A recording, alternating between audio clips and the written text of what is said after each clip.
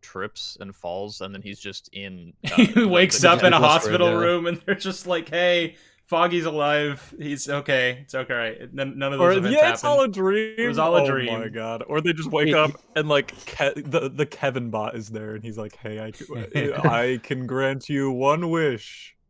We are. He live. wakes up in a hospital bed, and there's a nurse there, and then he can hear a baseball game on the radio, and he's like, "That game, that was there. This is a lie." This is. We are in fact live though, gentlemen. So you know what that means. Only in the sense of being on the internet. I think emotionally we're all dead after watching this show. What are you talking about? We're here to spend what like 8 hours explaining why Daredevil Born Again is a masterpiece. It is beautiful and the greatest thing ever put on screen by humans. Yeah. This was a really good show. I liked it a lot. I don't know what are we about to disagree? Are you about to deliver a hot take, Jolly? Am I about to fight you? Is that what's happening here? I'm gonna kill you with a hammer. Someone in chat said, "I'm currently watching Venom." Cookies. Where's the dancing cows here? Yes, indeed. That's me. Where is it? I am the dancing cow. We're all dancing cows in our own ways. We will milk But you. really, are we not all truly dancing cows at heart? The real dancing cows? Were they not inside us all along? Are they not the friends we made along the way? I'm just glad people are taking a liking to the dancing cows, because I was pretty disheartened by having to completely butcher the video in order to get it out there for you guys, but I'm glad you liked it. I commented, "What did you do to my beautiful editing?"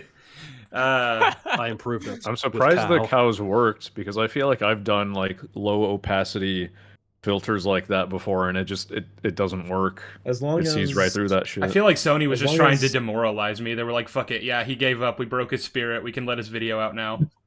As long as the cows aren't sacred. Indeed. I was lucky with my Temple of Doom video because I could just use like the Lego game cutscenes to break down the plot. And the problem with that is that the game's cutscenes were like better than the actual movie. And I was like, oh wait, this doesn't have this scene in it. I'm fucked. Yeah, you had the problem of being like, this is a bad scene, and then the Lego scene was actually kind of fun to watch. You're like, oh shit, it's undermining my point. Ah shit. God damn it. Wait, now we're doing hot takes that Temple of Doom is bad? Stop! My audience is gonna hate us. Yeah, 0 viewers after that statement. Fucking hell. You guys like anything? We don't actually. Well, I made it I'm waiting a for law. that. I'm waiting for that because obviously I have the bit in my Born Again script where I make an unfavorable comparison to Dark Knight, where I'm like, even Dark Knight did it XYZ well. And she was like, Jolly, that's going to be a hot take. You do realize that loads of people think Dark Knight is good. Well, they're wrong and they need to be corrected.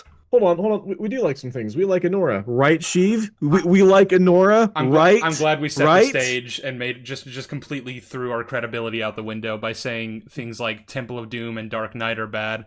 But anyway, Daredevil Born Again. Fucking terrible. It's terrible. It's fucking awful. What? Yeah. Should we know writing. Should we quickly like just season 2? Should we like just quickly just recap basically like the three of us we watched through Daredevil, The Defenders, Echo, Hawkeye. So Madvocate, Southpaw, and I watched through all 3 seasons of all 3 seasons of Daredevil and also Defenders, which was Daredevil. Defenders was a show that exists, but we watched those. We watched all of them in preparation for Born Again, and then one of us, probably me, because I hate myself, we had the great idea of let's also watch Hawkeye and Echo, just to really make sure we get... Was that you? Okay. That was me. Now we know who to blame. Well, I was going to watch it anyway, even without you guys. Yeah, same. I was going to watch, but like we all decided we'd suffer through them together. And we did. And my own those were. I feel like we're blood brothers now. Like we can endure anything together at this point. I mean, Hawkeye's not a good show, but it's charming enough. Trust bro. For Hawkeye and Echo though, we kind of roped Jolly and Shiney into that as well. Because we didn't want to be alone. Yeah, I caught the end of Hawkeye, and I caught I think from the first. I didn't see the first episode, but I saw the rest of Echo. Mm-hmm. You saw the worst of Echo. I've seen them. You got to see. I have seen them before though. You got to see Echo healing Wilson Fisk's childhood trauma with Native American magic. We'll get to that because I feel like that's going to be relevant to discussing Fisk's characterization in this show. No. Unfortunately, it is. Before we get into specifics then about like what we didn't like about Born Again, or even just generalities about what we didn't like about Born Again, I think it behooves us to give our overall ratings out of 10 in terms of like where we're at with this. Of this show, or just, like just so people have an idea. Oh no, Born Again, just Born Again in particular. Okay, because I was gonna say like the original Daredevil show, like the first 3 seasons, they're so fucking good. Like it cannot be understated just how fucking good, especially like season 3. You know. Mm-hmm. I think my rating for each was like 8 out of 10, 7 out of 10, and then 9 something, 9.5. Scorsese said that you could skip season 3 because it was bad. Wait, he said that? I thought that was someone else who said that. Oh, I thought it was Scorsese. Oh my god. Yeah, he said that's you can definitely skip season 3 because it's terrible. Marty. Martian. That's why I was so upset. That's why I was telling everyone we should fucking watch this because it's so ludicrous. Wait, no, that wasn't Martin Scorsese. I could have sworn it was like a different guy in the video you sent. I don't think that was Scorsese. No, Scorsese's doing YouTube video reviews now. Times are hard. Shiney, do you know what Martin Scorsese looks like, right? I know who Martin Scorsese. I thought we were all on the in joke that he looks like Martin Scorsese. Oh, I didn't. That's what Madvocate said. I didn't think he really. I was making a joke. I made that joke once and then I just didn't stop. Oh, okay. See, now I was confused because I thought Martin Scorsese actually thought. What am I supposed to do with this? I don't think Martin Scorsese owns a television. Let's be fair. Nope, the show is perfect. But yeah, so first 3 seasons of Daredevil, fucking great, fucking fantastic. Some of the best just storytelling I've ever seen. Personally, really hits hard. Ro hasn't watched anything else. That's true. Yeah, I'm a Marvel shill guy. I only watch slop. Defenders was also a show, and it exists. Echo and Hawkeye was like fine mostly, and then kind of like took a shit in the bed toward the end. The finale was pretty bad. Finale was it was bad throughout, but like in a very charming and endearing way. And then Echo was Echo. Yeah. And then we have Born Again, which I'm comfortably at like a 1.5 out of 10 for, like if that. I was about to say, I think that's a little bit generous giving it a 0.5 there. Yeah. I'm giving it a 1. Yeah. See, I wouldn't blame anyone for going lower than that. That's like 1.2, 1.3 is sort of where I'm at. Yeah. It's really like it cannot be understated how bad it is. Like also how precipitous the drop off in quality is between like Daredevil season 3 and Born Again season 1. It's like we went from a 9 out of 10 to a 1.2. It's really bad. Yeah. Like the biggest drop off you'll ever see in quality, like from like going straight from season 3 to this is insane. This is Lightning McQueen washed levels. And then so Shiney, Andrew, and Madvocate, what do you guys think? Number rating out of 10? 1. Nice. I'm assuming we're talking about the Netflix show, also a 1. Yes. I'm just kidding. Fuck it. Let's just do a 1. Yeah. Well, you see, the Netflix show had... What? Until we continue to not have more context for the bullshit that's happened so far, it's staying at a 1. Do you think the context will improve? The context is just going to make it worse. I don't think it will, but just to be good faith, to be completely fair, I'll say that. All right. Shiny, what's your rating? The original show had a fight scene at the end of the first season, which everything was so dark, so I've got to give the first season a 0 out of 10. The second season, you see, Daredevil's morals, any hero that has a no-kill rule, that's for children. That is for children. That a 0 out of 10.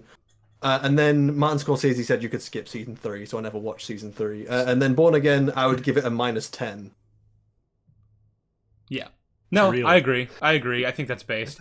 Something you were gonna something that Madvocate said that I kind of want to push back on though is the whole good faith thing. We've talked about this before. Like Jolly and I especially have. I don't know that it's necessarily operating in good faith by just assuming that the rest of the show will somehow make it better or even just make it make sense in any capacity. I think people or even could at this point. Well, yeah, I think people who argue that like, oh, you need to wait for more context are in themselves like operating in bad faith without realizing it. We call that cope. They're just ignoring basic like information and like patterns in order to come to this conclusion. Well, it might get better. You know, you got to be nice to the show that just fucking destroyed everything. It kind of happens on two levels as well, because and one of them I understand and one of them I don't, because one of them is just like the kind of general like, oh, you should probably wait for a hot show to be out in its entirety before you can judge it. That's fair, and I'm like, I really get where that's coming from. Like, that's a good sentiment to have in general. The problem is that some shows are just so broken so early on that there is nothing you could do to salvage them. Like, you know, like the rest of the show could be 10 out of 10 writing wise in terms of individual episodes on their own legs, but they're having to rest on what came before, and what came before is fundamentally just not fixable, and therefore it's a losing battle. The other side of that though is like, yeah, there is also just a pattern to the Disney Plus shows, whether it's Marvel or Star Wars, that it is kind of just bad faith to ignore. Like if we are, you know, going into Born Again being like, we don't expect this to be good, and people go, oh, that's bad faith. I'm like, no, it isn't. That's a recognition of a pattern that's been well established at this point. These shows are not good in general. Like, Andor is like the only exception that is even like above a 5 out of 10. And obviously Andor is really good, but it's the only one that I can think of that's even like above a 5 out of 10. True. That's basically it. Yeah, it's Andor and like X-Men 97. Yeah, and I don't even know if I consider X-Men 97 to be in that category of like, because obviously it's slightly different in that it's not a live action Disney Plus like IP. It's a continuation of a thing that they've acquired from before that's animated. True. I mean, all I'll say is like it is technically like a Disney Plus original, in the same way that I guess you could call the Clone Wars Season 7 a Disney Plus original. Just not really, but kind of. But in any case, it's good. So I'll give them that, if nothing else. You know, I'll give them their second good show. Congratulations, Disney! You made 2 good shows. Out of what, like 30? Currently have a success rate of what, like 2% right now. If well done, 2%. Just we do wait until it's revealed Foggy is alive and they have a totally believable, reasonable, and consistent explanation. Someone. What do you mean spoiler? It's a fucking breakdown of the first 3 episodes. Yeah, but like they're gonna get mad at us because they don't understand that. That's whatever. Chat, if you complain, I'm banning you. That's true. Someone in chat asked if the acting is a 1 out of 5. Is like, I don't think we really factor in the acting when we're just talking about. Like, no. I mean, it's Charlie Cox and like Vincent D'Onofrio. Like, they're not gonna hand in bad performances. No. I do factor in the acting. That's why it has a 1 at all. Like this is the thing, right? Like, people, there are different, there are many different aspects obviously that go into a television show. That's like production and tone and vibe and choreography and coloring and the acting standards, and then the plot, obviously. Like, all of these things go in, but they're not equally weighted. Like, you can have a film that is absolutely god awful, or a piece of media that is god awful, where the acting is incredible because the actors are just doing their best to try and rescue it. But unfortunately, it won't, like, there's only so much an actor can do to elevate. You can have terrible work around them. You can have the Kill the Moon episode, but then recognize that like Peter Capaldi is in that, and so is Jenna Coleman. Yeah. So it's like, there's some stuff. And they do good acting in the final scene. Yeah. Yeah. Sorry, Andrew. I had to bring up Doctor Who just to fuck with you. No, this fucking. All right, goodbye. It's going to turn out that Andrew secretly watched it when we weren't paying attention as a huge Who fan. he's a Whovian, if you will. I'm a closeted Who sexual. But it's like if I watch the original Daredevil movie, like Colin Farrell, man, is he trying hard? He's really trying. He's the best part of that movie. It doesn't make the film good, or even it makes it better, I guess, but only marginally, because there's just not much he can do. It's the same thing. Like Charlie Cox, God, is he doing the best he can with what he's given? Actually, as well, Deborah Ann Wolf, for the 5 minutes they give her, God, is she trying? She's sorry, my bad. I've got things on the brain. But like, yeah, she's really she's really trying hard to make her scenes work, and she's great. Unfortunately, it's acting in service of elevating writing that is complete nonsense, and characterization that is utterly broken. Bad faith. Can you show this poster you just sent us in the Discord to the chat? I would have to like fucking do a whole thing. Hang on. Just tweet it out later. It's not relevant to the thing anyway. I just sent that to distract Jolly in the middle of his diatribe because it's just it's just JD Vance photoshopped over Ahsoka. And the title is A Sofa. A sofa. Hold on, I'm posting the tweet in the chat. There you go, guys. Link it. Yeah, there we go. Anyway. All right. How are we breaking this down? Are we just doing it chronologically, or what are we doing? I thought we would do it chronologically, and I figured, Jolly, you're pretty good at going through events chronologically. Maybe you could take the reins on this. Thanks for blindsiding me with that. Yeah, you're welcome. Right. So the show, have we actually established agreed between us when the show is set?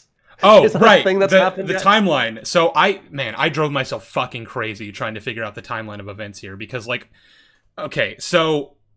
Fisk is running for mayor, obviously. He gets the idea to do that at the end of Echo, which we know definitively takes place in May to June of 2025 because it starts off 5 months after Hawkeye. Hawkeye was obviously set around Christmas time of 2024. The show goes out of its way to remind you every other scene that, hey guys, it's Christmas time. So we know that. We have a general time frame for that. So initially I was like, okay, that would probably then mean that the first episode of Born Again starts off in June of 2025 because, then Fisk goes and announces himself as mayor. At which point, later in the same episode, he then gets elected, which implies maybe a several month time skip during the episode, but that's not the case. And we know this because the scene in question where Fisk's candidacy, or his election winning is announced, happens when Matt is on his second date with this girl Heather that he just met in the show, which means it couldn't have been more than a few days after Fisk announced his candidacy. So I was just racking my brain trying to figure all this out. Maybe Born Again is set in November and he just Fisk waited until the last fucking minute of November 2025 to announce that he was running for mayor because the mayoral election is in 2025. So I'm driving myself crazy trying to work this all out. And I was like, She-Hulk can't possibly fit into all this. But then Madvocate sends a video by, I don't remember the name of this YouTuber, who pointed out Sheev, this is a world where the Infinity Stones exist and a guy with a metal arm is running around. All right, I'm kicking Madvocate. Goodbye.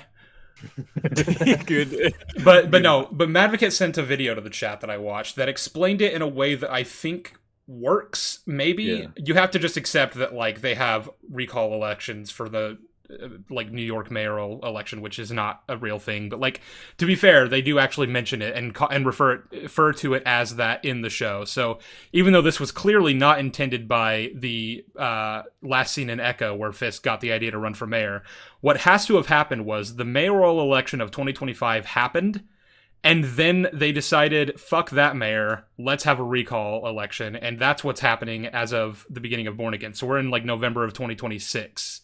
Which means Foggy died in October, November of 2025, thereabouts.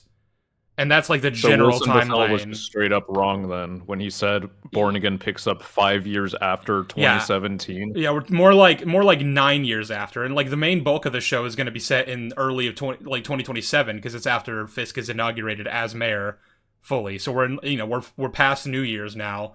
We're in January of 2027. So that's just wrong. Because we're coming up on a decade from when season 3 would have taken place, timeline-wise. Mm-hmm. Yeah. So now that we've sort of established when that all happens, the show begins in November 2025. Again, about around November 2025. Then with Matt and Karen and Foggy, leaving the offices of Nelson, Page, and Murdoch that they established at the end of Daredevil season 3. And they're all bantering, they're giggling, and there's some extremely fucking unsubtle dialogue from Foggy, where it's just basically just a fourth wall break to have the writers tell you that nostalgia is good and you should just shut the fuck up and like it. I think Karen said nostalgia's running pretty thin or something, and he said not nostalgia, reverence for the past, yet hope for the future. And I'm like, guys, that's called nostalgia. Whoa, Foggy. he's talking to us, guys. Whoa, that's the thing that that's the theme. I feel like the first thing we should really mention about all this too is like the way everything is being presented. Oh, do you want me to give the tone rundown? I was going to say that for when we start talking about the one shot, but I can do that now if you want. Well, I figured just because it immediately opens up on all these like weird like establishing shots of the city and like the people in it and like the music that they're playing and just the way everything is shot I don't feels like very the music. The music's bad, but that's beside the point because so like overbearing. It's so weird because like you're watching it and you're like, I don't know what tone you're trying to convey here. Right, yeah. So that was the thing, because we. So yeah, okay. So spoiler alert. Just to give, I guess, let's just just give a rundown of events quickly, because then I can talk about how we fit into the tone. Mm-hmm. So yeah, Foggy, Karen, and Matt are at their law firm, and they're heading off to a retirement party at Josie's bar for a friend of theirs called Cherry, who's a New York police detective. Now during this party, Foggy gets a phone call from a client called Benny. Where Benny's like, oh my god, I'm in danger, someone's after me. And Matt and Karen come out to investigate, and they're like, what's going on? And Foggy's like, okay, so Benny, this guy we've been representing, well, I didn't tell you this before, but he's been getting death threats, so I stashed him somewhere safe. And Matt's like, well, where did you stash him? And Foggy's like, in my apartment. And Matt's like, what the fuck? And Foggy's like, well, it's the reason a secure building, guys. Don't worry.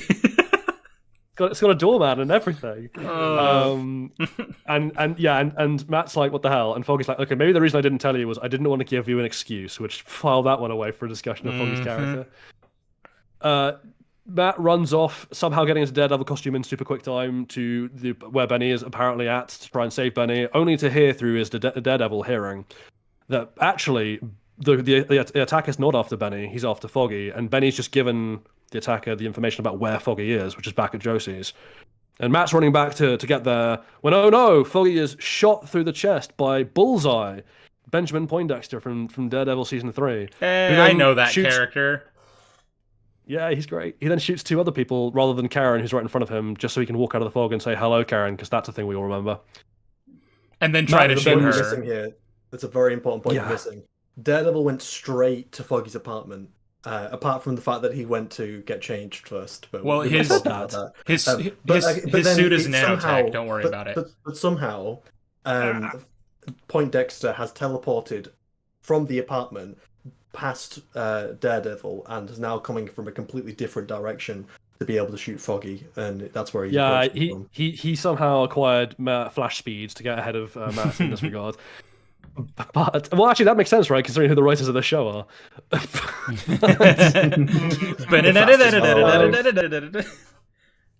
But yeah, so Matt and Daredevil and Bullseye are having this fight now through Josie's bar. Where I love, by the way, side note, Daredevil kicked Bullseye into Josie's bar, where all the civilians are, and Bullseye then kills a whole bunch of people during their fight. Incidentally, as they're trying to escape. Are you telling me that Daredevil? Are you telling me that Daredevil got innocent people killed? Are you telling me that? Yeah, he did. I really hope that's the only time this happens in these episodes. I really hope this doesn't become a running pattern. Yeah. Daredevil and Bullseye then fight their way up the stairwell of the building to the roof, while in the background you can hear Karen saying the same line over and over again, because apparently they only got the actress to record the one line, telling Foggy not to die and to hold on, and we can hear his heartbeats in the background. Bullseye gets to the roof. Daredevil decides to, rather than following him directly up the stairwell, jump out of a window to do a cool posing shot by swinging onto the roof. And he swings from rooftop to rooftop now. That's a thing too. Yeah, he's Spider-Man now. Anyway, he beats Bullseye to a pulp, and just as Bullseye is defeated, he hears Foggy's heartbeat give out, and Foggy dies. And Matt is distraught, and in a moment of rage, he pushes Bullseye off this 4-story building onto the concrete below, trying to kill him. This doesn't kill Bullseye, I don't know how, but Bullseye survives this. And then Matt drops his mask into the street, where the mask teleports 4 meters out from where he dropped it to give us a cool establishing shot.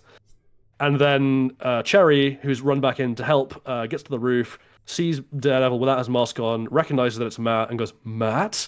And that's the end of the cold open. Now, we'll get to dissecting the characterization and the events in a moment, but the tone the reason I had to lay out the events was that, like, we sort of knew going into the show that Foggy was just going to die, that he was just cooked. Yeah. Because the marketing had not been subtle about it. They only had like one scene to use for images, still images of this is Foggy, and obviously we have to market that Foggy's going to be in the show because everyone likes Foggy. We need to make sure that everyone knows he's going to be in the show.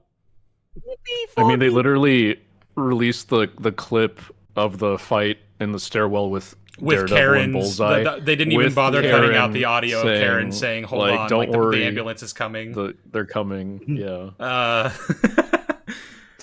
And the reason this is important is that, like, when we were watching it, that colored how we watched it in terms of our noticing of the tone of it, because we were already going and be like, yeah, Foggy's cooked. So everything that the show does to kind of like quote unquote foreshadow Foggy's death, we didn't really pick up on an initial viewing because we already knew that. However, while we were watching, there was something in the back of my head that was bugging me about the way in which this entire opening was being shown to the audience. I couldn't put my finger on it. And then obviously we went our separate ways to rant and commiserate and get drunk and collapse and generally sob. Yeah. And while I was huddled in the corner shaking, I realized something, which was that, like, the vibe that the show was giving off was, ironically, a bit like when you're at a bar with a really drunk friend who's, like, drunkenly recounting a sad story that you were also present for. Like, there's a weird kind of meta-ness to the whole thing where, like, it's not presented as like, oh, we're building up to this tense moment, and it's not presented as, oh, isn't this really nice, and then the horror comes out of nowhere and blindsides you. It's presented like a sad memory we've seen before that is just like being retold to us to make us feel a bit sad about a thing that we sort of inevitably knew was going to happen because we were already there for that. Mm-hmm. There's a weird like sense of omniscience, melancholic omniscience to it that is just really jarring if you didn't know Foggy was going to die. Well, isn't that how the director described the intention behind the camera movements in the fight? Yeah, so I was watching the roundtable discussion with the creatives and the actors that IGN put together after that episode came out, and yeah, the director says something along the lines of that the first action director was trying to use in the one they were doing the one shot. He set this up to be like very still, somber camera movements that were very non-dynamic, in order to kind of give off this sense that the camera knew what was going to happen and that the camera was sad about it. And I mean, my first thought was, my God, that sounds pretentious and wanky. Like, what are you talking about? Yeah, I still think that's just jargon. Yeah, I think that is just jargon. And then the second thing, to disguise poor camera work. And then the second thing was like, that tone, even if you were going for that, like, artistically, what's the point? Like, why is that the tone in which we are presenting this opening scene? Because presumably, again, you can't tell me that, like, oh, the reason we killed off Foggy is because we need to do something big and bold to, like, justify the story and, like, grab people's attention, and then present it in a way where, like, you're kind of just assuming that everyone knows he's going to die anyway. Like, you can't tell me that you're there for the punch and then completely pull back on the punch and be like, oh, but that was the intention. I'm confused as to what we're doing here. But we also know that the intention was never to come back big and bold. The intention was, shit, in, like, all of the episodes that we've already shot, with there's too many mentions of Foggy dying, like, 4 years ago, we can't have him be alive while also mentioning him being dead. Yeah, so... We've got to shoot a death scene. That's 1 year ago, but... Yeah. Well, no, so that's the elephant in the room. That's the elephant in the room, is that this was obviously a completely different show originally. That was kind of then forcibly repurposed into a continuation of the Netflix series in a very janky, awful way. And in the original version, like, obviously Foggy was a person who existed in Matt's life who has been dead for some time. I guess 4 years is, like, the term. Yeah, it's mentioned 4 years. Yeah. But then, obviously, that was back when it was understood that they were writing a show that wasn't set within the same canon as the Netflix show. So, like, we don't know who this Foggy was, what specifically the nature of his relationship was with Matt, when he died, how he died, if his death was any kind of, like, big traumatic event. But now it's like, well, I mean, obviously this is a continuation of that, and we know who Foggy is, we know who Karen is, and, like, people are going to be expecting to see them, so let's kind of just have them be in this and then shoehorn them out really quickly without really, and we'll get to how they deal with Karen's departure from the series in a bit. But for Foggy, they were like, well, I mean, there's too many mentions of Foggy just already being dead.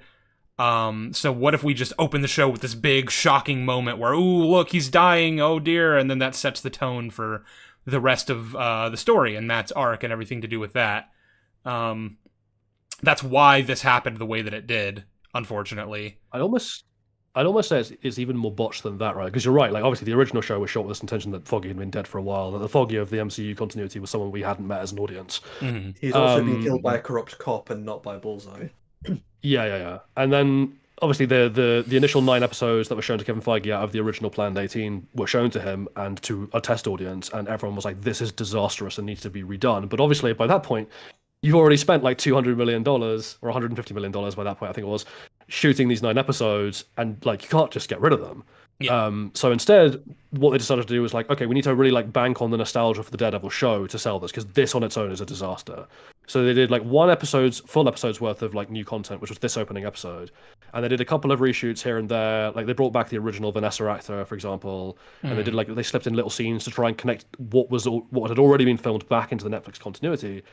But the fundamental problem we're running into is like, what's actually happened here is 2 non-compatible continuities are being mashed together because they needed to bank heavily on nostalgia for the old show to sell the piece of crap they'd accidentally made. Mm-hmm. And that, to tie that back into the Foggy thing specifically, people want Eldon back, and they wanted Deborah back, and we want Karen and Foggy. We like Karen and Foggy, and so with one eye on that, of like, oh, we need to bring back these guys for season 2. It's too late to bring them in for season 1, but we want to bring them back for season 2. But oh shit, we've already said that Foggy's dead. How do we reconcile this? And I'm like, well, you put them on ice for a season by contriving absolute horse shit to get them out of the way for a season's worth of television. And then, of course, there's the more meta information that we're all aware of at this point, which is that A, Eldon, Foggy's actor, has been cast for season 2, and B, the address, like the number on the address of the law firm that Matt, Karen, and Foggy were working at apparently correlates with the number of like a comic issue in which Foggy faked his death through help from, I think it was Vanessa in the comics. So yeah, it's Vanessa. Vanessa has Foggy quote unquote killed in a way that fakes his death in a way. It's even like the show in the sense of like we have the panel of Daredevil listening to Foggy's heart give out, which is what convinces him that he's actually died. And then he comes back later. He went into like witness protection or something, which is completely insane. So of course there's all these theories that Foggy has in fact faked his death for some reason, and that we're gonna get him back. He's gonna be alive, and it's all gonna be explained and make perfect sense. And I'm sure it will. I am sure that it will. Well, I guess then now's the time to address it, which is the people, because this links back to the people being like, you need to wait for the context. The people putting forward this theory that Foggy isn't actually dead, and therefore the damage that we would argue has been done both to the show and to the characters in terms of how they killed off Foggy and the choice to kill off Foggy. Actually, we're wrong, because he's going to come back, and it'll all make sense when they reveal how this happened. And I'm like, no, Foggy being brought back wouldn't at all fix the damage that was done to Matt and Karen's characters as a result of as a reaction to his death, because they still did those things. Yeah, and it wouldn't fix Foggy's character either, because I don't believe Foggy would ever do this voluntarily, especially given how much of his arc in the Netflix show was him being in season 3 was him being pissed at Matt for pretending to be dead, and the damage that did to him emotionally. Yeah, either way we have problems because getting back at either way we have problems because Foggy would never do this to Matt and Karen and fake his death. So like if he was in on it, that's a character break. He also though wouldn't make all the really stupid decisions that he made, assuming that this is a real death and that he wasn't in on the plan and that he was actually blindsided by the Bullseye attack. So either way, we've damaged Foggy's character significantly in just the 15 minutes we have of the guy. Oh, and he dumped Marcy as well. Oh yeah, he and Marcy are no longer an item. Or Marcy dumped him. Which is like, okay, mutual dumping. I wanted to say this as well. Like, as far as him and Marcy not being together, I don't like that. But if they couldn't get the actress back, like whatever. But the problem is, when the trial takes place, we're skipping ahead a little bit, and we'll rein it back to the opening after I make this point. But like, when the trial takes place for Poindexter, a year later in the present day, about like Foggy's murder as well as the murder of all the other people at Josie's bar. Foggy's family is not there. Marcy is not there. And like, I don't give a fuck that they're apparently broken up. Marcy wouldn't just not be there for that. She would be there. If you can't get the actors back for that, then I'm afraid you just can't have that court scene. Yeah. Like, sorry, because they'd be there. And so there's this general thing where like, because this was originally a different show set in a completely different continuity with all these new characters, like Kirsten and Sherry and Heather and all of them, and a recast Vanessa, they sort of have like all these elephants in the room of like, this is a character that would be involved here. Where the fuck are they? Like, where is Sister Maggie? She was the person who, at the end of season 3, I was going to get to Brett, yeah, because we have this character named Cherry, who's kind of this cop friend that Matt has and has known for some time. He's not Brett, though, which I feel like, if you just made him Brett, that would have been a lot more meaningful. When they had the scene of Cherry finding out Matt was Daredevil on the rooftop after he tried to kill Bullseye. But I'm way more into, like, where the fuck is Maggie? Because at the end of season 3, the state of the relationship between him and his mother was, I'm going to come to you for, like, life advice now and to just generally talk to and have a good relationship with.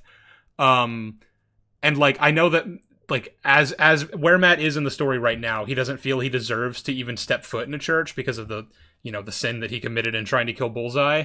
But, like, I don't believe that Maggie wouldn't have sought him out at any point and been like, so what the fuck, where have you been? Why haven't you been at church? Why are you avoiding me? And I don't think he would avoid Maggie. She did off screen though, Sheev. Any more than I believe that he would have avoided Karen in the weeks following Foggy's death, but we can get into that. Well, because we'll get to that later. Maybe his mother died and he felt nothing. Maybe that's what happened. Oh, fuck off. There are sorry, just stick with Cherry because that's a fun point before we go back to the main issues to do with this opening. Cherry's role in the show is to basically fulfill in for Karen's role in the original law firm, right? And, like, he's the investigator, he uncovers the information, he's the detective, that's what he's there for. He's the go-to guy for that. And I'm like, yeah, if we can't have Brett and we have to have some kind of character to replace them, then, and again, this is a function of the fact that this decision was made after they'd already shot it as its own continuity. Because if you were doing this with the idea that this is the Netflix continuity, you'd have made a different decision here, I feel. Jessica Jones, you'd think, would be the perfect person to fit into that role because she is literally an investigator who Matt knows and gets on with, and they both have trauma that they bonded over.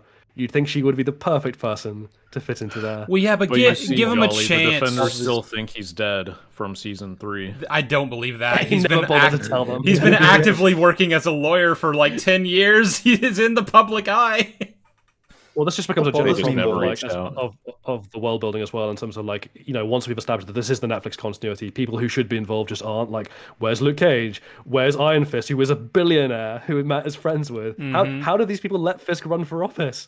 How did Hawkeye let him run for office? Yeah, that's true. Yeah. Yeah, even separate from the they'll be back. Connecting this to Hawkeye and Echo too is so funny because, like, Hawkeye has video evidence of Fisk engaging in criminal activities. So, like, even if for some reason all the other crimes that Fisk should be put away for from the original show are just somehow not a factor anymore, which we're gonna get into all that. Like, I'm just like, well, yeah, but, like, an Avenger has video evidence of Fisk being a criminal, so just turn that over to the police. Going back to Cherry. What really bothers me about Cherry is the fact that it feels like they've accidentally written a character that could be the perfect foil for Matt. Because he's an ex-cop private detective. Being an ex-cop is going to give him a different perspective of the law than Matt, as Matt, who's a lawyer and a vigilante. And they also have him having a negative opinion of vigilantes. You think that would be the character that would have some very interesting conversations to have with Matt. Especially during the trial of White Tiger, who is heavily inferred as is a vigilante he doesn't like. I just don't understand why it has to be this new guy who we know nothing about as opposed to Mahoney. Now, I mean, obviously, I guess that they just couldn't get the actor back. I don't know why that is. As far as I'm aware, the guy's still... Well, no, it's just because they originally filmed this in the sense that there was a different continuity where Brett didn't exist. True. Yeah.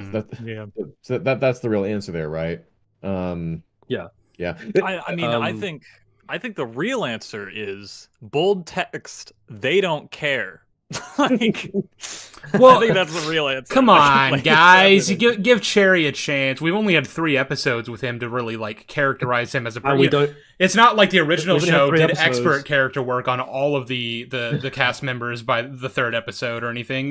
He would give him time. Like, we've already had 3 episodes of this guy who's apparently good friends with Matt, enough to keep his secret and work for his law firm, and we still don't know his fucking surname. Is Cherry even his actual name? I thought that was a nickname. Well, then we don't know his name at all. I thought Cherry was, like, his last name. I thought it was a nickname. He has one name. His name is Cherry. Maybe he's like, Blur or people. He just has one name. No, Jolly. He's like Zendaya. No, Jolly, he's the third wheel to Lemon and Tangerine from Bullet Train. Yeah. Cherry. Oh, I'm Lemon, he's Tangerine. To head back to the opening though, there is another thing I want to discuss here, which is like if this theory is true that Vanessa is somehow behind sending Bullseye to fake Foggy's death, the idea that Bullseye is willingly working for Vanessa, given how season 3 of Daredevil ended, so that is kind of beyond hilarious. That brings me to the biggest point that I wanted to make about the opening, or one of the biggest points, which is Bullseye. What's going on with Bullseye? So why are you here? Just to recap for anyone who doesn't remember the original show that well, or for those of you who haven't seen it, we were introduced to Bullseye in season 3 as an FBI agent that was on Fisk's security detail, but when they let him out of prison into the hotel penthouse because he was working them and giving them information to take down other big bad criminals. Like Fisk saw potential in Bullseye and realized that he was emotionally vulnerable and could exploit that and manipulate that, and so that's what he did. He used this girl that Bullseye was obsessed with, infatuated with, I should say, named Julie, to basically just break his heart and break his mental state, and then had her killed. Which Bullseye, so Bullseye was working for Fisk for a time. On his behalf, he went after Karen and tried to kill her. He attacked the Bulletin to frame Daredevil, fought Daredevil a couple times during those jobs. Never had any personal stake against Karen or Daredevil. Never found out that Daredevil was Matt, so that's he definitely doesn't have beef with Matt or Foggy. And then by the end of the show, he finds out that Julie was killed and that was done by Fisk, and so he's out for blood. He wants to kill Fisk, and then we have this big three-way fight between Daredevil, Bullseye, and Kingpin, where they're all after each other, but mainly Bullseye's there to kill Fisk, and more importantly to kill Vanessa, who Fisk has just gotten married to, but Matt tries to stop him from doing that because no kill rule and all that. And then Dex gets his spine broken, and then the last time we see him is he's getting some kind of surgery. The implication is that in whatever follow-up this gets, be it Daredevil season 4, some other thing, he will be back and out for blood. But again, by the end of the story, he doesn't know Daredevil's Matt, has no beef with Daredevil anyway, or any of his friends and associates. All he wants to do is kill Fisk and Vanessa to hurt Fisk. So now we're 9 years on from that, and I'm obviously Hold on. He also knows that Karen killed Wesley. Because Kingpin told him that. Well, yeah, that is the whole reason he goes after her. He doesn't give a shit about that. He only I don't even see why that's relevant to bring up. Because no, but I'm saying because if someone's gonna be oh, he does have beef with Karen, but it's he should be glad that Karen killed Fisk's best friend. That is true, yeah. If he hates Fisk so much. Wesley's death did, emotionally harm Fisk, which, Bullseye would like. Yeah, Bullseye sees that. I don't think that's enough for him to, not kill Karen, if given the opportunity, but, at the very least, he doesn't, No, I know, but he would have this kind of grudging, I'm glad that you did that at least, you hurt the person. I'm saying all of these points accumulate to Fisk being his real threat and point of contention. Yeah, and Fisk is he is out and about, and he is essentially a public figure now. If we're putting this on the timeline, and this is actually October-November of 2025, then this is when Fisk is on his weird sabbatical following Echo. We don't know where he was or what he was doing, but he's been out and about for years before that. Yeah, no, so that's the point I wanted to make, was that we don't know where Bullseye's been, how long he's been back on his feet, how the fuck he got out of prison. We don't know what he's been up to for the last decade, so we don't know if he's had really much of an opportunity to go after Fisk while he was running his big criminal empire. But at the very least, now, at this point in time, Vanessa is running Fisk's operation. So why are you not just going after Vanessa? Am I crazy, or did the first episode of Echo end with a shot of Fisk in a hospital bed? Yeah. So it's okay, so he was in the hospital then, and Bullseye could have just. I'm presuming it's a private hospital where his information. He would have all sorts of security guards there too that Bullseye would have to go through basically in order to get to Fisk. Regardless, though, Vanessa even if he couldn't get to Fisk for whatever reason, Vanessa is out and about as a public figure. The DA and the entire City Hall know about her. She's a better target for Bullseye anyway, because you killed my girl, I kill yours. That's kind of the whole idea.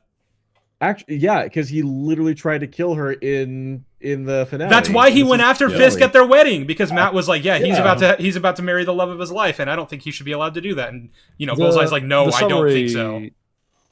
the summary of all this entire point is that if Vanessa is somehow behind Bullseye being there, and Bullseye is aware that Vanessa is the one who sent him, that makes absolutely no sense. Yeah. And the thing is, there is actually another piece of information that does imply, although really badly, because I don't think the show did any work to connect them. It's just like a kind of dangling thread that doesn't make any sense.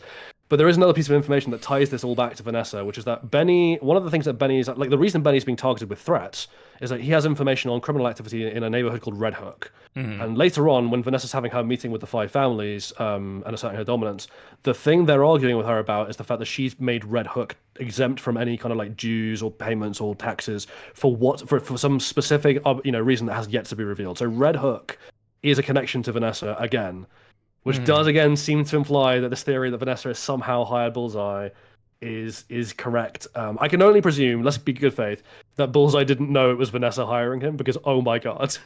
Well, yeah, and it also could just as easily be that someone else in the 5 families hired this assassin because they also have a stake in Red Hook or something that we just don't know yet, and that's why I'm not going to make any definitive points on that. And what I'm more interested in is, again, he just has no beef with Foggy. He has no beef with Matt or Daredevil or Karen or any of them. So unless he was hired to kill Foggy for whatever reason, or to fake his death, I guess, then I have no idea what he's doing here.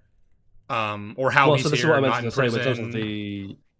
In terms of the dangling thread and how it doesn't make any sense, right? Because there's only 2 options. Either this is Bullseye acting independently to exercise beef with Foggy, which he doesn't have, so that doesn't make any sense. He doesn't have any beef with the Karen or Matt or Foggy, and he doesn't know that Matt is Daredevil, so none of him being here makes sense if it's a personal thing. And if it's not a personal thing, if he's here because somebody hired him, and it is to do with Red Hook, and it is to do with all this blah, blah, blah, blah, blah, Benny's the one who knows about Red Hook. Foggy knows jack shit about it. Why are you targeting Foggy? And the thing is, they are very clearly specifically targeting Foggy. No, he's definitively targeting Foggy. Yeah. Because what Matt overhears whenever he hears Benny talking to Bullseye in his apartment is Bullseye looking for Foggy. He didn't give a shit about Benny. Yeah, he asked about you. So none of this makes any sense, I'm afraid. It doesn't work either way. Could be. The only thing I can think of... There's this. Sorry, just one more thing is there's this gray area that I feel like they're trying to operate in here, where it's like Bullseye was hired to do this job, possibly through Vanessa, but he doesn't know Vanessa's involved in any way. Even though you'd think he would have spent time researching the operation Vanessa runs and knows that any connection to Red Hook is a connection to Vanessa. But I don't know. They're trying to have this have your cake and eat it too type of thing, where it's he doesn't know. He's just here to do a job. He's an assassin for hire, basically, which also raises so many questions about why, how, who got him out of prison. I know that's what he is in the comics, but that's never been set up in the show. Because I got the implication that he was being given spinal surgery by some Valentina type, maybe not specifically her. God, I hope not. But someone who an Amanda Waller type who was oh, this is an exceptionally skilled person who would be valuable to have on my team. Or working for me as an operative, so I'm going to fix up his spine and send him out. So and that's why he's not in prison. But in that case, how did he end up doing independent contract work for gangsters?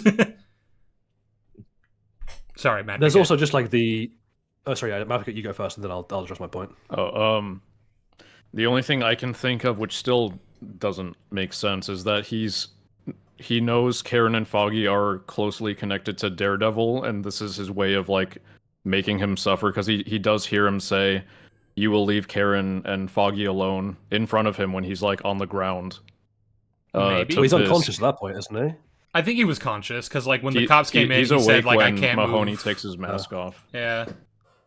Well, hang on. So but even then, the way he goes out about this is really strategically stupid. It's really sloppy. So why would he waste his only chance at revenge on Daredevil instead of fucking Fisk? But the thing is, there's no reason to think he wants anything, he has any reason to get revenge against Daredevil. The only thing Daredevil has ever done to him, done to him, is stopped him from killing Vanessa. Which, maybe he'd be, mildly annoyed at Daredevil for doing that, but, not enough to be I'm gonna fucking hunt him down and kill all of his friends and just really ruin his life. Fisk is, enemy number one for him right now. Yeah.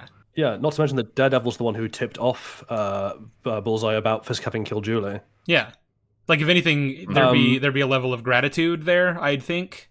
Well, I mean, gratitude from this guy is maybe not an expected reaction, but the best good thing for gratitude he'd have is cool, I don't care about you for now.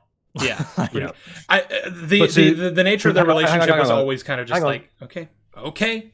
Sorry, just to build off of Madvocate's point about the strategizing here, because there's actually an interesting thing here, because the strategy that Bullseye employs only makes sense if he knows that Matt is Daredevil and wants him out of the way to target Foggy. Because like otherwise, what's the point of going after Benny? Because like Foggy's not hiding, right? He's not like a hidden figure. He's got a public office, and Josie's bar is a regular haunt. Any idiot, like let alone a trained FBI agent / assassin who's done their basic due diligence and reconnaissance, is going to be able to target Foggy basically at will. Like he's out and about, and he's always at these two very public places.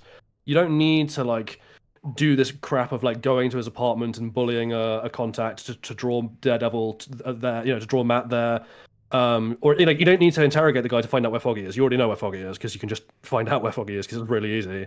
Which means the only reason he would have gone to the apartment to bully Benny was to get Benny to call and thus draw Matt away from Foggy, which only matters to Poindexter if you know that Matt is Daredevil, because otherwise what the fuck is the point? But we know he's in the apartment and we know that he breaks into the apartment. It's only after that he breaks I feel like into you the missed my point apartment there. Yeah, the point he's making is that like doing all of that is only necessary if he knows that Matt is Daredevil, and therefore having Benny call Foggy will cause Daredevil to then go to Foggy's apartment, getting him away from Foggy so that he can kill him.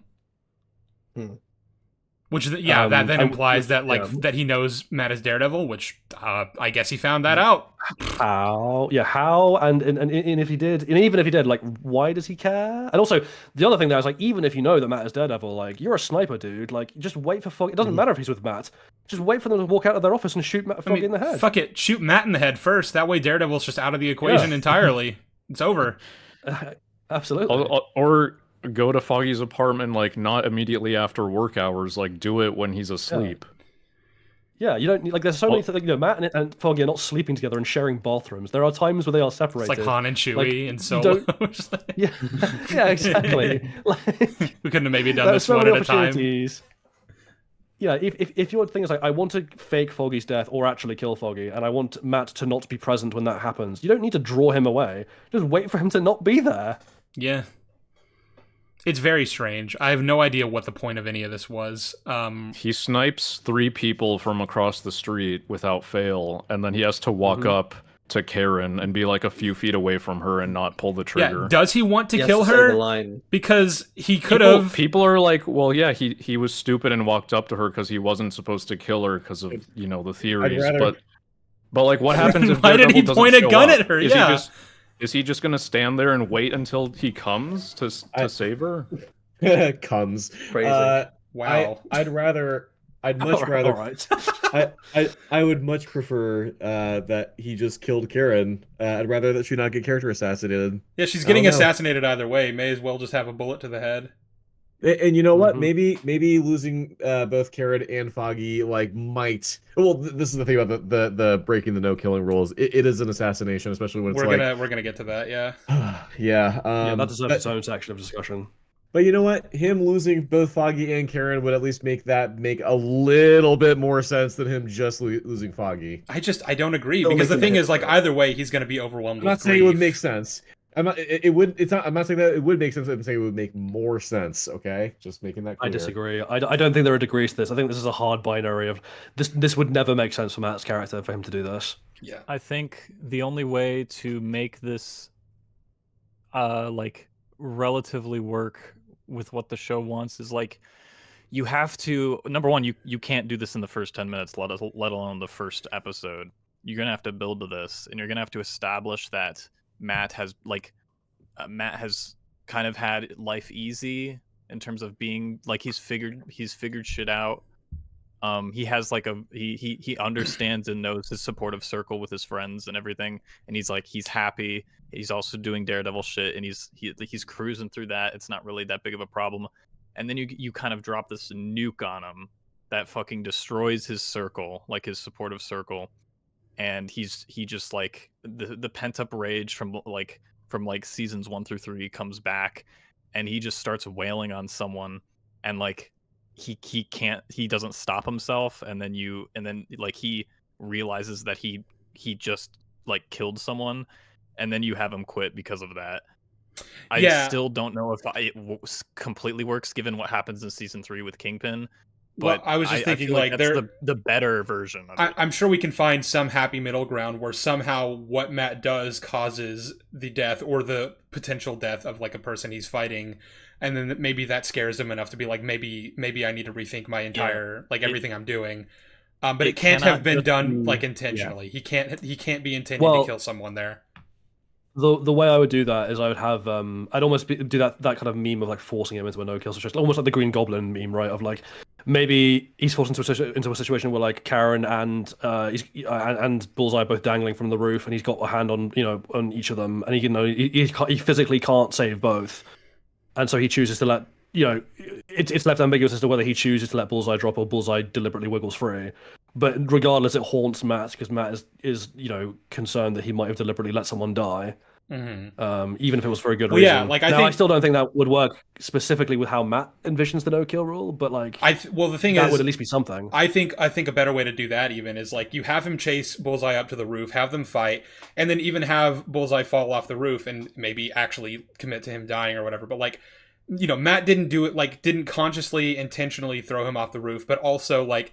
He genuinely cannot answer, like honestly say whether or not he was up there to kill him. Like in the moment he was just so heated that like now that he looks back to it, he's like, I don't know if if given the opportunity, I would have let him live, and that scares me, and I don't think I can do this anymore. What if it was like Bullseye was like on the edge of the roof, like they were both on the edge, and like Bullseye had a knife and Bullseye had a kill shot like on Matt, and Matt knows that, and in defense Matt like throws a piece, like a half piece of a brick or something that he found on the roof, and like chucks it at him, hits his shoulder, and then Bullseye falls off. Well, at that point you just have a Nobu situation, because like, okay, this is what we need to establish about Matt's no-kill rule, which is that like it's entirely established on the way he views the sanctity of life through like a Christian lens. He has never had any problem with killing people when it comes to self-defense. We even see in season 3, which has like the entire point of season 3 really does like break down the no-kill rule to its barest essentials and tells it, and like explains what makes it tick. But even then, like when he and Nadim are attacked in the traffic by Fisk's men, he navigates Nadim to like, okay, you shoot here, and like these are all like non-lethal shots, but like those are still like there's a risk of like, I'm shooting a person, they will die, and he's okay with that because like this is a situation where there really isn't any other choice. And it's the same thing with like Nobu when he set him on fire.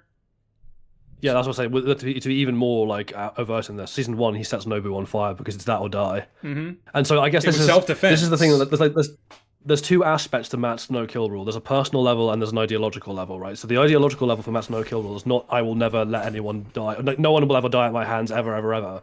And it's always wrong to take a life. His ideological perspective is the Catholic perspective, which is like, almost like just war theory of like, it's I will never murder, not I will never kill. It's I will never take a life as a means to an end. Sometimes I will be forced into positions where I'm having to defend my life. And that sometimes there is no other option, and I'm entitled to defend my own life or the lives of innocents in that regard, who are in immediate danger. But otherwise, it is always wrong to kill someone just because you think it serves a purpose to you, like a utilitarian purpose. Mm-hmm. That's always wrong, and he will never do that. And I mean that's why he struggled so much with Fisk, because like he was looking at it from the lens of like, if I don't, then he's unstoppable. And he'll just continue going around doing these things and like making the world a worse place, and like maybe I don't have the moral right to keep my soul unblemished by not killing him.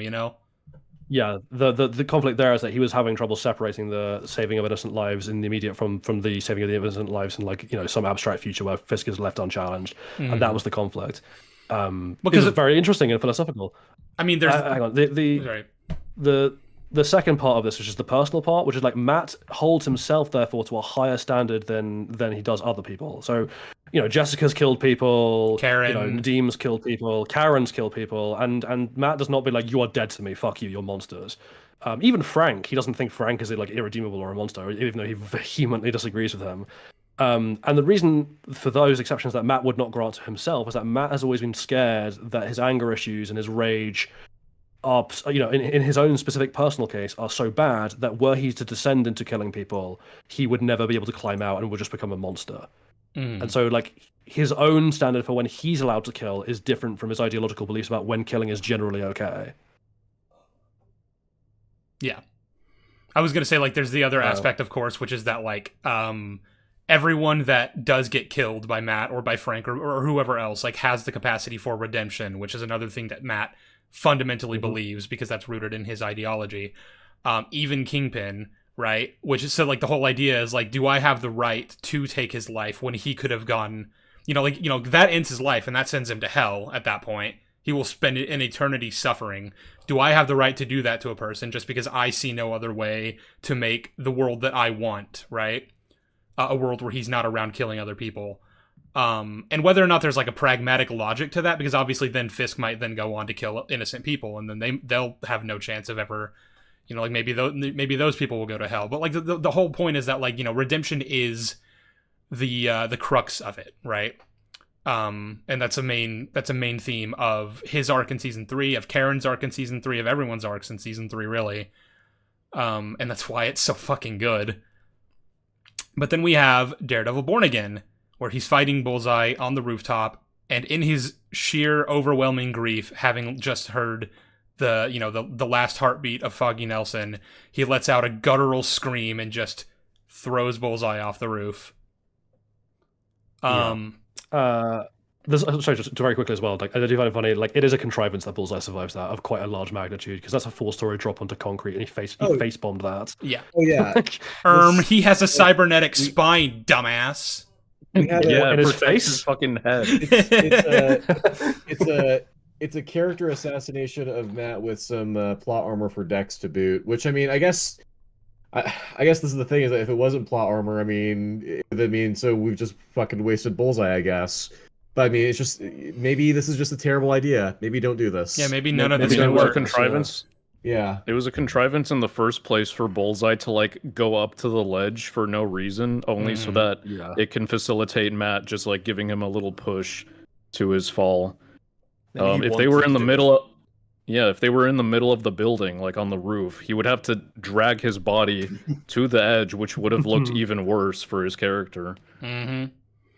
Yeah, that would have been a lot more deliberate than the already very deliberate, like, I'm throwing you off the roof now. It's like I'm dragging you to the edge and I'm fucking throwing you to your death. I mean, like, I don't remember who brought this up a while back, but like the idea of, like, if he had accidentally killed someone, like, he basically just gave them, like, the beating of a lifetime, literally. And it resulted in them actually dying of the injuries they sustained from him. The same thing could happen of just, like, you could have it fucking be the, like in Spider-Man 1 when that carjacker trips on a pipe and falls to his death. It'd be an incident like that. That would make that wouldn't damage his character. And it would make sense for him to, like, retire. I want to address something. Because, like, this is just to follow on from your point, Southpaw, because I just seen that there's a slight debate about this going on in the comment section, and it actually links really well to your point and to a kind of fan argument that we want to push back on, right? Which is that some people have been using the kind of frank conversation with Daredevil, right? Of, like, you're just one bad day away from being me, to justify this. Because, like, oh yeah, no, he did. It's the admission of, like, yeah, he did break his rule, and that's what's impactful about it, because he goes on this redemption arc. And I'm like, no, because the problem is that Frank was wrong Matt, as a character. Yeah, Frank was wrong, and Matt is wrong about himself as well in terms of thinking he's capable of this. And the end of season 3 of Daredevil proved this. Matt, as a person, is not the kind of character who could ever break this rule of murdering people for a utilitarian purpose. Like, it's just not within his character. Like, that is a fundamental core of his being. You have to understand that in the confrontation between him and Fisk at the end of season 3, when he decides not to kill him, you remember the moment he has, like, his hands around his head and is about to just snap his neck and he can't bring himself to do it. That is when he is at his most desperate and his most, like, like, emotional rock bottom, so to speak. And that's before he knows that there is a solution that exists that would put Fisk back in prison, thanks to Nadeem. He doesn't, he thinks, I either do this or Fisk continues to be, like, all powerful. And also, even then, he just can't do it. Fisk is literally in that scene saying, I will never stop hunting Foggy Nelson or Karen Page. Yeah. Also, So, you know, but even with that on the line, it. he still can't do that. He is Also, not capable physically of doing that. Well, and the funny thing is too, there's also in the Karen episode, Dex kills Father Lantom, who is the closest thing that Matt has had to a father figure for most of his life. Mm-hmm. Like, and of course, Fisk would be responsible for that, right? Yeah. Because Fisk is the reason why Dex was in the church in the first place. Well, this ties into a different argument people want to make about the fact that, like, well, of course he killed Bullseye. He was severely overwhelmed by grief, and you know how like powerful emotions cause you to just not do things that are within character. You know. I mean, Fisk has like killed at least 80 people, right? Yes. Yeah, more people than Loki apparently killed, which is kind of funny. People in the city that Matt loves. And even then, he still yeah, but the grief of Foggy's death was super fresh, obviously, because it had just happened. Like, I'm not saying this is a good argument. I'm just saying that's the argument people are making, which I guess would separate that from Lantom, because at least with Lantom's death, like, that was, like, enough time had passed that maybe he might have, like, rationally calmed down, although I don't agree with that sentiment either. Like, clearly, he is still very emotionally distraught over just everything Fisk has done by the time of that final battle, and you can see it in the way that he's like throwing everything into every one of his punches. I still think both the ending with Fisk in season 3 and the ending of the fight with Bullseye are very similar scenarios where both parties are very exhausted, like they don't really have any more fight in them, and Matt is at his like lowest point, and he still chose not to kill Fisk, but he chose to kill Dex. Yeah, because people are treating. Hang on, sorry, just very quickly. People are treating this like it's kind of flexible part of his character. This rule, and I'm like, no, Matt killing people, choosing to murder someone, it's the point of his character. Inviolable. Well, hang on, yeah, it's as inviolable a foundation of his character as being like, oh well, you know, maybe Batman just snaps one day and shoots someone in the head. Like, no, he wouldn't. No. Like, at that point, if you write him to do that, the character you have written is a different character. It's not Batman. And you know, it's like, well, what if Captain America one day decided that like killing a small child would save millions? It's like he'd never do that, even if it meant millions dies. That's just fundamentally who he is. Mm-hmm. And if you chose to write him making that decision, whatever character you've written, even if you want to call him Captain America, would not be Captain America. It would be a violation. Well, like any more than like when the grenade gets thrown on the ground and he immediately jumps on it. Like if you had written a version of his character who didn't do that, you're no longer writing Steve Rogers. Like you're just not. Yeah. Let's say in theory, and we try to entertain the argument that if there is a point that you can push Matt to a point that he would kill, there is nothing you can get around the fact that A, it makes him a hypocrite for what he says to Punisher, and B, it just thematically destroys everything that we've been working towards for the past 3 seasons that we've had with Matt, as well as the conflict that he's constantly been facing. Like it's just shattered to glass. That's an excellent point. Yeah, because that's actually a really good point. Because even if you want to argue that this is somehow a thing that Matt could be pushed to and still remain in character as being Matt Murdock and not, Jake Murdock, the problem you then have to wrestle with is the artistic decision of why. Why have we written this? Because, yeah, Shiney's right. That thematically is basically a big middle finger to the themes that were being pushed by Daredevil season 1 to 3. You're basically retroactively going, no, those seasons were wrong and their point was wrong. And you better have a really damn good reason for doing that, otherwise I'm going to be pissed. Well, so that's another point that needs to be brought up as well. Is like if you are going to take the stance, and this kind of ties into the whole Fisk being back and everything to do with that. Which I made a video about this, and a lot of people were mad at me for it, but I'm right. You can go fuck yourselves. If you are going to have Fisk come back and everything that's going on with that and everything, you are fundamentally saying the no-kill rule is wrong. It doesn't work. It can't work. And at that point, you need to actually then bother critiquing it meaningfully. You can't just be like, no, it actually doesn't work. Goodbye. And then move on and act like nothing happened. You can't do that. Or even worse, have this thing happens that says that the no-kill rule doesn't matter and then pretend that it actually does later on when we want to redeem Matt and make him a good character again. Which I think is what we're going to go for. It's why the 2003 Ben Affleck Daredevil starting off by killing isn't a problem, because that's like how he's established, and it's the arc he goes on is like I shouldn't kill. The arc he goes on is terrible, but it's technically an arc that represents that. It's their intention, but this one it's like we've had 3 seasons building up to the moment of will he break it, under, extreme circumstances, and he doesn't. Yeah. There is something to address with fundamentally the arguments that we keep facing.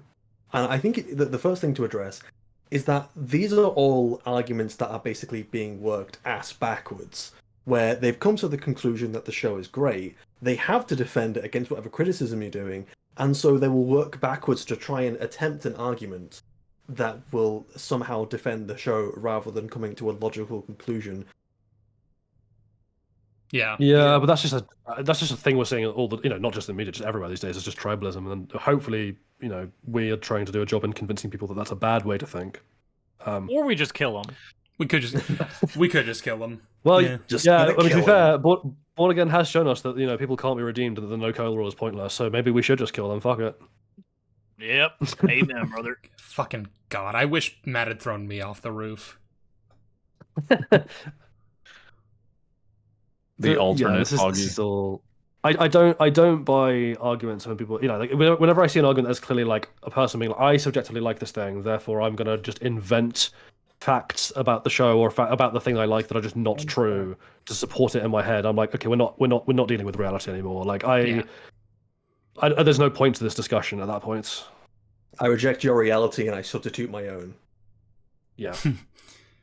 But yeah, like in summary about Matt's character, like I don't accept the notion that grief and like being overwhelmed by like big emotions is enough to push him to that point, because A, it fundamentally is just not something that he has the capacity for, and B, I'm so tired of people using like emotion to just be like, yeah, that's why this character acted in this way, even though like characters can have quote unquote like logical reactions to like big emotional moments, right? Like, there's going to be an internal logic to the way they react and respond to something.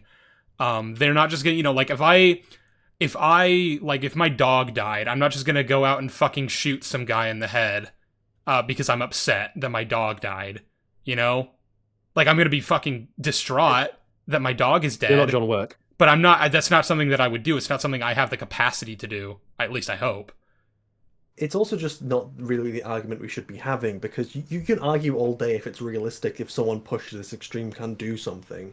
And it's, on the end of the day, it's a theoretical, so in any theoretical you can try and shift and mold it in the circumstances to create whatever you want. Just fundamentally, what is the purpose of this and where is it going with the character? Because we are talking about a narrative here, a story that has something to say. It's not just about capturing something of reality, it's we have a character, he has these traits, this purpose. The moment you start getting away from this, it's no longer the same character. And it makes everything pointless. I totally agree, but unfortunately we do have people trying to bring in reality when it suits, and appeal to reality when it suits them. In the same way they'll also weirdly and paradoxically then make an appeal to comic books when it suits them. Someone in chat said, "At least I hope, doesn't that make your argument fall apart? You have no idea what you do." Well, the point is, we know what Matt would do. We have seen him in situations where he is completely overwhelmed by grief. We know, at his lowest, at his most desperate, at his most upset and distraught, and and he still doesn't do it. We've seen. I don't believe that Foggy's death would push him any closer to the edge than we've seen him before. No. Well, hang on. So this feeds back into the kind of this is a narrative thing of a character in a narrative, no matter how complex and well written they are always going to be more simplistic than a real person, just because you are having to present a simplified amount of information to make a story work in the time that you have. With Matt, we know what his characteristics are. Like, I know Matt better than I know myself, because everything that Matt is represents a much smaller amount of information than everything that I represent as a real person. So that's point A. But point B is I'm kind of just tired of the, well, you don't know your own mind, or you don't know how people work, and therefore anything is therefore rational. It's no. People just pointing at a thing and going oh, well, they're insane, so therefore anything is justified, doesn't actually make sense. If you're going to make this appeal to reality, then you have to actually accept what reality is, because that's not how insane people think. A, and B, it's just not what you would do in reality. The example I gave to Sheev, and I usually give to people, is if my mother just randomly tomorrow morning woke up with a grin on her face and started chopping up babies in the streets, I wouldn't just be well, people can do weird things. People change. I'd be this is a fundamental break in her reality, and this is completely out of character, and something is desperately wrong with her, and I need to get her to hospital. you cannot just make an appeal to the kind of like the vague unknowability of the human soul and the complexity of not of the mind, and the idea that insane people are in some sense irrational from a typical perspective of rationality, to excuse things that fundamentally don't make sense on a logical level. Someone brought up another counter, and I'm actually glad they did, because like after I made the dog example, I was thinking a better example would be something else, but then someone else just brought it up, so now I can. That's a horrible counter argument. No, if your dog died, you wouldn't go and kill someone randomly. Now answer definitively what you would do if someone as close as a brother was murdered and said killer was in your hands. The thing is, I still don't think I would, but the point is that Matt Murdock wouldn't. That is the point we are making. Yeah, we're talking about two different characters here. Sheev is not whether Daredevil. or not Sheev would. Whether or not Sheev would is not relevant to whether or not Matt Murdock would.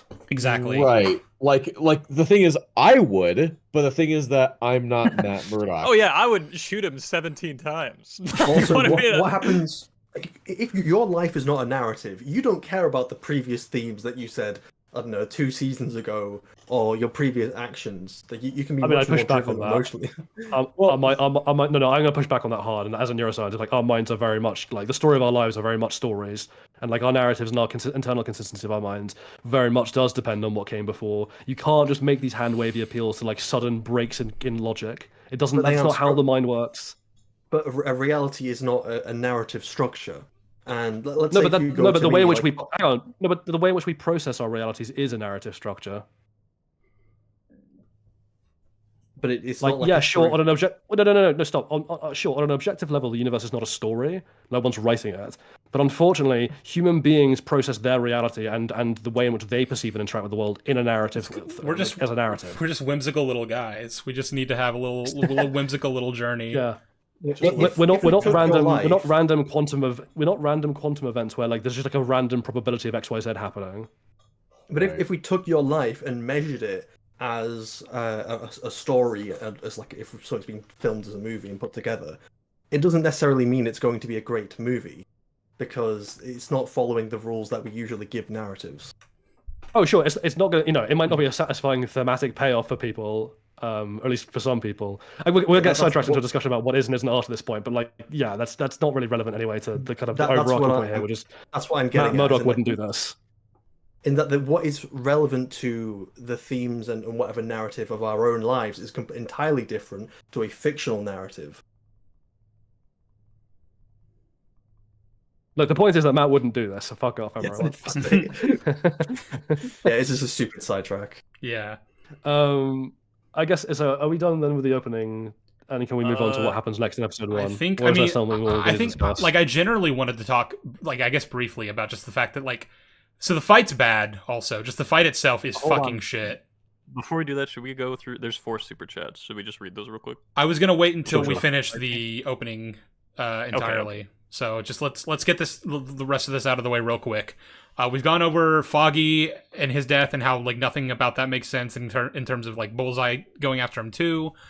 We've talked about Matt breaking his no-kill rule, how he wouldn't do it. We've talked about Cherry and how like he's just kind of spawned in. It's like that fucking Rick and Morty episode with Mr. Poopy Butthole, where you're just supposed to accept that Mr. Poopy Butthole was always a character and like a deep close friend to all of the characters in the family. It's like that kind of, where you're like, I guess he's here now. I'm sure he matters to them. I'm sure he and Matt have a very deep relationship. And yeah, the fight also, it's just not a good fight. The production elements are terrible of this opening. I mean, of the whole show, but of the opening as well. Like the choreography is bad, and like just really shoddy. The camera work is stilted and boring and dull to watch. The color palette is washed out. For some reason, there's like fog and mist everywhere in every scene of the show. Like everything's hazy and odd. Oh my god! Like the amount of people who are like defending the visuals, especially of the opening, on the basis of it's a foggy street. Of course, it's not going to look clear. And I'm like, say that again. You can have fog in your scene and still like have it be well shot. Like the original show had foggy scenes. There's something in the to talk about the fog and some of the more artificial elements. There are they put 2D comped fog in some of the scenes, and that specifically the scenes of the Daredevil suit in episode 1, and they also have this really annoying artificial camera shake as well. A Kenobi reference. That's specifically in the first 2 episodes. I've noticed more. I haven't noticed it in the third one as much. But yeah, it's really noticeable as well. And also they have CGI fog in the fight. Yeah, I think you'll find that Eldon was actually there physically. So the CGI is just totally bad. But actually, like, yeah, there's the joke obviously I was making when you were like, "There's no Foggy shots in the original." Like, we have Foggy in this shot and a shot in my Foggy. This is there's two other bits of the production I want to kind of draw attention to. Like, one is like the dialogue itself, as we pointed out, is like incredibly bad. Like we mentioned the completely overt Foggy one, but that's not the end of it. Even in just this opening, like the introduction dialogue for Cherry is just your staple. Like, I'm 5 minutes from retirement. And, like, I hope nothing bad happens. I was sure that was like he was going to get killed by Bullseye or something. They actually subverted my expectations in that sense. Look at them. They also have like they try and do the thing of like Karen and Matt laughing at Foggy's like bad flirting, but like the way they do it is like writing dialogue that is just like sounds inhuman. Like, it sounds like an alien. Well, that's the entire trying show. To mock flirting. Inhuman reference. The entire show is that though. Like, nobody talks normally. It is, yeah. But I want to draw attention to this because I find it so funny, because this is like the vibe they want to give here is that like Foggy said something cringe and Karen and Matt are laughing about it, but the thing he said actually isn't cringe at all, and so the attempt to paint it as cringe just comes across like you don't know how humans like speak, and that's like Foggy's talking to Kristen, and like his firm his firm has a fairly long name, it's 3 names barreled together, so he shortens it to like NK and P just because he's trying to get through like a conversation in quick march, and Karen's like, "Oh my god, he called it K, N, and P. It's so cringe." And like Matt starts laughing. I'm like, "But it's fine. You would just initial it. What's wrong with that?" You're not allowed to say NMP. You must be banned. If you're flirting with someone and you say that you work at an AT&T store, it's over for you. Like, it's done. Yeah, it's over at that point. And then the last one is just the use of the music throughout the show, but especially in the opening. Like, it never stops. In the opening, they're not allowed to have quiet moments. In the opening, as well as then right after, like, you have the cold open, then you have the shitty intro, which we'll get to, and then like we start off like with Matt getting ready for court, and like they're playing a really shitty fucking, like, I think it's a Nick Cave song. Well, I mean, I should clarify, like, I don't think the song itself is bad. I like Nick Cave. It doesn't fit at all, and it feels like a fucking CW show, though. Whenever they play licensed music in this, the music, the song choice there was ass, and the song is ass. I think the song is fine. When you say like a CW show, when you say like a CW show, it's almost like the writers of this god awful piece of television. Oh no. Were writers on CW shows. It's almost like that somehow. It's almost like that's what their entire curriculum vitae is. I was going to make the point about, like, I know I've obviously made Flash videos, but I think Madvocate is much more popular for, being like the Flash guy, so to speak. And then obviously he's also a big Daredevil fan, and that's like been his profile picture since he started his career. So like, how are we feeling, Madvocate, about the fact that you're, the bane of your existence, like the people who kind of brought that into creation have now come to work on your favorite thing, your sacred cow? Any thoughts, or are you AFK? He is AFK. He's crashing out right now. We knew this would happen. Wait, I'm back. I went to take a piss. I had my wireless earbuds in so I could hear you guys, but running back. I had to forego washing my hands to get back in time. You could have not told us that. I'm saying that to let you guys know how seriously I take the Sheev Talk stream. I appreciate that. I have seen someone counter the idea that this has CW writers with the fact that the Netflix show also had CW writers. So I guess they were the good ones because the show was good.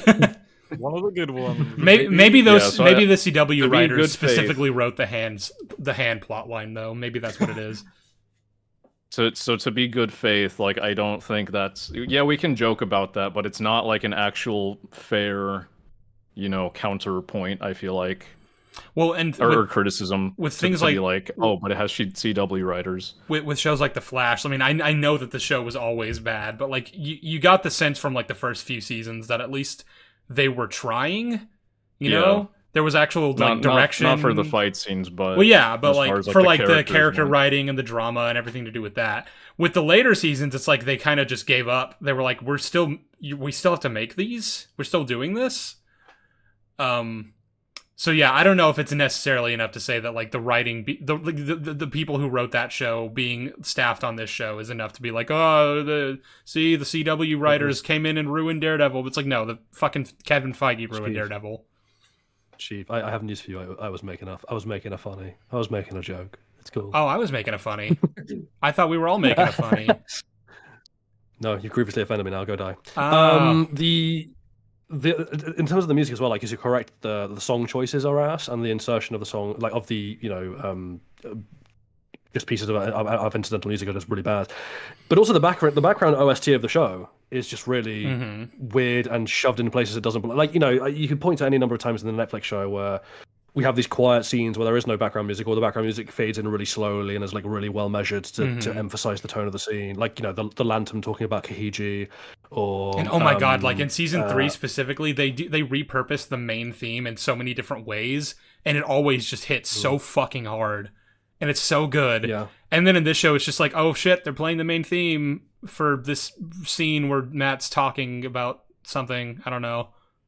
Yeah, doesn't matter at all. The scene with Karen and Matt in Murdoch and Nelson and Murdoch in season 1, where he's like, I had a really shitty night, and like it's just this great monologue where there's no distractions from what the performance of the actor is doing. And then you combine it with, like, say, like the White Tiger monologues with Matt in this show, where they're just constantly playing sort of vaguely racist Puerto Rican music at obnoxiously loud levels in the background. That's the other thing too, is that like the music almost overpowers the audio, like the dialogue, because you're kind of having to strain to hear what they're saying, because the music is just so fucking loud and just in your face, and it's like, calm down. I don't know why they chose to do that. There's also I wonder, this is almost like an overarching thing about the kind of just whole tone that the production and editing is doing.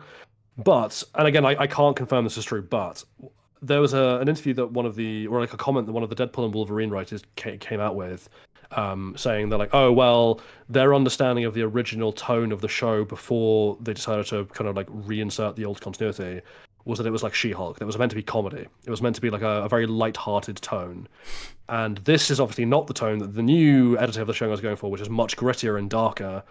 And so the thought I had with this is almost like a reverse of the 2016 Suicide Squad movie situation, where like it was apparently filmed as something really dark, and then Deadpool came out and made that kind of like irreverent humor really like popular. And so Warner Brothers like forced a re-edit of the movie by a trailer company to try and make it funny and silly. And it was just like tonally complete madness and awful and just grating.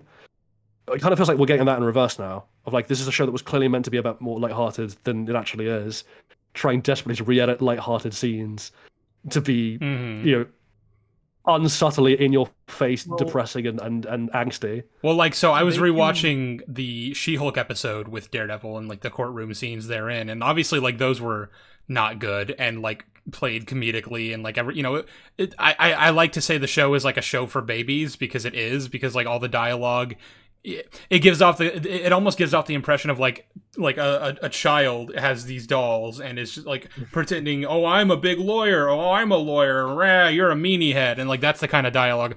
But like tonally, you almost don't get like, I don't see a difference between those scenes and the scene in episode 3, like the courtroom stuff there, that everyone is praising to high heaven and acting like it's up in the echelons of like the Punisher trial or the trial in season 1 episode 3 with the guy that killed Rigoletto on behalf of Fisk. The Universal Export case. Yeah. Like all those great courtroom scenes in the original show, and like that people are trying to say, this is on the same tier as that, which no, it is fucking not. Yeah. I like, dialogue wise, I cannot perceive a difference between the way Matt talks and behaves in this show in the courtroom than he did, or that like Jen did in She-Hulk. It's the same thing. The courtroom scenes are just as bad here, if not worse. I'd say they're worse. But considering their effects. At the very least, She-Hulk was trying to be funny. It wasn't taking itself too seriously. Like, that, for whatever defense I can give that show, which, let me be clear, I fucking hate She-Hulk. I think it's a terrible show. It's really bad. I also have to recognize, though, it's better shot. It's a better looking show. the courtroom stuff in She-Hulk is better than the courtroom stuff here.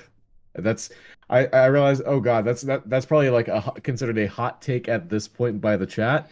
But I just rewatched that episode last night after finishing my notes for episode 3, and I was just like, why is this better? Well, yeah, JM. Well, it's funny because JM also called my attention to it last night too. So, but anyway, yeah, that's all like skipping ahead way to like the 5 hours into the stream or something. So let's rein it back. That was the opening, and it was great, and we loved it. And really set a precedent for what juicy content we were in for going forward. It was great. It's gonna be great. It's great. Just the incredible like feeling of like you know, even like when you're on a Discord call or something, like, obviously you can't see people's faces usually, you just see their icons, but you can somehow just sense when misery is taking hold. When we were all watching the opening like finished, and I think it was like 3 seconds of silence where like nothing happened, and I think Madvocate just sighed, and I was just like, that was just the vibe. We were like, oh my good fucking god, like Jesus, I've never been so thoroughly my investment in a show has never been so thoroughly dismantled so quickly. I had a really delayed reaction to the episode, even the Foggy's death. I didn't really care too much about, not because I didn't like the character. I adored the character, but there was so little setup and reason for me to care that I just felt nothing when he died. I was like, yeah, okay, yeah. I mean, just moving on. There's also this degree of separation that I have. It's the same thing as like when I watch the original Star Wars trilogy and then I don't ever think about the sequels. It's like, this isn't going to affect my personal enjoyment of the Netflix show ever, because I'm going to watch that and never ever think about what happens next ever. In Born Again, in Echo, and Hawkeye, and She-Hulk, none of that. That's not even fucking canon as far as I'm concerned personally. The Daredevil show is effectively a trilogy, and it ends right there. It ends in season. It just doesn't have a continuation. Like, I don't care. It didn't happen. Foggy did not get killed by Bullseye. That didn't happen. It's got a really shitty, awful miniseries that takes place between seasons 2 and 3, but that's the worst that it gets. After finishing the episode, I was just like, I've had a really shitty night. The kind of night where you see the bottom of, where you think you've seen the bottom of humanity. just keeps getting just being like, I can't do this on my own anymore. I can't take another step. Oh, what a great scene and a great show. No, I like to. I like to do add the super something. Season 3 happens. Oh, sorry. And then Melvin Potter gets out of prison. And Matt represents him in the court. That's what happened. My chair just sank. I don't know if you guys heard that. That scared me a little bit. Justice for Melvin Potter. I'm never not going to be upset. But anyway, I don't have the super chats on command. So Steve, do you want to I can find them. Yeah. So the first one, I believe this is the first one, from Will Dees for $10. Thanks, Sheev, for doing the hard work of watching this garbage so that I don't have to. I'm pretty sure there were super chats before that. I guess it's just not showing them to me, so I need to go find them. Hang on. Sort by fan funding. I can't. Oh no, it's a boomer moment. Fucking hell.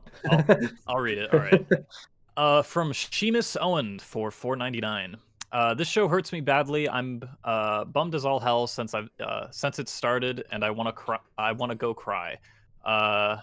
Anyway, hope everyone's having a good day. Thank you. Well, thank you. And don't worry. Thank you. This show doesn't exist. Doesn't it's exist. a dream. It's gonna be great. From B-Jack for £2. Have a fun stream, boys. Sucks that Dex shot Sheev. He was talking earlier about how Foggy is just Sheev in disguise. I mean, yeah, it has been made.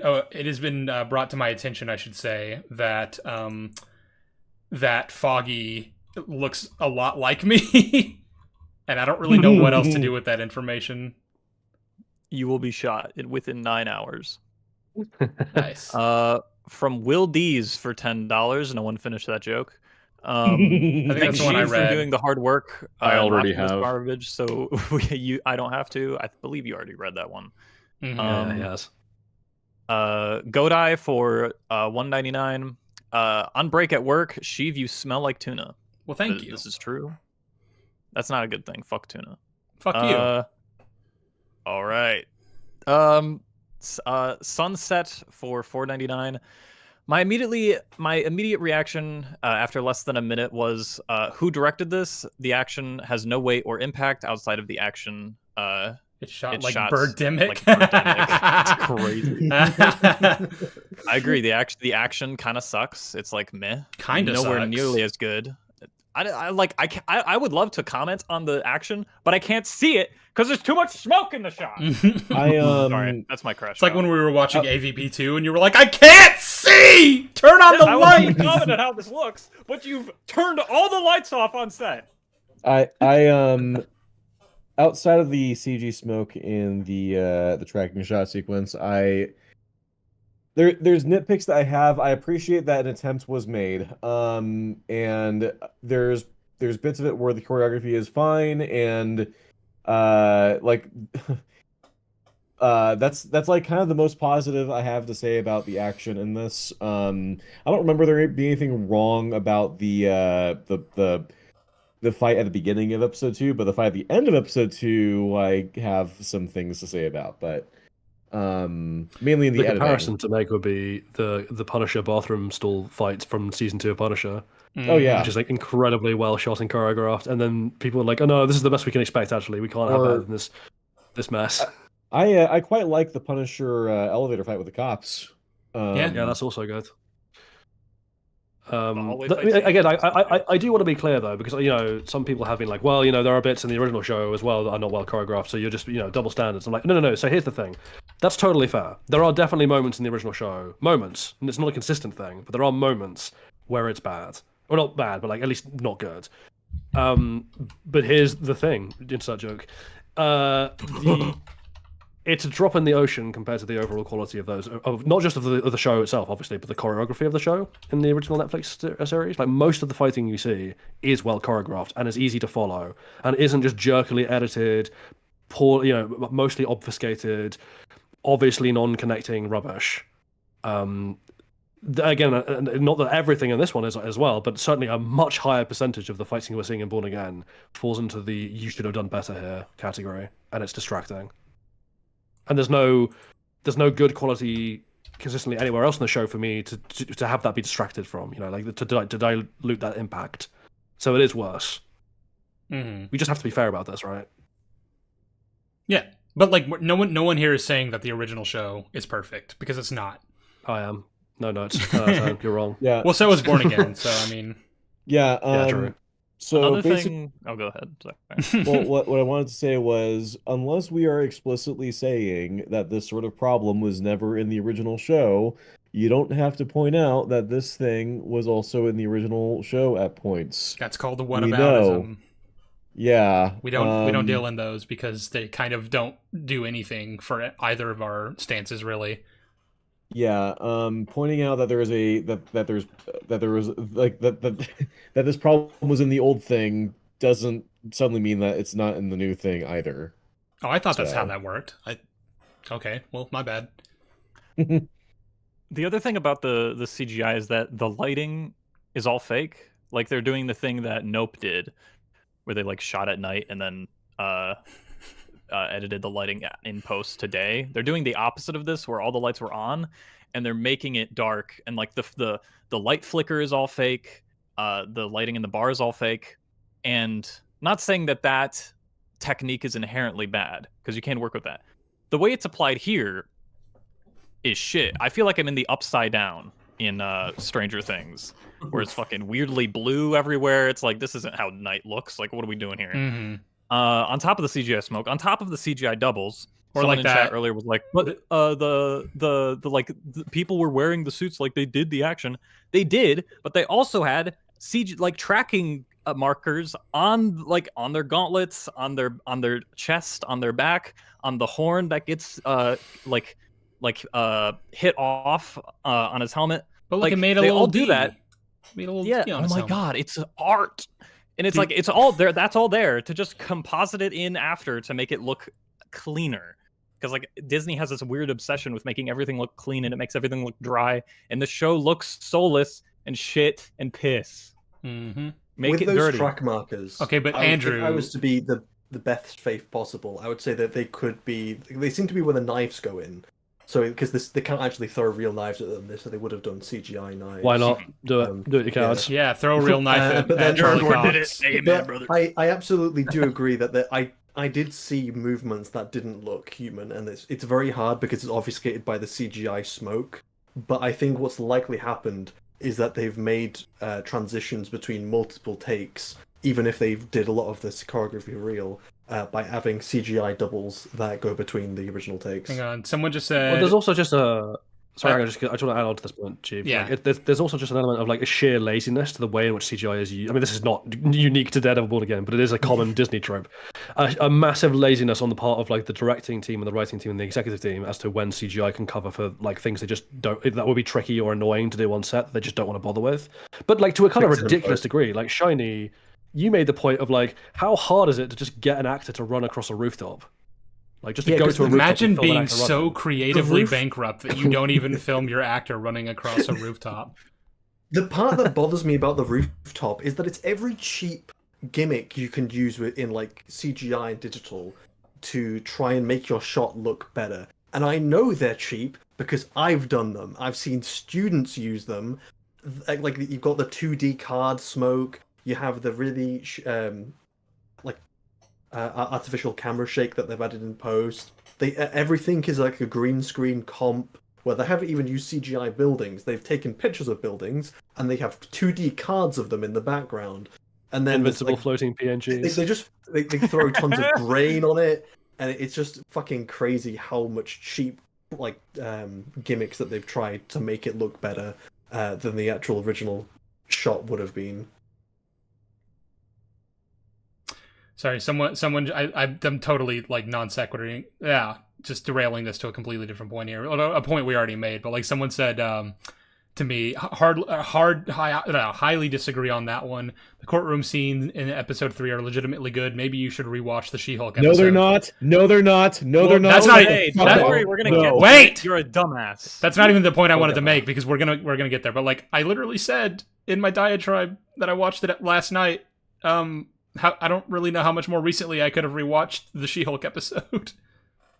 You should be rewatching it right now. I'm actually. It's on my second monitor. Yeah, I'm watching it right now.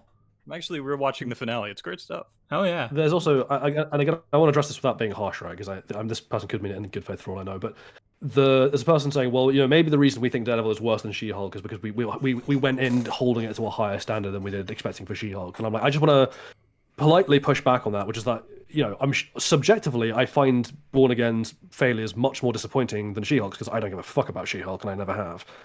But we went in, we always try to go in holding the same standard to everything. Like that is what we do. Like to the point where Sheaf and I got quite a bit of blowback because we gave Ahsoka's first 2 episodes way more benefit of the doubt than most of our community did because they did go in expecting it to be bad, and we were there being like, no, hold off, it hasn't yet shit the bed. We tried, like, again, I can't promise that we're always going to get this 100% right because we're only human, but we do try to go in every time with the same standard when we're talking about it objectively. Like, yeah, I am more annoyed at Born Again than I am at She-Hulk, but objectively, it is still my conclusion that Born Again is a worse show, with the exception of the finale of She-Hulk, which is even worse. But the opening 3 episodes as a comparison then of She-Hulk to the opening 3 episodes of Born Again, She-Hulk is better. Like, I'm sorry. That sucks. I hate that that's true, but it is unfortunately the conclusion that we're kind of forced to come to, given the standards we hold. That's something you just see commonly, where people say, "You're just exaggerating. You're just being hyperbolic." I've gotten that accusation everywhere. Is like the second I dropped my take about this show on Twitter, it was like, "Oh, that's a hyperbole. Look at Sheev exaggerating again." And I'm like, "I'm not. I promise you, it's as bad as I'm saying it is." Wait, happens every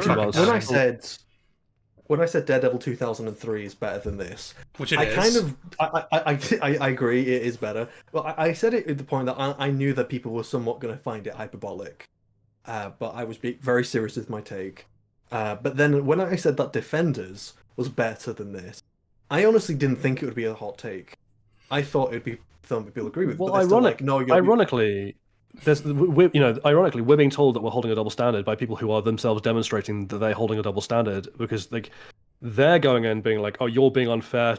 Like, I personally feel like, that this show is mimetically bad. Like, I have the meme in my head that She-Hulk is just the worst thing ever. So if you say that She-Hulk is better than something, you must be being hyperbolic, rather than kind of in the same way that like a bad standard because of a meme. Kind of like in the same way that like Morbius is looked at as one of the worst comic book movies ever because of the memes, but like there are so many movies that came out in the last like 5 years that are worse.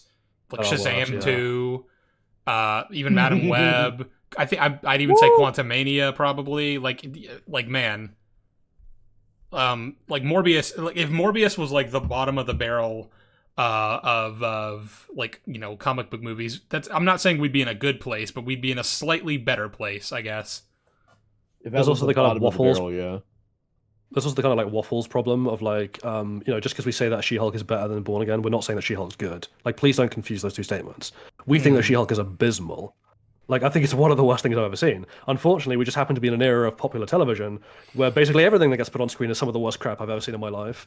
And so we're constantly having to sift through, like, the very bottom of the barrel, being like, is this, like, marginally better than this thing that is also absolutely That's crap? another thing, too. It's like, man, they just hate on everything. And I'm like, well, maybe they should stop putting bad shit out. Like, I don't know. maybe every new fucking Marvel and Star Wars release shouldn't be a contest of, like, did they somehow manage to make it worse than the last one? Did they do that? Did they actually fucking pull that off? It's crazy. I didn't think it's one of those, like, decimal points where it's like just by a fucking hair, they actually managed to top themselves, just barely. About that. A few occasions where like we do find something that we're really enthusiastic about. No one fucking listens to us anyway. So like you and I will extol the virtues of like the Devil's Hour. No one's fucking watching that. So you can't, if you're not gonna like look to our takes when we did a stream on The Menu. We did a stream on Follow the House of Usher. We did a stream defending Stranger Things season 4 from Bagel. Like we were the positive ones in that stream. If you're going to ignore those things, and I'm not going to take you seriously when you tell me that like all I do is hate on things. I'm just not. Like, I've constantly raved about Andor. Like, I mean, your contributions to the Terriers video as well. I like Terriers. I think it's a good show. Yeah. Actually, that's also a good one to bring up in terms of like we don't always agree. Like I think Terriers is good, but I don't think it's nearly as good as Southpaw thinks it is. Well, I don't think it's as good as Southpaw thinks either. But like I don't know. I'd give it maybe like a 7. That's totally fine. Yeah, I'd give it somewhere between a 6 and a 7. I'm not quite sure. I need to rewatch it. But like, my point simply is that like, whenever the kind of impulse overtakes you to whether it's towards us or other critics, to be like, you're just doing X, Y, Z in bad faith, maybe just take a moment to examine whether that's actually true. Like, often I'm afraid you will find that it is true, because a lot of critics are just bad critics. Research? What the fuck? That just everyone, critics, audience, everyone. We just need to avoid falling into the trap of like knee-jerk thinking about stuff, because it's the reason we're in this fucking mess in the first place in terms of the crap we're getting on TV. EFAP was right about Terriers. They think it's as bad as Batwoman. Shut the fuck up. All right, anyway, we're not doing that. I'm not doing that. Yeah, I just wanted to slap that down real quick, because we are almost 2 hours in, and we've only covered the first 15 minutes of the first episode. Don't worry. Episode 2 will go much quicker, because nothing happens. I think so, yeah. So let's barrel through the rest of episode 1, because now we have the court case, right? The Foggy court case. The bulldog being sent down for murder. The bullshit scene. Yeah. Okay, let's see. Where am I in my notes? I fucking wrote a lot of shit about the opening. Let me scroll down. I completely forgot everything that happened in season 2, and that's like the one episode I didn't write notes for. Well, episode 2, you mean? Yeah. Oh yeah. Okay, where are we? He said, "Fill this hole." That's what happened in episode 3. Fill this hole.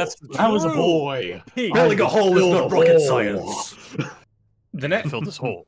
I think the next note that I had, because I'd already basically made my point about like Foggy and Foggy's family and Marcy not being at the courtroom like during the trial, was like the next note is like, I guess, how many people did Bullseye kill in the Josie's Bar attack? Because he's being tried for 11 murders. 11 apparently. So like we're just not trying him for any of the other like crimes that like the authorities would definitively know he did because of Nadim's testimony, which matters. Nadim's testimony happened. Well, did he escape prison? Because again, like we don't know how he's out and about, and I had assumed whoever was paying for his spinal surgery gave him some kind of like pass, like a suicide He should have squad. been in prison, so also an issue.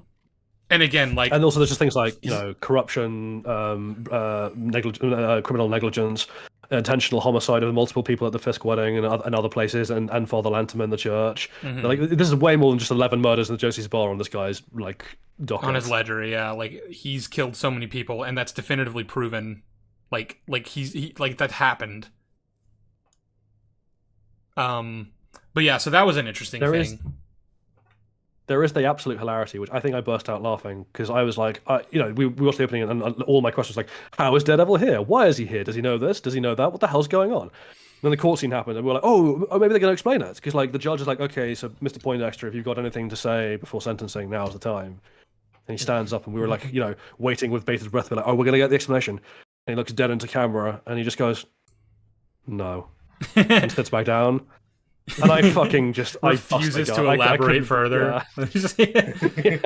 Also, Jolly, you said Daredevil when you meant Dexter, and I know that was just a flub on your part, but it made me think of that line where Brett was like, "That's not the real Daredevil," and then one of the cops is like, "How do you know?" So, because he is. Points at Dex, yeah.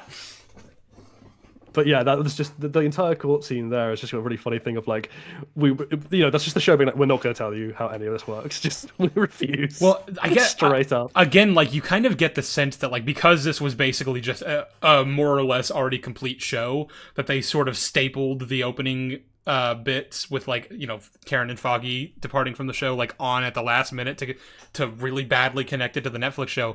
I almost get the impression that Bullseye killing Foggy. I almost said Foggy killing Bullseye. Isn't going to be like any kind of like thing that they actually address until maybe season 2. Like we're just not going to find out why he did that until maybe the end of this season or in the next season. Because they hadn't come up with that. Like they hadn't come up with a reason for it yet. Because obviously they didn't initially write it to be that he was killed by Bullseye. He was killed by a corrupt cop 4 years ago. I think the finale has been reshot, so it's entirely possible he'll return to the finale. Yeah, I think that's what's going to happen. Is like the finale is going to quote unquote tie it all together. I think they said 8 and 9 are both like also reshoots, just like how 1 was. Mm-hmm.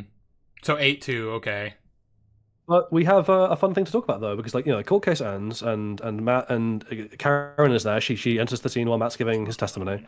And the scene concludes, and Matt and Karen are sitting on a bench outside the courtroom, and they're having a chat about what's happened since Foggy died. And it turns out, my God, the sequence of events was that after Foggy died, Matt just totally blanked Karen for 2 weeks, just ignored her completely, like went off into his own little world of misery and didn't speak to anyone. 2 weeks. Karen then took that really personally and decided that she couldn't stand to look at Matt anymore because of the memory of Foggy or something, and picked up and left New York and went all the way to San Francisco, and they haven't spoken since then. Nope. And she doesn't want to speak to him now, really, either. Neither of them would have everything done about it. No. He's been calling her, and like she's been docking all his calls. She's been saying no to everything, yeah. And even now, he's like, "What do I have to do to have a conversation with you?" And she's just like, "I don't want to have a conversation with you." But I'm glad you're doing well. So, who is this person that you call Karen, and why do you insist on calling her Karen? Well, before we even get to Karen, Matt wouldn't do that. Like he had an entire arc in like throughout the entirety of the first 3 seasons, but especially in season 3, about not shutting out his friends and going at it alone whenever he's in like emotional turmoil, and to like opening himself up and letting them be a part of his life because he knows that they're his support system and that they make him stronger, not weaker. They're not a liability. They are his source of strength, that whole thing. So, like, I just don't believe that in the wake of Foggy's death, he just shut Karen out. And I guess Sister Maggie, who is at large, he's in it and just decided to, like, isolate. And then when he finally came out of his little hole, Karen was just like, fuck you, I'm moving to California. Goodbye.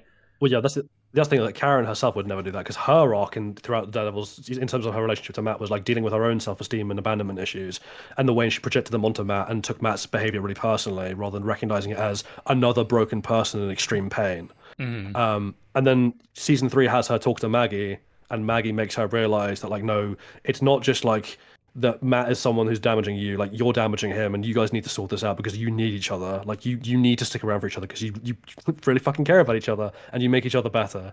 Like that was the thing she learned, was not to abandon Matt in the way that, you know, just because she thinks he's abandoning her. And to not make that a mutual pushing away. But now she's like, nah, fuck it, I don't want to talk to you, I don't ever see you. Like honestly, if someone had said to me, like, you know, what would actually be Karen and Matt's reactions to Foggy being killed, I'd have been like, probably that they end up together. Like honestly, like that could be the catalyst that really like sends them into each other's arms of like just being so dependent on each other for support at that point, rather than this opposite thing where they just fucking don't talk to each other and Karen seems to hate Matt. But Karen then again, can't be in the show because the show was written without her in mind. Well, that's the thing. Like the reason for this is this breaking characters because we needed a way to get Karen out of the way. But also there is the hilarious theory that Karen, if Foggy's alive, that Karen is in on this and that she's like helping him in witness protection in San Francisco and deliberately fucking over Matt this way. I know everyone's saying that like, oh, Matt was dodging Karen's calls, but don't you think Karen would like visit his apartment in person? Of course. And dude, like he would he would be there. Fucking door. He wouldn't Also, like just neglect the knock at the door. He wouldn't just like not do that. It's easier to dodge a call than like someone being at your door. Well, I mean, true, but like I'm also saying that Matt wouldn't just like ignore the knocking at the door. We've literally seen like in moments where he's like shutting them out, that like when they show up at his door, he answers and is like, "What the fuck do you want?" Yeah. So for 2 weeks, it's very different than blocking someone out for a whole year. Like that's a completely different action. I just don't believe any of it. That's the problem from top to bottom. Whether it's 2 weeks or a year, like none of this makes any sense. And again, it's only happening because we needed to force a reason for why Karen is not in the show. Because the thing is, she would be. Now that she exists in this universe, she would be here. She would be involved. She wouldn't have abandoned Matt. But unfortunately, that's not the show we originally shot before we reinserted her existence. So we need to break her character to force her out of the show. This and the Foggy stuff and the Bullseye stuff and a lot of the stuff we're going to go over with Fisk, like all these are just reasons why this is a show that could never have worked as a continuation of the Netflix series unless you were like willing to just completely scrap everything that was shot and start it all again from the ground up, which they weren't willing to do because that's $200 million down the drain for nothing. But that's the only way that could have worked. And even then, because Hawkeye and Echo were written with the understanding that these were new versions of the characters and that the Netflix show wasn't canon, like that still doesn't quite fit because you have the intrinsic issue of Kingpin being back and everything that thematically undermines. Something that Madvocate pointed out when we were watching Echo was that like I know it's like known at this point, it's like a public thing that his hammer in Echo is a completely different hammer than the one he used in the Daredevil show, and like the one he used in the Daredevil show was like a normal basic hammer. It's not hard. You could go to a fucking Dollar General and get one for $2. So like it wouldn't be hard to get another prop for that. Yeah. But he's like this is it. So that's why little details like that, I feel like it was intentional to be like, yeah, he has a similar backstory, but he's not the same character. Like I think they went out of their way when they were getting the prop for Echo rather to be like, let's get one that's a different hammer just to signify like we're intentionally conveying right now this is a different hammer because this is a different Fisk. He has a similar backstory, like he has the same backstory basically, but he is a different version of the character. Because that's what they had in mind when they wrote that show. Sorry, so I just put something really funny, which I didn't know in chat, which I hope is true, because if it is, it's hilarious. Which is a fun fact, on the MCU fan wiki, the first thing on Foggy's page is the quote to Karen about not bailing on Matt. I mean, that was another thing, too, was like Andrew posted about this on Twitter recently. The scene in Season 3 where he's talking to Nadeem. And Nadeem is talking about, like, you know, I stepped off the path for a couple weeks and my entire life fell apart. I may never be, like, I may never be on good terms with my wife again. I may never see my son again. Like, how do you do that and still maintain these friendships? And Matt basically is just like, you know, like, why do Foggy and Karen stick around by your side? And he's like, it's not because of me. It's because of them. Like, that's just the kind of character that they are. Both of them. Yeah. Karen and Foggy. That's just who they are. They don't fucking leave people. They know what they signed up for when they became Matt's friend and also learned about his secret identity. They know, like, even if they despise him sometimes, maybe they fucking hate him for what he's done. Like in season 3, Matt, there are moments where Matt is not a good person, and he is a very bad friend. And like even when they're just fucking angry with him, they cannot leave him because they know. Oh, sorry, I'll be they right know what back. reminds me of he's the been through. That just reminds me of the break that we forgot to mention in Foggy's character in terms of the whole, like, I didn't want to give you the excuse line, which is like, no, Foggy went on an arc 2 in those original show where he learned to realize the necessity of Daredevil and how you couldn't separate it from Matt. So like, while he's concerned, obviously, always for Matt's safety, he's never going to hide things from Matt just to stop him from being Daredevil anymore. That's just the arc he went on. So I think I make that point in my video about how Foggy witnessed firsthand the massacre at the news office. It's like, this is what happens when you don't got shit locked down, and like you don't have Matt there, and Matt was there, and it even still happened. Like, you need max security for people like that. Yeah, absolutely. It's cooked. Yeah, the show is really like I made this comment when we sort of finished watching. I think it was episode 3. Maybe Madvocate, you can remind me if it was earlier. But I was like, the thing about this is that it's just so it's like it's broken on every level, from like the most like overt things that we're covering here, but like even like simple details, like why is this person in this scene right now, or how did they get here? Like things that would be like so background typical, easy to explain stuff. Like, well, obviously they took a car, or they went on a train. Like, you know, things that you don't even need the show to tell you don't make sense in the show. Like, this person is here now. They can't possibly be here, but they're here now. Scene proceeds. And you're just like, wait, what the fuck is happening? Yeah. It's rough. And It's people, hard. It's really hard. It's very hard. It's really hard. It just bothers me so much how people just are so like okay with Karen leaving. Cause like, it's just like, fuck you. I hate you as a person. I don't like you if you think this is okay. Like, I will kill you. You're stupid. Like, this would never happen under any circumstances. Like, everything she went through, and it's like with her backstory, knowing Matt's backstory, like Karen's talk with Maggie. Like, I rewatched it. Holy fuck. Like, Maggie just told, like, not only dumped her trauma, but also dumped all of like Matt's trauma onto Karen, and Karen has to like deal with that now. And even that's when Karen's like debating on leaving, and then she hears that and she's like, oh shit, I can't. It's like, okay, we're just forgetting that scene now. Okay, thank you. I am back. We love this. I'm sorry. I was telling people I would kill them if they think it's okay for Karen to leave.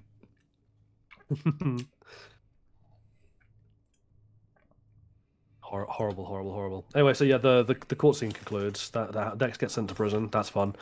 The next thing that happens, actually, I can't remember off the top of my head what the next chronological thing is. Sheev, what happens next? I believe.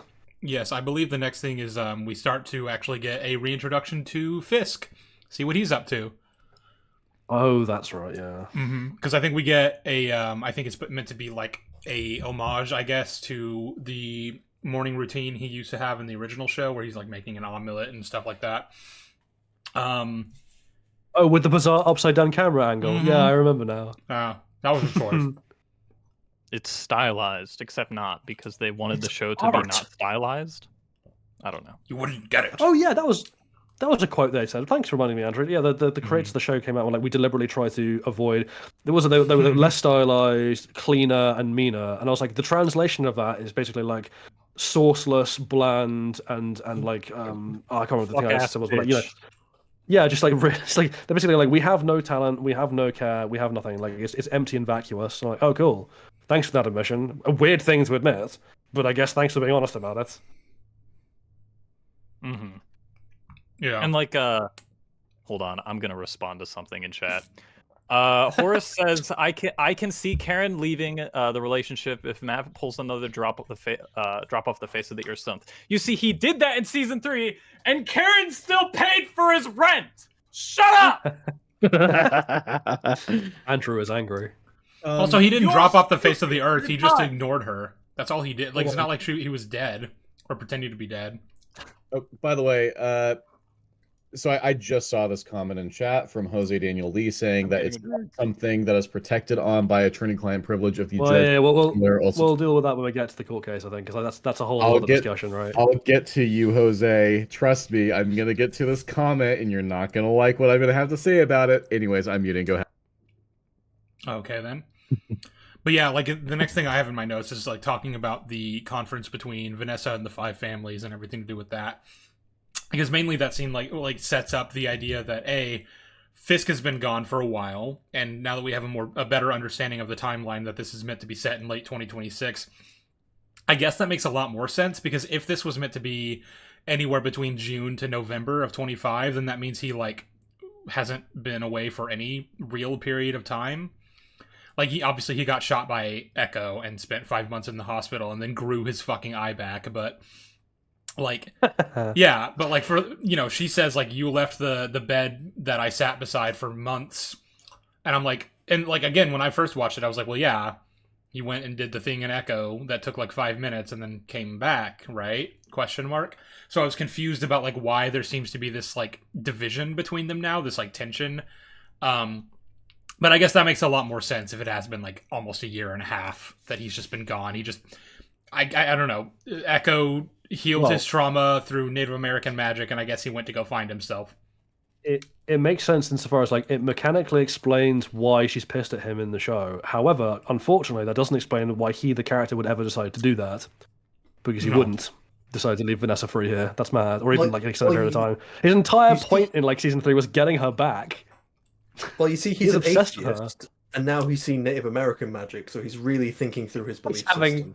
He's having a complete like collapse of his theological understandings of the world. Well, he went to I'm not a religious man, but then a Native American woman touched my head, and now I'm really rethinking some things. The scene in question, so like it feels like they're sending him on some kind of arc. I don't know necessarily if they're going for like a full-on redemption, or just that he is still a bad guy but wants to go about it in a better way, or like more like less nitty-gritty, more just like I can put myself at the top of the pyramid and not concern myself with the little guy kind of thing. And that all seems to have been sparked by what happened at the end of Echo when she forced him to relive his trauma, which unfortunately means we have to take into account that happened and everything to do with that scene, and like the themes that they were kind of going for with that resolution in Echo, because it's not good. It doesn't work. It doesn't fit thematically at all.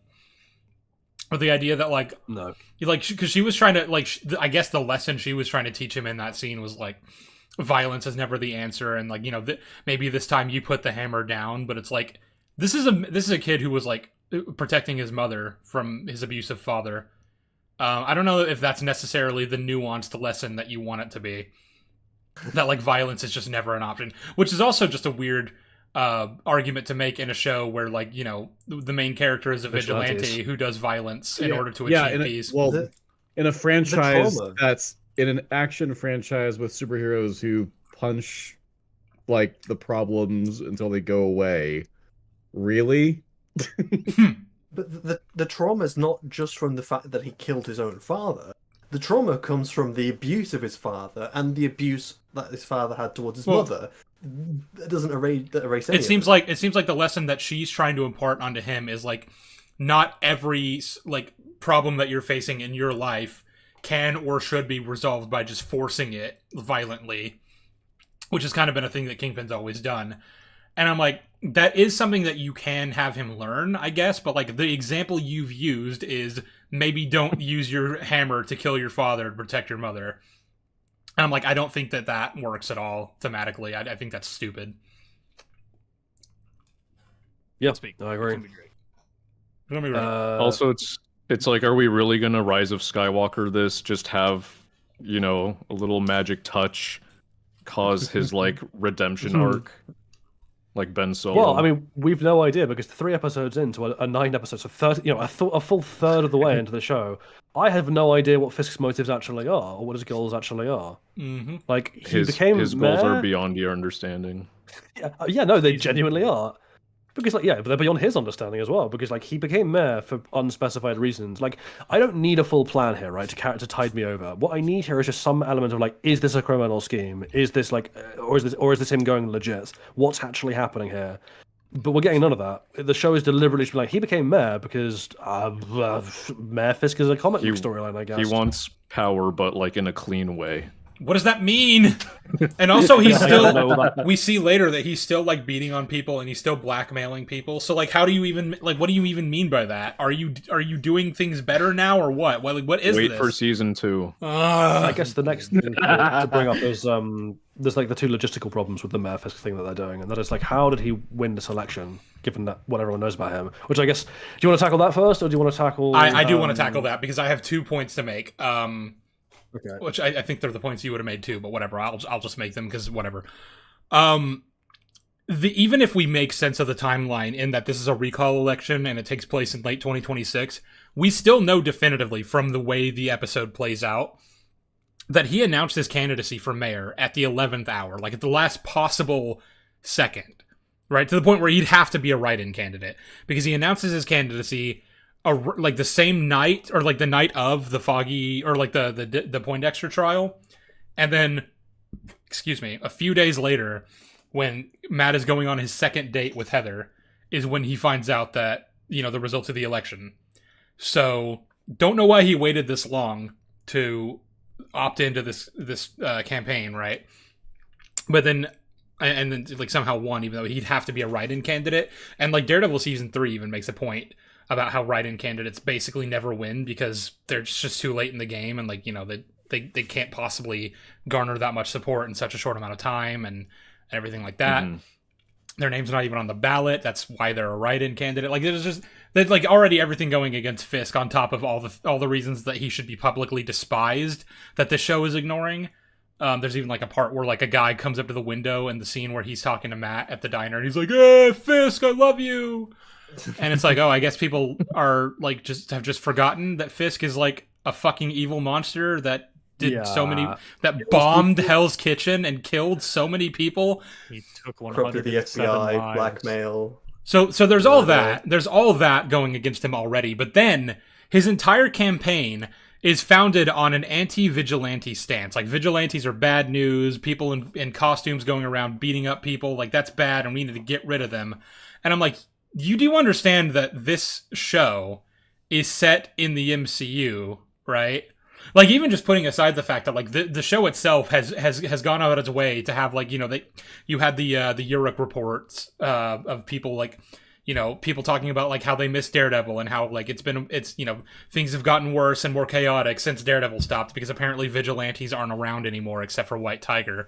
I don't know where the fuck any of the Defenders are or Spider-Man who gets a name drop in the next episode. I don't know what Spider-Man lives in this area. He lives next to where the fucking Hawkeye finale takes place. Spider-Man, by the way, and Rockefeller Center is 10 minutes away from Hell's Kitchen. Mm-hmm. Just FYI. So like all these vigilantes, like people are crying out for vigilantes, and this is again in a world where like the Avengers exist and are like fucking public figures and heroes, and everyone or most people love really them. Well liked. Yeah. Hey, I mean, someone did a whole fucking musical. Rogers like, the musical.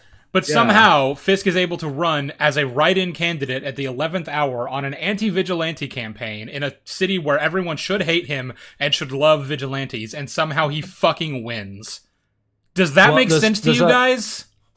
There's actually expansion of this which I want to raise here. Not talk about, but just raise because we're going to come up to it later in the legal case, which is actually what this world does and doesn't think about vigilantes in terms of both the public perception and their legal standing, the legality of vigilantism, are questions I need answered by the show in order for anything they wanted to do to have stakes, and they just categorically refuse to do it, and it's beyond aggravating. But we'll talk about that more in the court case. Mm-hmm. The thing I want to go back to as well, and just in terms of like because you've done a wonderful job of illustrating one of the points, but I want to go back to the original one, which is like Fisk's campaign and the logistics of this campaign in terms of like how did he fund it? He's a writing candidate in an election which is ranked choice voting. Somehow he wins. I'm not quite sure how that works. But also, we're told explicitly that half the police force support him. Somehow, I'm sorry. Well, so here's the thing, right? Like you can have, I don't know, people who have never met Fisk in other cities maybe like idolize them because they're idiots. But in the New York Police Department, even if you want to argue, oh well, the people who support him are all the young people who weren't there, when he did all the terrible shit the first time around. Like, okay, but like if you voice the opinion that you're supporting Fisk in the New York Police Department, given what he did to the New York Police Department, all the senior officers and staff are going to kick the shit out of you. And in fact, we're overtly told by the commissioner that he hates Fisk and is going to do everything in his power to make sure Fisk's reign as mayor is the shortest ever. So there is no way. Is the police chief? All right, but like regardless, like the every part of the NYPD should despise Fisk, and like the whole city should despise Fisk. He canonically has killed more people in the city than the invasion of like Loki's invasion in Avengers did, which I don't know how as little sense as that makes. But that is canonically true. Well, yeah, because Captain America: Civil War shows that these the body count was what 72, 74, I thought, yeah. 74, yeah, and more Russians died just in the bombings than like unless before we get to the police murders Mrs. and Cardenas, the death of Mrs. Cardenas, yeah. And the fact that the bombings weren't just on the Russians, the bombings were fucking everywhere. Yeah, they got loads of collateral damage. Fire. There's also all the things that he's indirectly responsible for as well, like all the poisonings at this gala that were directed to trying to get Vanessa. Like, this guy has a lot of shit that everyone should hate him for. Do we want to? There's just no way. Do we want to? I guess is now the time to break down the logistics of how the fuck is Fisk out of prison, and what does that mean for the deal between him and Matt? Or are we saving that? I want to save the deal conversation for the diner conversation because we're about to get there. There's just two more things I want to talk about. One is BB Urich. Because so BB Urich is introduced into the show. She's Ben Urich from the original show's niece, and she's also like an up and coming journalist, and she's like more of a got her own independent blogosphere. Yeah, got her own show. She's like up and coming and popular, like in a kind of like Twitch streamy kind of way. Like she's with much more like for a younger audience, and she is gassing the shit out of Fisk's campaign. Like she is like really, really helping to propel him amongst the youth vote. Like we're actually just directly told that, and like she has contacts, friends within Fisk's campaign. And now, to be fair to the show, we don't know her personal motivations for doing that. Like maybe this is her attempt to get close to Fisk and just bring him down personally. Like maybe she, because she should know that Fisk kills Ben Urich. If she doesn't, no way she doesn't know. If she doesn't know, they frame it too. If she doesn't know, then that's another assassination for Karen. It's an assassination for Ellison. It's an assassination for Ben's wife. They're all fucked now. It's over. Maybe I'm expecting them to do something with it because they kind of framed it in like an ominous way when they started talking about Ben Urich. Yeah, when she interviews him and he mentions Ben's name, she kind of looks like visibly uncomfortable, and you get the impression that like it's specifically because she doesn't like Fisk saying his name. So maybe, or maybe issue, though. Sorry, maybe Ben must have molested her or something, and she hates him. No. I thought you were gonna make the joke. I thought you were gonna make was maybe Ben also faked his death, and he and Foggy are hiding out somewhere. You see, they could do something with BB and how like she might know, but honestly, I don't really expect them to, because like the scene like could be read like that, and I get that reading, but also I just got the reading of like, ooh, this is Ben Urich's relative. Ooh, spooky. Isn't that spooky? That's really, but that's more just the music being overbearing again, just being like, you guys get the reference? He killed him. Well, yeah, this is actually part of the problem of, in terms of why this overbearing music is a problem artistically. It's like, because we can't now tell what the show is trying to do in terms of like tone and setup, because everything has this overbearing music. So this could just be the standard editing rather than a character decision, or something that the audience is meant to take a character interpretation away from.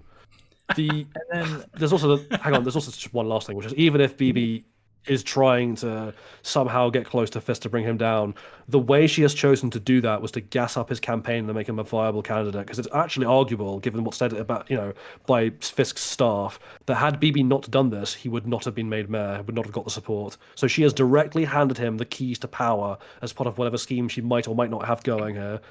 And that's ridiculous. Her goals are beyond your understanding. I don't know what she expects to accomplish by doing that, basically, even if she is trying to take him down. Playing the long game. Because I play the long game, Mr. Castle.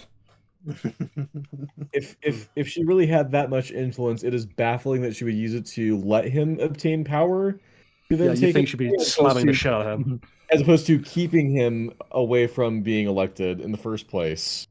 Well, I guess this brings you to the final thing to talk about with the Fisk campaign, which is the overbearing Trump analogy that they're drawing. Oh my god, shit. there are so many fucking lines from like citizens that are basically just like, I just love him because he takes charge, he says what he, at least Fisk is interesting. Hell yeah, I'm watching the debate. Yeah, he's a non-establishment candidate who calls it as it is. Yeah, and he killed a man with a door. That's so cool. I wish I saw that. You remember in like Andor when they did kind of a Trump sort of analogy, but it was way more subtle. It was a scene where Mothma and those senators were talking at one of her dinner parties, and it just had one of the senators say he says what he means, like about Palpatine, and that's all you need, because either that goes over your head or you catch it and you're like, oh cool, they compared Palpatine to Trump. Okay, that's topical, and then it moves on. That's really insulting to Palpatine. My god.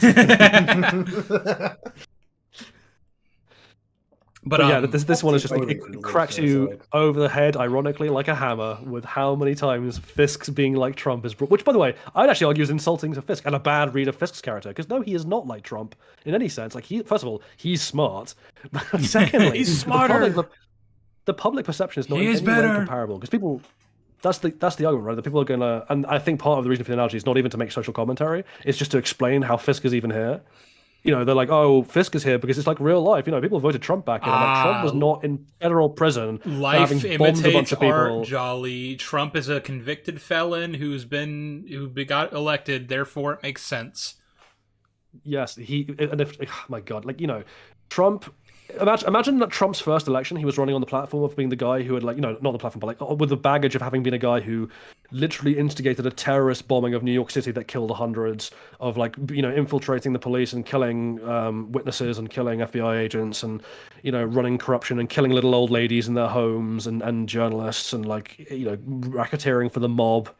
Like, there's just no way. There's just no way. It's not a comparable. It's not a comparison that makes any sense. I feel like people are going to take this and somehow conflate it to us, like defending Trump somehow. But no, the point we're making is that the crimes, like a lot of the crimes that like Trump has been convicted for, are not nearly as overt and like understood to be like factual, I guess, as, like compared to like the stuff that Fisk has been convicted for. He also hasn't been convicted for murder, for several murders. For several murders of cops and federal agents. I'm sure he's done plenty of, I'm sure he's had plenty of people killed. He's just the kind of person that I can believe that would happen. But none that's been proven in a court of law. Sheev's gone woke. That's true. I have. Drungo asks if Fisk would put tariffs on New Jersey and Connecticut. That was another one. Like another one of those Phil this hole. Huh? No. What? Okay. I thought you were gonna be like in terms of like the Trumpisms of people like fill this hole, and it's just that easy. No, like another citizens' reaction to Trump or to Fisk being as if Trump, like where someone was like, "You're gonna move to Boston? You hate the Celtics," and I'm like, it's like when people are like, "Oh, you're gonna move to a different country because Trump is your president." Yeah, good luck with that. Which I think is funny because The difference there is obvious. Moving to a different country is really hard and takes a lot of moving parts and is expensive as hell. I can move to a different state if I don't like my current mayor. That would be a little bit of a hassle, but I can do it. It's not the end of the world. Yeah, but you hate the Celtics. Then I don't have to root for them. That's problem solved. I don't fucking have to root for a team if I don't like them. That's a point. Like, not only just obviously how stupid this comparison is, but like the baffling take on how sports team support works by this writer. Yeah, I've moved to Liverpool. I have to support Liverpool football team now. Like, that's just not how that functions. I moved to Georgia from California when I was 6. I don't root for the Georgia teams. What? Yeah, like my family are all staunch Cowboys fans because we're Texans, but we lived in New Mexico for like 6 years, and we're just still Cowboys fans. And like New Mexico doesn't even have a sports team, so like people who do care about sports over there have their own team. Like most people don't even agree on a team because like they're all just pulling them from different states. You're not even fucking obligated to root for the sports team of your hometown. No, you are. I could root for the Patriots or for the Red Sox and all. And I've never lived in New England. I'm gonna cover my eyes and throw a dart at a fucking chart, and whichever sports team it lands on, that's who I'm rooting for going forward. This isn't allowed. Lego Movie said so by the Constitution. You are legally allowed to root for a sports team. So just like a really quick segue, because someone asked me, and I just think it's funny. Someone was like, "What football team does Jolly support?" I'm a Tottenham fan. Now cue a whole bunch of Arsenal fans in the comment section fucking hating me. Go fuck yourself. No, I don't give a shit. Jolly will be dead within 24 hours. You got 24 hours. Football. I guess that's interesting though. That, like I'm not from London. Like, you know, I'm from elsewhere. I wasn't even born in the country. He's from but the I supported. void. I supported Tottenham because like when I moved to London as a kid, I wanted a team that weren't dicks, and even though I lived nearest to Chelsea, I was like, no, they're bastards, and they're owned by an absolute bastard, so I'm going to support Tottenham instead. And it just stuck. Anyway, that's a segue. Lore. Never changes. When I was a kid, I was surrounded by sports teams. When I was a kid, I grew up surrounded by sports teams. I grew up surrounded by Tottenham Hotspur. Unsubbing and blocking you all after hearing that shit take from Jolly.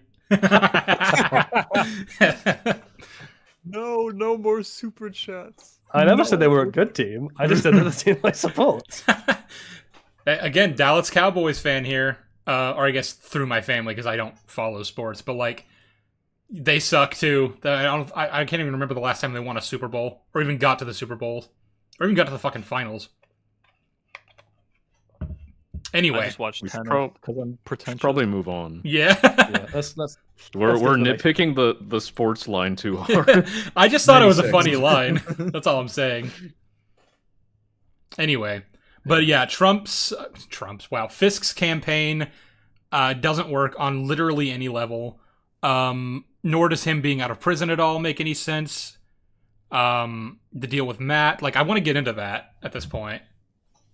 Yeah, so that's the next thing that happens, right? It's like Matt overhears, like, you know, I guess brief thing that happens in between is like Matt goes on a date with Heather, who is the new love interest and who is a therapist, and they get set up by Kirsten. They have a very meaningful dialogue exchange that we don't get to hear. Oh, actually, yeah, no, that is worth talking about in terms of the production. Like, yeah, that's a kind of summary for like how vapid every bit of like dialogue is in the show, which is. They sit down together. This is the first time Matt's had a kind of romantic relationship since Karen left, arguably, and like, you know, potentially maybe even since Elektra in terms of a meaningful one.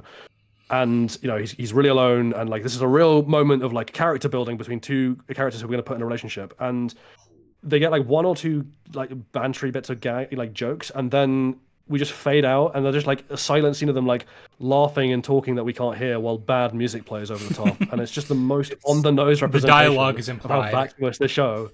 Yeah, how vacuous the dialogue in the show is.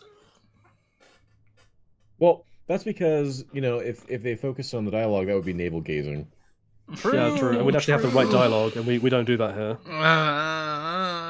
We're cleaner, faster, and meaner with our story. The fact that they said this show is better than the Penguin show, go fuck yourself. Oh, that's another one that we reviewed on this. We did a stream on, and it was a positive review. Yeah. We think that's a good show. What is? I haven't watched it. Noach. Well, okay, we had a lot of criticisms of it that people were not happy with us about, but that's beside the point because we still overall liked it.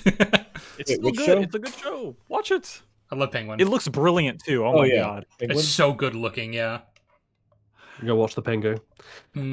But yeah, so Matt finds out that Fisk has won the election, which oh my god, and then in a few days, in the span of a few days, he wins that. That's I can't get over that. I'm sorry. You know, hold on. This you remember? Holy, give me a second. I just died. Do you remember? Like this was back. I think this was back when, after Trump's first term, Kanye West just was like, "Yeah, I'm running for president." By the way, and this was like a month before the actual election started. So, like, imagine if Kanye won off that. That's what this show is. I think the Kanye analogy is better than the Trump one. It's the fucking King's Man post-credit scene with Hitler.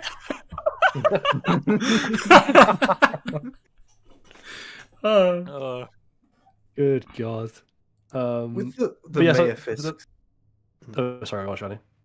So, because we seem to be going through things a bit faster. I want to comment on Mayor Fisk is that They really do. Like, it seems like such a rich potential for a season-long storyline. There's so much you can get out of that, but I guess it's navel gazing, so you just gotta skip all the way through. Already have him elected in the first episode. He just instantly becomes mayor with no hassle in like about 5 minutes.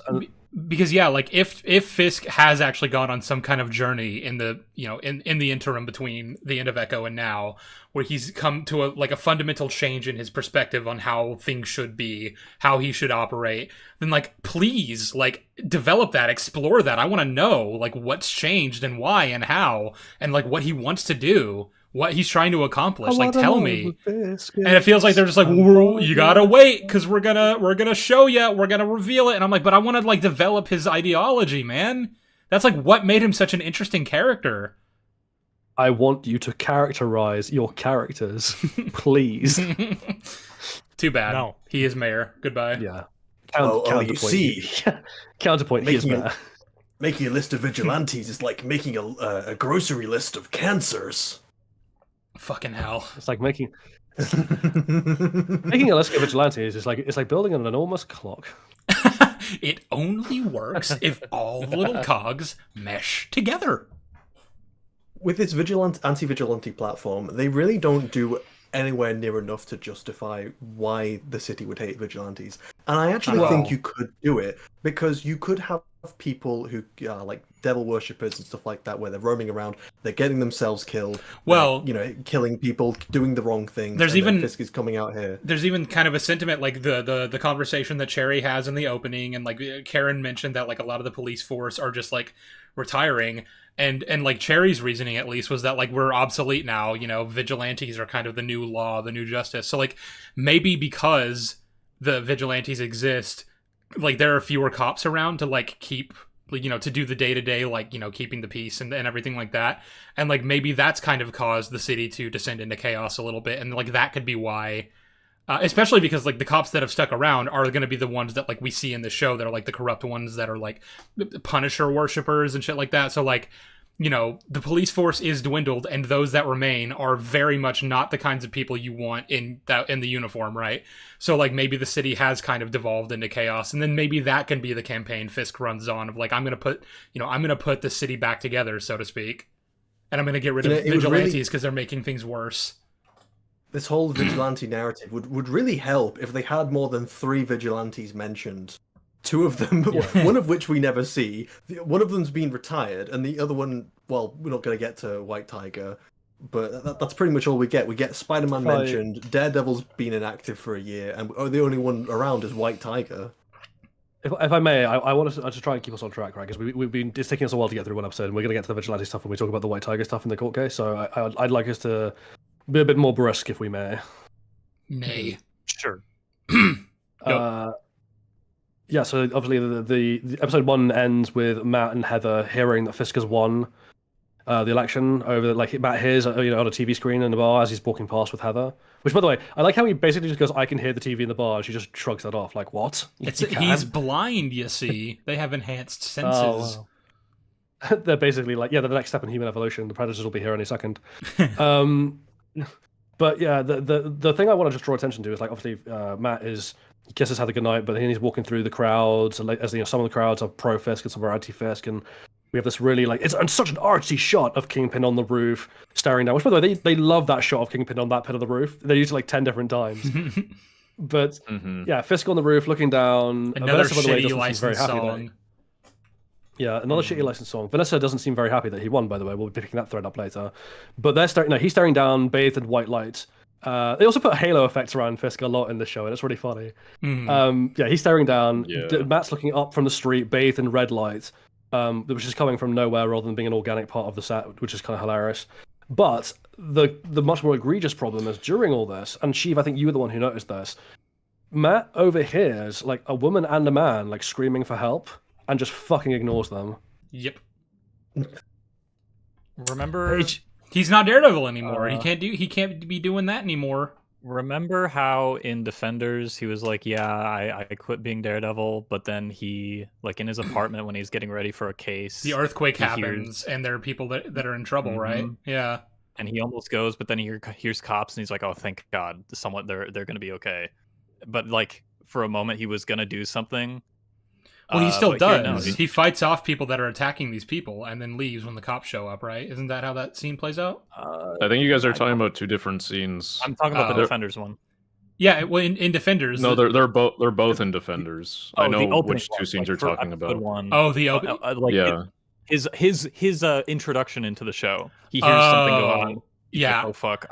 I was talking about. And then he hears cops. I was talking about like the hand sets off the earthquake thing because they had to accelerate the whole project, and then that causes Matt to like go up on the roof and like he's listening out to all the distress cries for help, and then he goes into an alleyway and protects these people that are being accosted.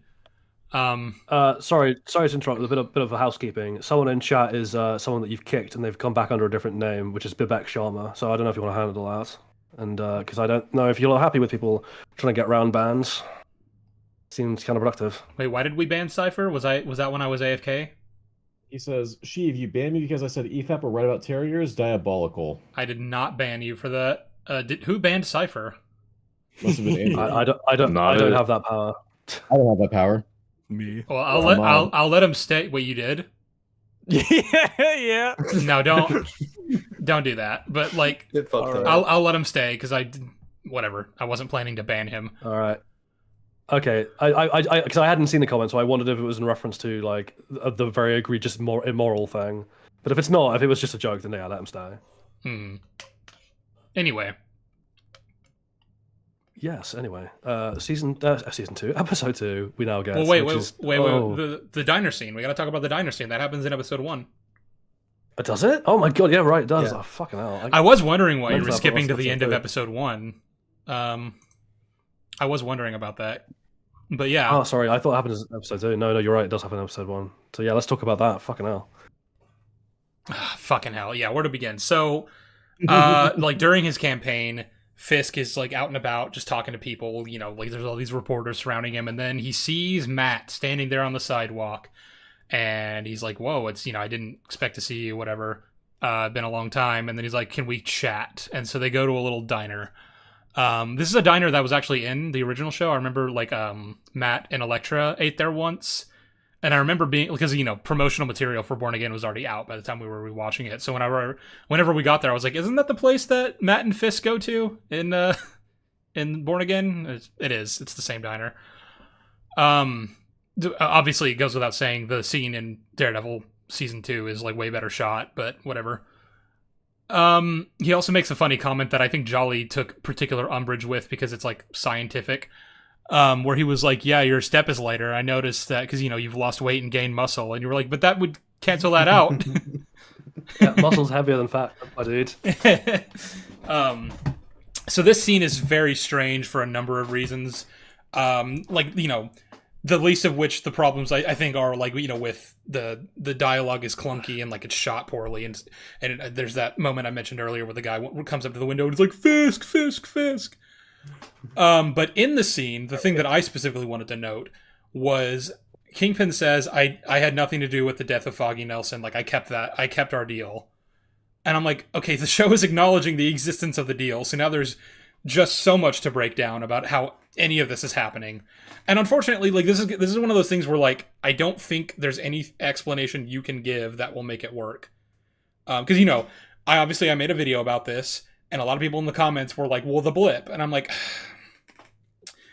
the blip happening isn't just going to explain why Fisk is suddenly out and about. Or at the very least, like, if it is going to explain it, then you need to do a lot of legwork to justify that, which I just don't think the show is going to do. It's got too much other shit to do. Like, when is it even going to have time to, like, explain how this is happening? And then, like, there's also the factor of, like, okay, so Fisk has been out of prison. We know from Echo that he's been running his criminal organization since before Endgame, and probably, like, presumably for some years. Which means he really wasn't even behind bars for that long after season 3, and like Daredevil has been going after his operations for years now, because he fought Echo, and this was pre-Endgame. So how is any of this working? How did any of it, like, what do you mean you kept your end of the deal if you're out of prison and doing criminal activities? The deal's broken at that point. Yeah, because he just meant specifically like, not going after Foggy. You see. Why? Right, but that's the kind of pushback I want to give, because I've seen people use that as the defense of like, oh well, he didn't go after Foggy and Karen, and that was the deal. I'm like, no. The deal was he would go. That was part of it. But he would go back to prison and he wouldn't harm Foggy or Karen or anybody else. I still don't like that because it's like yeah. Nadim was supposed to be like anchor that as well as like he can't fucking do anything now. Well, yeah, you have that thing that they're just completely undermining, and there's really no getting around that. Nadim's sacrifice is now completely pointless. It may as well not have happened. Which really fucking sucks considering the arc that he went on in season 3. Yeah. And the culmination of that, of him being shot by Dex and falling in the pool that he had just started digging for his son. Arguably the best character of season 3. Well, I would considering say, how BB Urich was written, it's entirely possible that Sammy is a Fisk supporter now, so... Fuck off. God damn it. Don't say that shit to me. Any shot. We will not tolerate Dex, we need you. Father. So yeah, like Jolly pointed out though, like the deal was explicitly, you will go back to prison. No, go ahead. The creationist said Nadim's sacrifice still the same value as his credit score.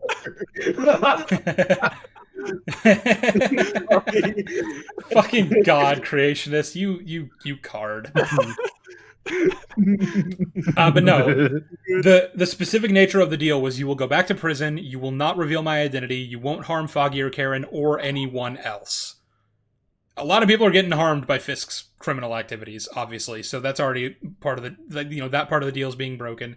Like, I guess he's saying the only part of the deal that I kept was I didn't go after Foggy and Karen, and I'm sorry, that's not good enough. That just doesn't... And also, I don't... Like, if you're gonna break every other part of the deal, like, are we saying Fisk was, like, honorable? And that's why he didn't try to kill... Like, he fucking hates Karen. And Foggy, but especially Karen, after what he found out about what she did to Wesley. I don't believe for a second that he would keep that specific part of the deal if he's breaking every other part. So well, no. You see, after Echo touched his mind, he realized Wesley wasn't actually that great of a friend. No! So he's more lenient about that. You know what, Wesley? So hang on. You're not a good friend. There is actually a thing you could...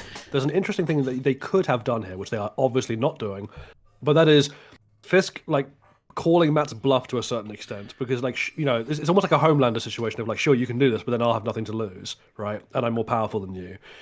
Which is, like, if Fisk had been, like, carried on his criminal activities, or, like, through Vanessa had carried on his criminal activities overtly, and just called Matt's bluff on that, being like, oh yeah, sure, you can try and have the deal broken now and send Vanessa to prison because I did this, but then it's open season on Foggy and Karen. And who do you care about more? These random people that my criminal empire is hurting, or Foggy and Karen? Mm-hmm. That would have been a really interesting discussion to have. Like Fisk, like, particularly if we're exploring a situation where maybe like Vanessa and Fisk's relationship is on the rocks or is breaking apart slightly, and therefore like Vanessa as the handbrake on Fisk in terms of the deal might be starting to slip, because if he has no investment in Vanessa, then there's nothing to stop him from reneging on the deal. But we're not going to do any of that stuff or talk about any of that nuance or even suggest it.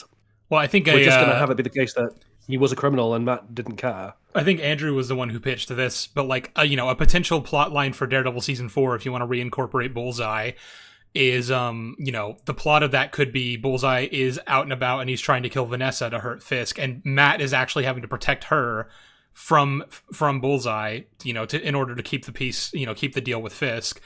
But then also you could have that, and then what you're suggesting too, and that could like be, these two things could be pulling Matt every which way of like, should I be standing by and letting Vanessa continue to like do these things and hurting people on behalf of Fisk, because if I take her down or if I let Ben get to her, then Foggy and Karen are in danger, my identity's in danger, everything is going to be fucked.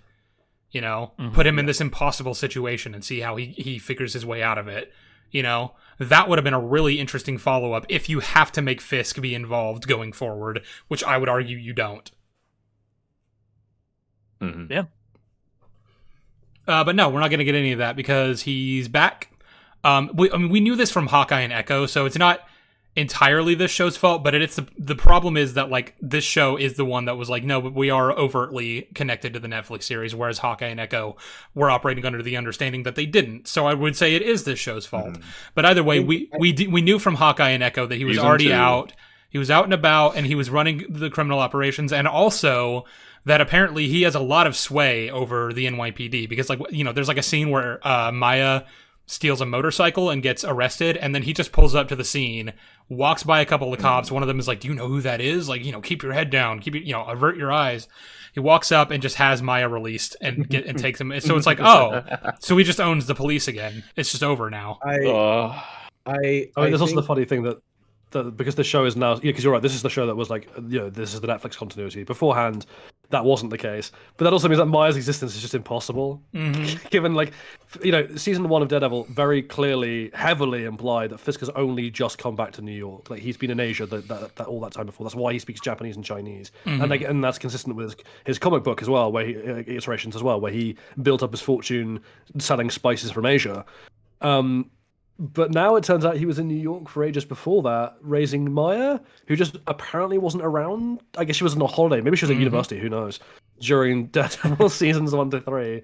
And Vanessa was never brought up to Vanessa. And like none of this works. And also then there's the whole, what Madvocate pointed out, which is the white suit and the thematic importance of the white suit and the build-up to it in Daredevil's original season is out the window because it turns out he was wearing it well before he met Vanessa. Yeah. I think that like the best, like the only real way that you can believably have Fisk back to like scheming again would be basically, I think Vanessa would have to fucking die. I think that like she'd have to be dead. Like, and at that point he's got like nothing left to lose, so he just goes all in. But like, it's like in the blip or just die. I mean either or. Either or, you could. Unfortunately, I think right? No matter what happens, if Vanessa dies, then the deal's over completely, and Foggy and Karen are in danger, and Matt's identity is exposed. Like, there's no way of making that work. Yeah, that's the problem. It's almost like the way everything was wrapped up in season 3, we were on this very precarious, like, balancing scale, basically. We're like, if it tips too much in this direction, it's over. If it tips too much in this direction, it's over. You have to just let that lie and move on to a different conflict. Otherwise, you're just undoing the finality of season 3, which is pretty frustrating because season 3 was kind of already continuing on of undoing the finality of season 1. The difference there being, of course, that like season 1's ending, it was always made very clear this is not the end for Fisk and that he'll be back. And then season 2 built on that, and then season 3 took that and made their storyline. But like that has to end, otherwise it's all pointless. Otherwise, it's just a fucking rat race. A whole season. It's almost like we had a whole season of build-up of how Fisk got back, rather than just cutting to, oh, he's mayor now. It's also funny it happened off screen. Yeah, because like that could have been the end of like Matt's conflicts with Fisk, but it's like it's funny is that like season 3 ends with Dex on the operating table, and his eye opens and you see the bullseye symbol and. It's like, oh, all right, now it's gonna be Daredevil versus Bullseye. Show gets canceled, and then, well, now we have this. Yeah, there's just been no development between these two whatsoever, and now he just kills Foggy years later. Yeah, the thing with the deal, right, is that so much of the status quo of the world building rests on this new status quo established by the deal, and if you're gonna break the deal. Radical thing you just have to bite the bullet of radical things have to change in this universe, like Matt's identity gets exposed, or Karen and Foggy get killed, or Vanessa gets done away with. And somehow. I mean, hey, if you're willing to commit to those like status quo changes, then great, like fucking do it. But like they're not willing to do that, obviously. So, oh well. Not that it matters anyway, because then he could just go to Doctor Strange and say, can you make the entire world forget that I'm Daredevil? No, Fisk is just going to go to Doctor Strange and be like, I need you to fill this hole. I need you to fill this hole. I need you to fill this hole in my resume. It's not rocket science.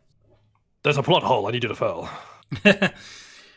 But yeah, like Fisk being back and everything to do with the deal and like just generally like thematically what that represents just can't work. And I think I said this though, the only way to have Fisk come back in any capacity without that just completely undermining the no-kill rule, and even then I'm not entirely sure this can work, is if he does have an honest-to-God redemption arc.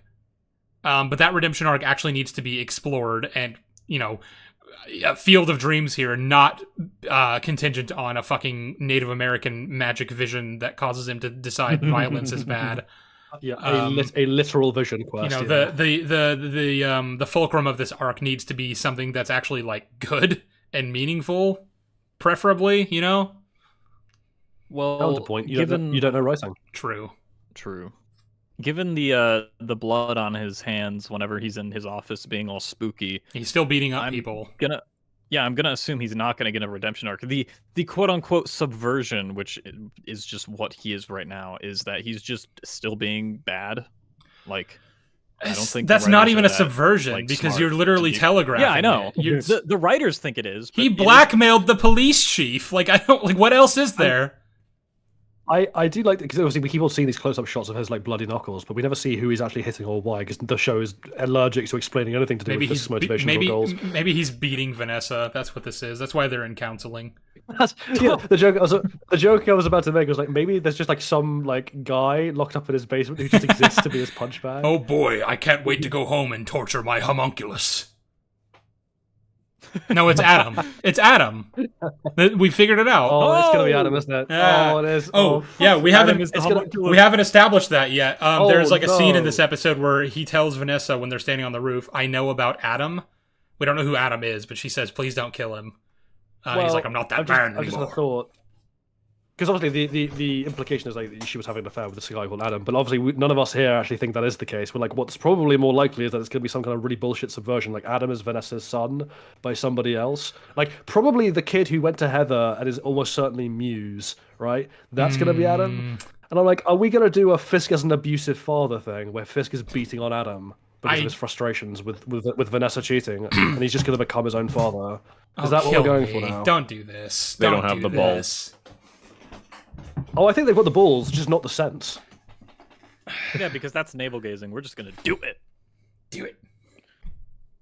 I'm not a monster. I'm not my father. Now come here, child, while I beat the shit out of you. Maybe he's talking about Adam Warlock. Yeah. That'd be right. He just goes into his dungeon that he has, like where Adam is all chained up, and he's like, "This is the hammer where I killed my father," and it's like a fucking plastic toy hammer. It's like pink. But then it's Mjolnir. I'm going to beat you with it now. Fist just has Mjolnir hanging in his closet. This is the hammer I used to kill my father. Maybe when he said like I know about Adam. Maybe when he said I know about Adam, what he really meant was I've just seen Has Been Hotel and I really liked it, and Adam's my favorite character. Adam's pretty basic. No, you know how he said he didn't really read much of the Bible because he could just never get into it. He's telling Vanessa like I finally got into. I started reading Genesis. I know about Adam now. She's like, good job, honey. Wait till you find out about Eve. Maybe it was the other way around. Like Vanessa was being really condescending. Like she was showing him this art piece that has Adam and Eve in it, and she's like, "No, I know you haven't read much Bible." And he just fumed for ages. And then like that scene, he's like, "I know about Adam. I'm not a fucking idiot. That's right. I know who Adam is." I'm sure it'll all be handled very well. It'll make all the sense. I'm gonna quickly dash away for 2 minutes to grab some food because I'm hungry. But je suis faim, and I'm going to come back in 5. So he just spoke Spanish at us. Yes, that's what I did. Which je suis faim, and I'm gonna go get some food. I will be back in 5. Okay. Allez, crumpet, yeah, we rule. I'll hear it all of Je suis baguette.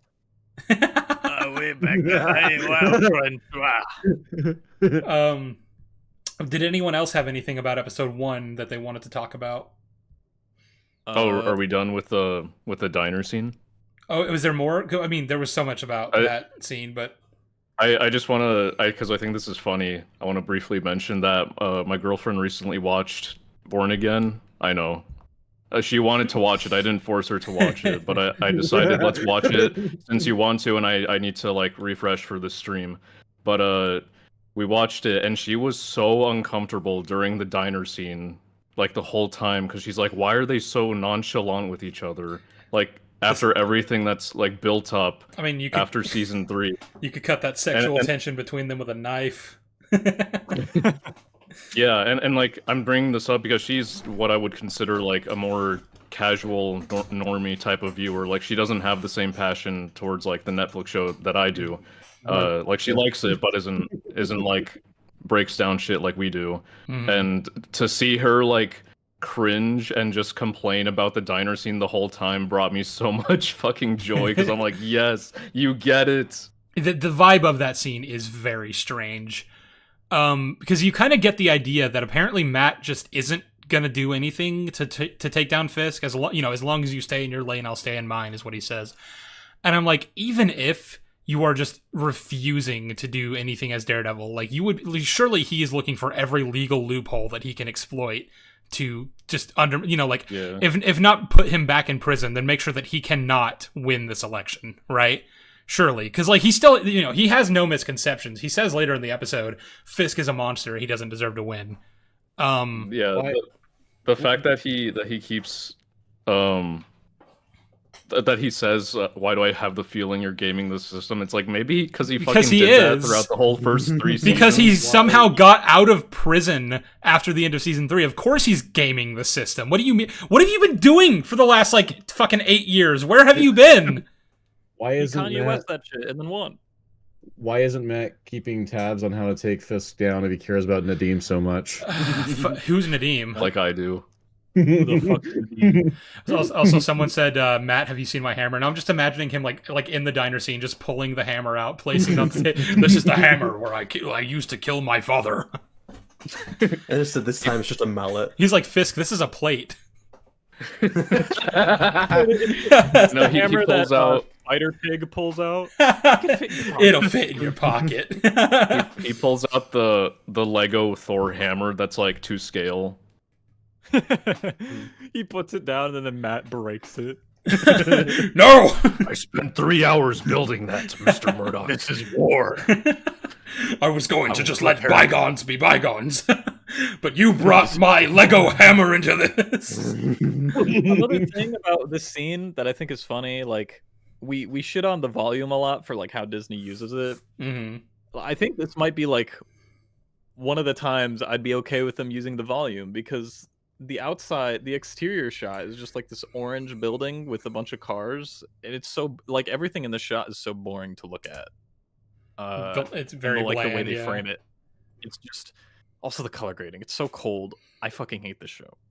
I mean, God, like every scene, like specifically the diner scene. I don't know why they chose the diner scene as like their big promotional scene to use everywhere, because it's like, I can barely even, like, the backlighting is so bad, I can't even see their faces most of the time. Like, anytime it's a shot of their side profile, it's just a silhouette, basically. And, like, not a good one either. Yeah. Like, it's not, like, striking, like, it doesn't, like, pop out, like based on the way the scene is set up and, like, the way the frame is shot. It just looks like they're there, and, like, like, maybe there was supposed to be a light shining on them, but that they forgot to fucking turn on. Like, that's what that looks like to me. They forgot the light. I mean, it's like they just don't know what contrast is. Like none of the shots have contrast. It's just like bright, without any like actual like edge lighting or color grading. The fuck is color grading? We don't know what that is. I've seen so many people like so many images and videos of people taking scenes from the show and recoloring them to like fit the original show style, and like they just look so much better. Some of them only barely, because I'm just like, there's only so much you can do with with this footage. But still, it's like compression is a problem when doing color grading. Yeah, like you've got compression. You're not dealing with like the raw footage. You also have to deal with like, there's stuff in the original show that gave off that aesthetic that were just in camera. Like you have to do that on site rather than post. But Disney doesn't know what like production quality is. They just think they can fix it in post. No, they just know a production line. True. Yeah.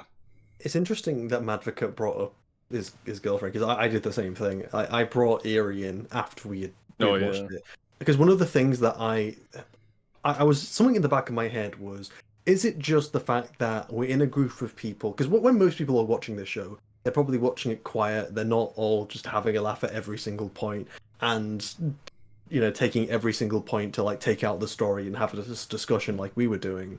So I took her to the side and I said, okay, we're going to watch this. I forced her down in a chair, restraints, because she loves, she's, as a background, she's Catholic.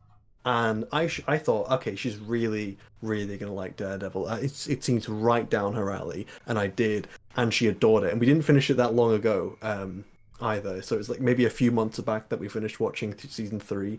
She absolutely fell in love with the show. I spared her a little bit by skipping Defenders and just describing the ending of what happens. You're a good boyfriend. And her face though when she started watching Born Again was like priceless. I really wish I was recording her reaction to it because she was really pissed. We got into the first 15 minutes where Foggy died. She was ranting her head off. It was like, okay, yeah, so it's not just me. It's not just the fact that like we're in a group call and we're just shitting on this show. No, she's another point of comparison to say, okay, maybe this show's not that well, great. I mean, maybe if you weren't holding her at gunpoint, she wouldn't have given you the answer you wanted to hear, Shiny. I mean, my friends forced me to show them. Like, they came over at my house. They're like, "We're watching Born Again. It's time." I was like, "Guys, you don't want to do this. It's not good." And they're like, no. Wait, wait. I turned on the TV. I immediately started it, and they're like, they turned to me. Foggy isn't even killed yet. It gets to the diner, and then they both look at me, and they're like, "All right, maybe this was a mistake." You're Walter White screaming in Hank's backseat. I was, dude. I just sat there. I had my arms crossed the entire time, not trying to crash out. Creationist said the show is so bad my girlfriend broke up with me. No. I've lost everything. It's over. Not even because he showed her, just because it exists. Just because it exists at all. There was a moment in the watch party of 3 where I actually misheard a line of dialogue and like crashed out in the watch party because I simply missed. I thought they said that it took them a while to open that first bottle of wine. The line of dialogue was that the first bottle lasted a while, so which technically doesn't contradict what happens in the first season. So, but like even still, reviewing the episodes for this video, no, most of our criticisms were just correct. Yeah. Well, I mean, there's obviously like it. You know, we missed certain things or we got certain details wrong in our like raw reaction as you know we were watching it live and talking over it, but like that's why it's good. Like I hope everyone did this. I know I did. It's good to go back and like rewatch and take notes and like you know just make sure you have all your references in order, which is what I have done, and I hope that's reflected in the way this stream has gone so far. And we're still only on episode 1. But as Jolly said, episode 2 is going to be a lot quicker to go through because not nearly as much happens. So if we've said everything we need to say about episode 1, I'd like to move on to that now. Sure. Yep. Fine. To summarize, 10 out of 10. That was a perfect episode of television. Great start. We're hitting the ground running. Were there any super chats also that I need to go ahead and address before we move on? Someone actually paid you $2 to ask for my opinion on the SK Cullen thing. Oh, I did see that one. Yeah. Make it brief. I'm giving you 2 minutes. Oh, let's not do that. No. He paid you $2. My opinion is Colin needs to get a job. Move on. Why don't you get a job, Colin? Oh, I was gonna bring this up actually. I ordered some food earlier through DoorDash because I hadn't eaten today and I knew I wasn't gonna have time before the stream. And my Dasher's name was Colin. Well, he did get a job. Well, and of course, you showed this on Twitter. I don't know if your YouTube subscribers know all this. Sheev, you donated $1 to Colin's Kickstarter for a mirror. He broke. Saying, get a job. Anyway, episode 2 of Daredevil Born Again season 1 is great. This episode starts off with the White Tiger fight, right? Like the Hector walks into the subway tunnel, sees some guys beating on like a dude, and he's like, "Hey, stop it!" Yeah. And they say, this doesn't concern you, buddy. And he's like, "You're beating on a man who can't defend himself. It does concern me." And I'm like, this is such cringe dialogue. Like, come on. Like, guys, subtlety. Learn the word. Learn the word subtlety. Because, like, the thing is, you could easily just, like, kind of rework this dialogue a little bit to where instead of saying, you're beating on a man who can't defend himself, he could just say, "Oh, I think it is actually," or just something to that effect. Something that's a lot more natural. Is something that you would respond with in a situation like this. And then That was perfect. Then a fight breaks out between Hector. He's in like normal civilian garb because he wasn't expecting any like action right now. And these two guys, which results in one of them tripping and falling into a train line right as a train goes by. Which it didn't make any noise, so that's kind of funny. And also, they're clearly not actually standing in a train station, or at the very least, there's not really a train behind them, because there's this really awful shot where like that is clearly a fake. That's like a green screen or something. Like he's standing in front of a green screen.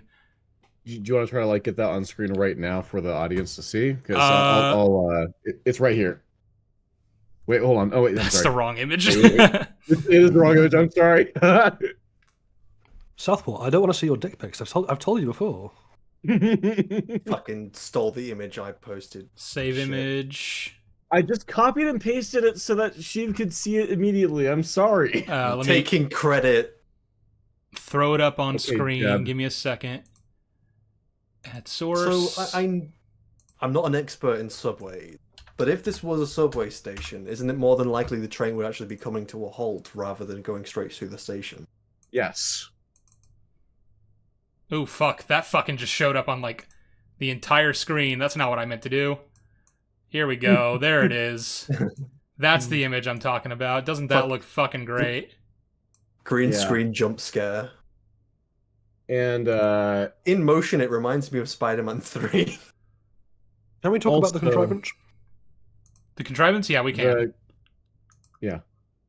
Because holy fuck, of all the times, of all the gin joints in all the world that Hector could have walked into at this precise moment, the White Tiger, whilst off duty, it just so happened to be into these two corrupt chuckle fucks beating on a guy. That is some bad fucking timing. Well, and you get an extension of that later, because then like Matt is at the police station on a completely unrelated case, which is when he overhears these corrupt cops beating on Hector in the interrogation room and decides to go help him, which means we have these two major contrivances that like of these vigilante characters being in the right place at the right time that allow them into like to intersect in their storylines. Basically, like it allows for Daredevil and White Tiger to meet, and like for Matt to realize who he is eventually after investigating him further later in the episode.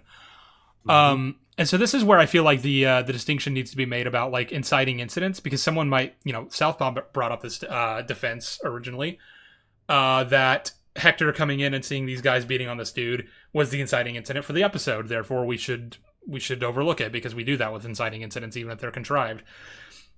The problem is you don't really get as much you don't get as much leeway there if it's a sequel or if it's a continuation of an ongoing story, right? So like this is episode 2 of a much larger storyline in which things have already the story is already in motion and things are already happening.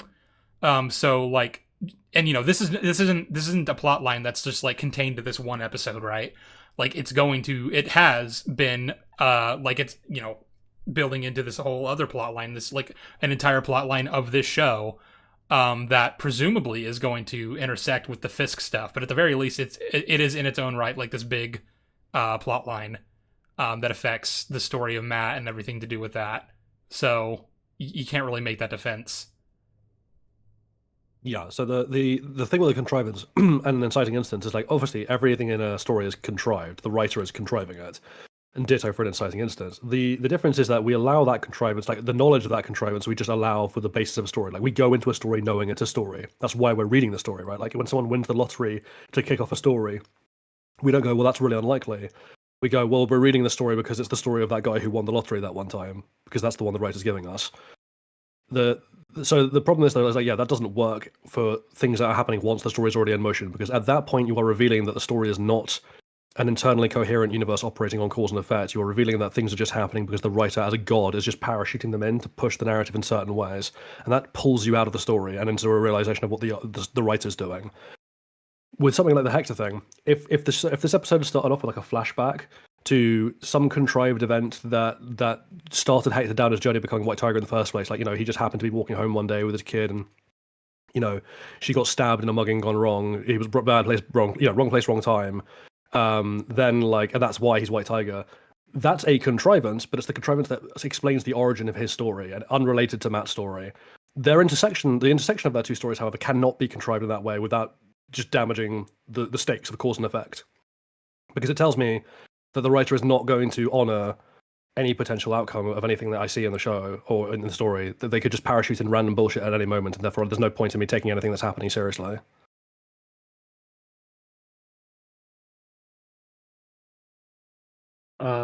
I would also just like to add, apparently there's no cameras that are recording this area. Yes. Which is How lucky. Because Subway is publicly operated, and also it being a I mean, area of public transportation, a very common place for like violent crimes and terrorist attacks, or a prime target for terrorist attacks rather. I don't believe that there's no cameras here. I don't believe that at all. So anecdotally as well, so Ira used to live in New York, and I think she actually had a comment about this in that she's never ever seen a subway this deserted before. Yeah, someone in chat says first subway station with nobody there. I don't live in. I've never lived in a big city with a subway like this or anything, so I can't. Well, I guess the closest thing would be the Atlanta airport has a sort of like a subway like this to like help you get around the airport more quickly. And the stations are never deserted, but so I guess that logically speaking, a subway station in New York would never be deserted too. So there's that. Yeah. But I mean, the cameras is just another layer of issues. Well, and the thing is, the solution, if you have to set it in the subway, the solution there is just to have Matt have a throwaway line about like, what about the subway camera? And Cherry being like, Broken apparently with like a kind of sarcastic expression, like he thinks the cops have intervened to destroy that evidence. Mm-hmm. Something just to explain that Matt isn't an idiot and actually thought of this. But also, this whole writing of it is just an unnecessary way of doing it that adds issues unnecessarily. Like, if you wanted to have an intersection that made sense between White Tiger and Matt, where White Tiger is being blamed for a death he didn't actually cause, but which is believably his fault. Maybe White Tiger was just pursuing a lead on corrupt cops and stopped them from harassing somebody, at a warehouse that they were meeting this guy at as part of a larger investigation that White Tiger was doing into their business. And during the fighting, one of them accidentally fell off the roof. And you can even make the comparison to Bullseye and in terms of what Matt thinks about it. Or it's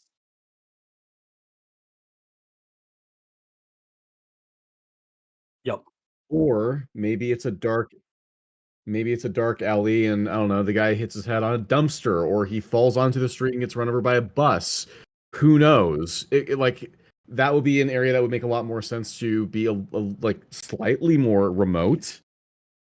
I guess this thing as well, like even the train being there is technically a contrivance of a kind, right? Because of all the times he could have fallen onto the tracks, it just so happened to be when a train came along. And again, is just passing through the station instead of stopping to, but I mean, even if it was stopping, it would still run over the guy, but still. I mean, to be fair, Southpaw, as we learn later on in episode 3, apparently you're still alive when a train runs over you. Yeah. Until they pull the train off of you. Yeah.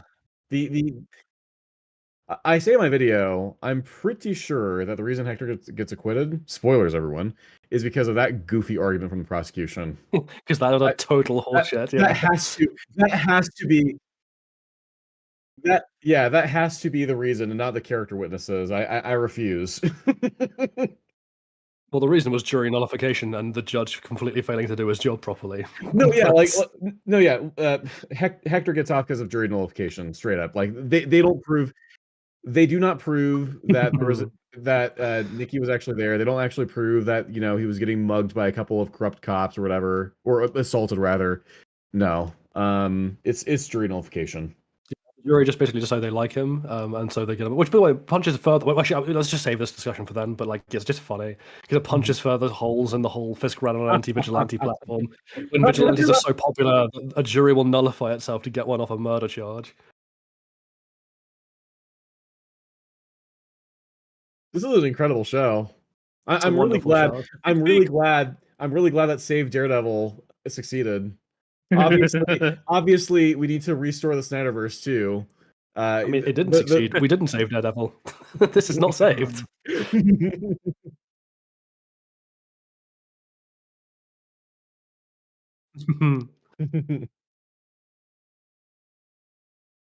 It's with the fight. Sorry, I'll let you talk first.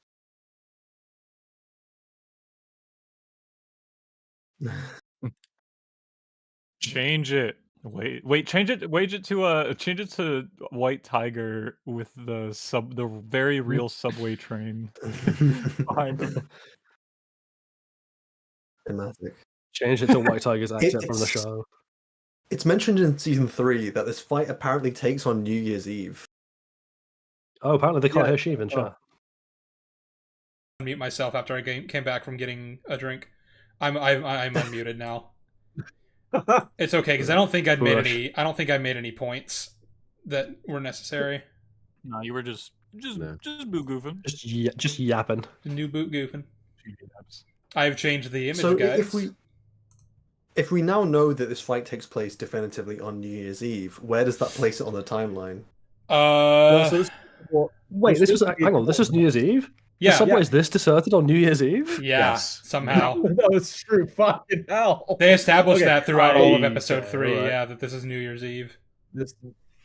Everyone's at home celebrating. The opening shot of episode 2 is people in Times Square celebrating New Year's Eve.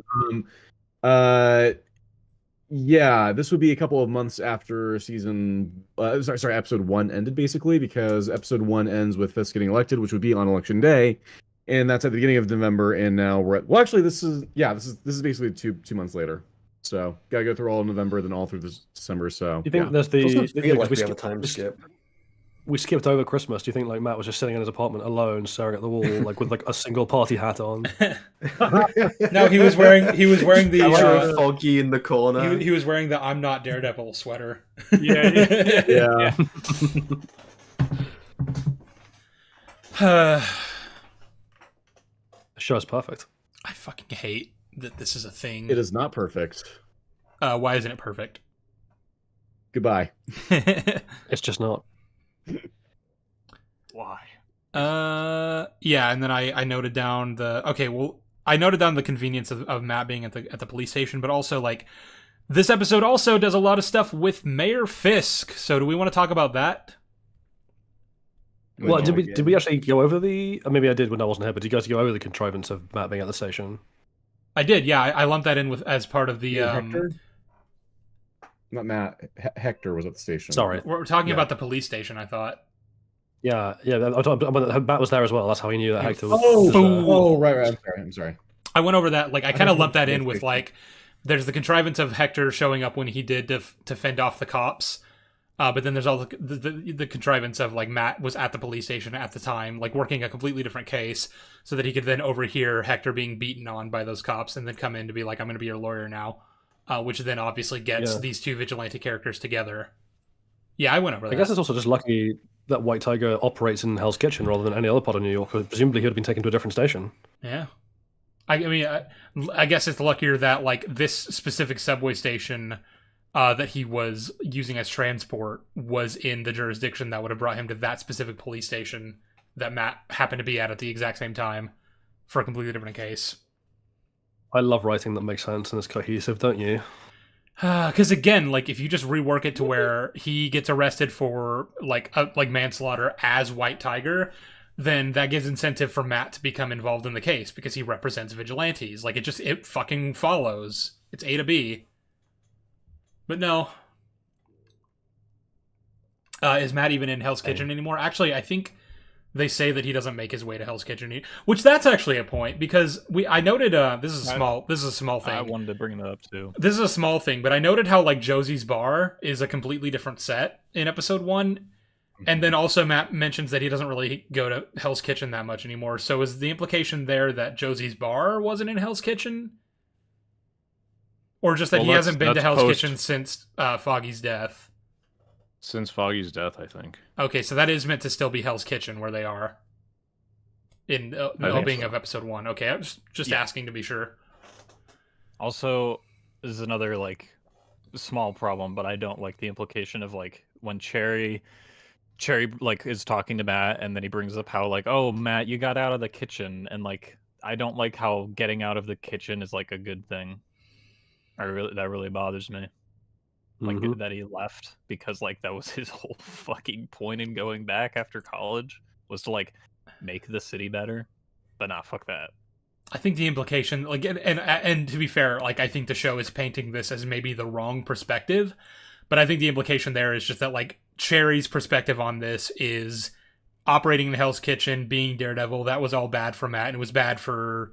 Because, again, he's anti-vigilante. Obviously, he considers them having made his work as a cop obsolete.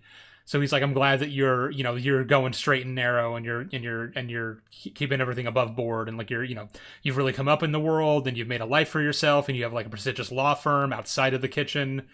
Like, I will say that I think the show is at the very least presenting that as like, no, that's not something that should be necessarily celebrated. Like, Matt is denying a part of himself in that he's not being Daredevil right now.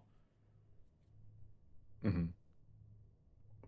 I would agree, but I can't tell because of the music. The music was like, of the tone was like, I mean, okay, was like, yeah, Cherry is spitting. And all that being said, since we just don't know much about Cherry or his dynamic with Matt and their relationship and why they're so close, when the time comes that obviously Matt does don the suit again because he's decided, no, I have to be Daredevil, I really hope they actually do something meaningful with like the dynamic, the drama between them, because obviously that's not a decision Cherry is going to like. So how are they going to handle that? Surely that will be well written. Surely that'll be good. It's gonna be great. It's gonna be great. It's gonna be great. It's gonna be great. And now over to Matt Fisk. Yeah. So this is something we kind of touched on already, but like this episode really gives you the general. I just saw what Shiney put in the chat. This episode really gives you the general sense that like he has no idea what he's even trying to do as mayor. Like there's no direction to it. He doesn't even seem particularly enthused at the idea of like doing his duty. They're like, oh, you have this meeting with this person, you have to like talk to this person, this, and this, and we have this 4:00, and you have to sign these papers. And he looks so just like bored and like uninterested. And I'm like, so what do you do? What do you want? What are you doing here? He wants to get rid of vigilantes. What do you? Making a list of vigilantes is that like making a grocery list of cancers. Wait, hang on. Is that actually why? Like, is that going to be the answer for why he is mayor? Because he thinks that's how he can effectively get rid of vigilantes to make his own criminal operations like less thwartable, I guess. Because that's exactly how being mayor works. You can just write laws. You can just declare a state of affairs. I think the comparison I made was like there's an episode of Phineas and Ferb where Candace gets to be mayor for a day as part of some kind of like school thing. I can't remember. And then, like, the whole gimmick is, like, throughout the episode, she just keeps making new laws because she can just do that. And it's a cartoon where, like reality is really not anything comparable to that. Like, it's an absurd world where absurd things happen. So she's, because it's a cartoon with those kinds of rules, she's allowed to just do that. And, like, that actually works. And she just makes all these new laws within a day as mayor, as acting mayor, essentially, for one day. But that's like, but it's that, but unironically, that's what we're doing. Because, there's that scene, obviously, the one that we laughed at a lot, and we've been memeing on heavily throughout this stream and just generally on social media, of he's sitting in traffic, and the traffic is backed up because there's this big hole in the street that none of the construction workers are doing anything about, because there are all the, there's the red tape of, like, we need these permits, we got to do this, this, and this. And then Fisk gets out of the car. He goes up to the foreman and he says, I want you to stop what you're doing and fill this hole. And then the foreman is like, we can't, the red tape. And he's like, consider it approved. And it's like, oh, I guess that's how that works. Because then he rallies all his guys together and they start filling that hole. Yeah, I guess we're not going to do any sort of science. I guess we're not going to do any sort of like analysis on the structural integrity of that street. This is on a bridge too. Like, this isn't even like just a ground street. Yeah. Has that hole compromised the bridge? Like, we can't just fucking pour concrete into it. How long has this hole like been here? Like, did it just show up a few hours ago? Has it been here for like weeks? Like, what caused this hole? This is a big ass hole. Yeah, and like even if there was nothing wrong, like there was no structural integrity that was like being damaged by like even if you could just fill this hole and it's fine. Like, the mayor can't just walk up and be like, consider it approved, now do the thing. Like, that's just not how it works. That's so dumb. I find the council members of New York might have a thing to say about that. Yeah, I don't... And so it's just like, yeah, there's several problems with this, but I also just think it's funny because, like, how much has Fisk fast-tracked this whole getting filled, I guess, because I'm sure as mayor, like in an official capacity, he can grease some wheels and get this hole filled, but he still has to petition some papers and go and jump through some hoops and this and this. Like, I'm not saying that as mayor he's incapable of getting this hole filled quickly, because obviously he is, but like he can't just walk up to them and be like, "I'm the mayor, fill the hole." Communication. Gotta at least make some fucking calls, okay? Well, as long as the DEI hires of the Department of Transportation aren't involved in filling the hole, then I guess it's gonna be fine. I mean, I think Jolly said this at the time too, that like if this had just been a publicity stunt, like Fisk had planned this ahead of time, and like the people of New York are gullible and don't know how laws work and are just happy to see the hole getting filled and the traffic jamming. Like that'd be at least something. Like it's not even great, but like it at least would like make him look nice in front of the boomers who are going to vote for him. It's the equivalent of the billboard in Better Call Saul. Yeah, except that was actually clever. I would actually argue that this would be much more clever, like social commentary, if you're trying to go for the Trump angle, because it's something in which no one really is bothering to talk about the minutia of, is this really real, other than just the fact that the video was online and they all clapped because like, oh, you see, this is Fisk getting things done, and that's all the bottom line would end up being. Yeah, it'd be really funny if that was what he did. Like he did this a big publicity stunt where he gets out of the car, he's arranged ahead of time, and he's like, "We're gonna fill this hole," and blah, blah, blah. And then like everyone's clapping and cheering him, and then like 2 episodes in or another episode later, several weeks later, Matt's just walking past, or someone's walking past, and the hole is still fucking there, but people are still going, "Oh, Fisk sorted it out." It's been done now. It's almost like a Putin-esque thing, like where he goes out to a factory. It's like, this factory's not closing, and then they record it, they clap, but the factory still closes anyway. You keep on saying like 2 words, which when put together sound really like you said Trump angle, and like that just makes you think of like some kind of like trumpet style instrument. Putin-esque just makes me sound like Putin-esque, like food. And I'm just yummy. Too many world leaders sound like food and trumpets. Yeah, so but basically an Emperor's New Clothes type situation, right? Shiney is what you're. Yeah. Yes. Like I reckon they could have done something really, really intelligent with this, despite everything else being shit. It would have been actually somewhat decent social commentary. Well, you could like make it a point of embarrassment, like a way to like expose Fisk like later. I don't know if they will do it, but like later in the show, like that bridge just fucking collapses. It turns out that's not how that works. But the thing is, like, he just starts blaming DEI hires at that point. He's like, "It was the vigilantes running the commission office." Unfortunately, I don't think the show gets to even do that, because in the moment, like, all the people on his team were like, "Good work, man! Like, that was a great idea." And it's like, no, these are fucking. No one questions it. These are people like on his team that are supposed to like know the ins and outs of how like of politics and how all this works, and like they should be like, no, that's obviously like, no, you can't just do that. And if they'd actually pushed back, like, after the fact, like, what the fuck do you think you're doing, Mr. Mayor? Then, like, that'd be something. But they treated it like he actually came in and solved the problem. And I'm like, no. You could do something really clever as well, of how it'd be like, he's like, fill this hole, and the workers are like, no, it's unsafe, and like, union rules, and like, our workers' lives matter, and all this stuff. And then Fisk plays it off like, oh, it's the unions getting in the way of like, enterprising individuals who want to make the world better. And like you can then have like a thing later on where he uses criminal means to break up or to cow this union into just doing whatever the fuck he wants, and you have like people being made redundant and people losing their jobs and people just like having working people being made to have a shit time so that he can bulldoze his way through government and actually use that to make an interesting point about the nature of the current administration in power in America. But we're not going to do that because that again involves brains, and that's not allowed. Dude, don't you understand that this is a Marvel show? Okay, like this is silly. Don't watch. It's a movie about space wizards intended for children. Yes. When I first saw this, my immediate thought was, oh, they're going to try and tie this into No Way Home, because I was immediately thinking of Doc Ock on a bridge in New York, and he was tearing shit up. I thought they were going to get like, oh, this is the aftermath of a superhero battle. Well, that's realistic, because this is like 2 years after that, and the construction hasn't been done yet. So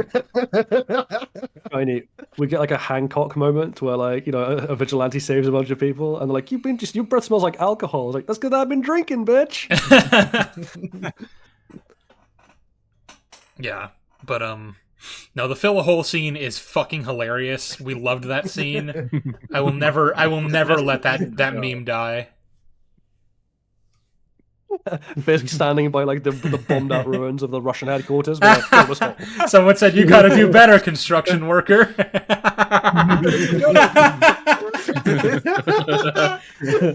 I actually, unironically, I like Sam at the end of Falcon and Winter Soldier and that fucking speech he gave. Like, I can imagine him seeing Fisk doing what he's doing and being like, "See, this is a man who gets shit done." Sam Wilson, the conservative. Making a government is like filling a massive hole. Making a government is like an enormous clock. You have to fill the holes. It only works if all the little holes mesh together. Like Fisk sees a clock, like he gets like a Lego set for how to put together like a thing, and he's like, "How do I?" And he just like pours concrete into it, and he's like, "There, I filled the hole. It's done." He goes to a dentist's office, and sees a guy with a he's like, "I want you to stop what you are doing and fill this hole." Vanessa, there's a hole in our marriage, and we need to fill it. Where's the concrete?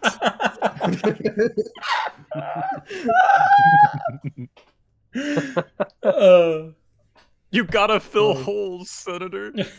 Fill the hole scene filled the hole in my heart. I agree. There's a hole in the bucket. Can you imagine? Forget the whole thing for a second. If they just had Fisk like doing memes, like Fisk is like doing the debate, like the mayor's debate, and he's like, "I feel like no one's addressing the true things at the heart of the city. Like, has nobody noticed there's a fucking celestial in the ocean?" Oh, but they're mining that for adamantium right now, right? Because this takes place around the same time as Cap 4. What? They're making holes that Fisk is gonna have to fill? What? Say that again? You're creating more holes! No! Dude, do you think Fisk would have a fucking aneurysm if he met Spot? He's just like, "What the fuck are you? Too many holes to fill." President Ross is just like, "That's why I had to put that hole in that celestial," and Fisk is like, "What?" I know that sounds bad. He's like, absolutely not. He's watching SpongeBob. He's like, "I fucking hate that yellow motherfucker." The giant crater from when Thanos blew up Avengers HQ and Endgame. Fisk just walks by. It's like, fill this hole. This is never gonna get old. I can't wait for him to be governor and then go there. That's in New York, right? That campus is in New York? Yeah, upstate. Yeah, it's New York State. Oh, this is the arc. He's going to be governor. Because we keep talking about Fisk filling holes in construction, it really bothers me how much every time I see the Fisk can fix it, it just makes me think of fucking Bob the Builder. It does. Yeah, it thinks that or Fix It Felix from Wreck-It Ralph. Yeah, Fix It Felix. Makes me think of Jimmy Savile and Jim will fix it, which is not a good comparison for Fisk. Let's be honest. Oh goodness. As soon as that happened. As soon as 9/11 happens, the towers go down. Fisk comes over. Fisk is like ground zero. Like fill this hole. Oh no. Fisk gets told about the existence of subways because of the White Tiger trial. It's like, there are holes in the ground. I want them filled. Fill them all. Dude, imagine across the Spider-Verse, Fisk meets Spot. Dude, I literally she made that joke. I made that exact dude. What is this? The holiday special reaction? I didn't hear. I like the idea that he like pins down Spot and just starts filling him with concrete. Spot's just like, this isn't how it works. It's like, this is how it's going to work. Fisk goes to the cinema and watches Knives Out, and Benoit Blanc is like, the donut hole, inside the donut hole, and Fisk just has an aneurysm. I like that he has like trypophobia. Is that the fear of holes? He just has that, and that's why. This is my new canon. Sees the fill holes and runs out screaming. It's not always about the holes, Spider-Man. Interstellar, he couldn't get past. Like, oh my god. Creationist says Fisk just goes, "Get a goddamn job, vigilantes."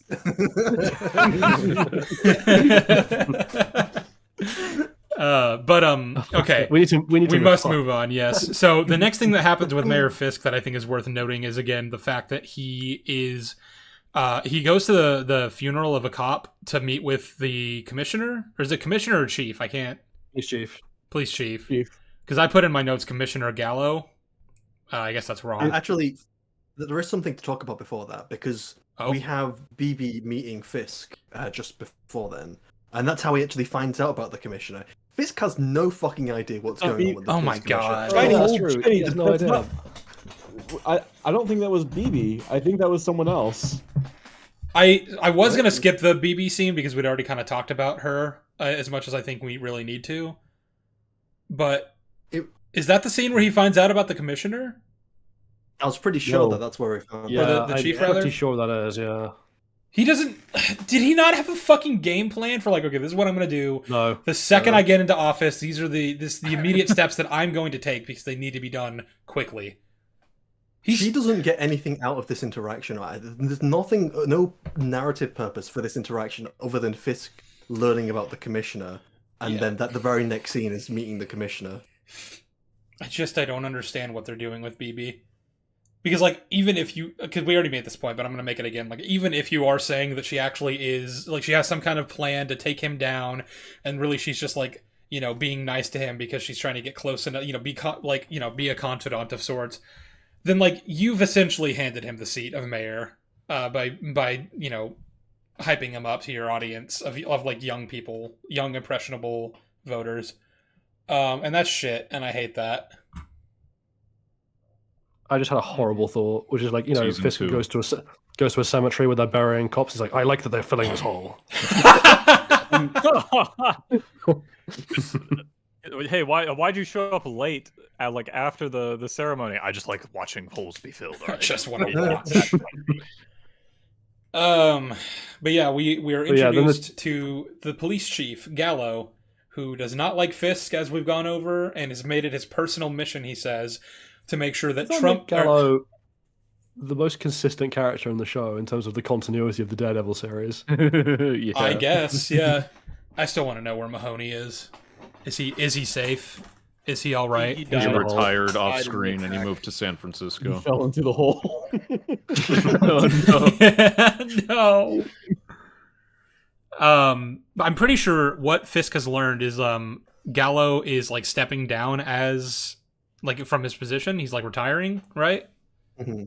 Yeah. Yes. And BB makes a big point of how since you're so against vigilantes and you've currently got a cop shortage, and with the commissioner stepping down and a bunch of cops are also going to end up stepping down, you're basically going to have a fucking crime wave on your hands. Almost like you need vigilantes. As much as I like this actor, I really wish that they could have gotten the guy who plays Bach in Batman. You son of a bitch! Do you have any idea how much trouble you're in, Mayor Fisk? You give me trying to go see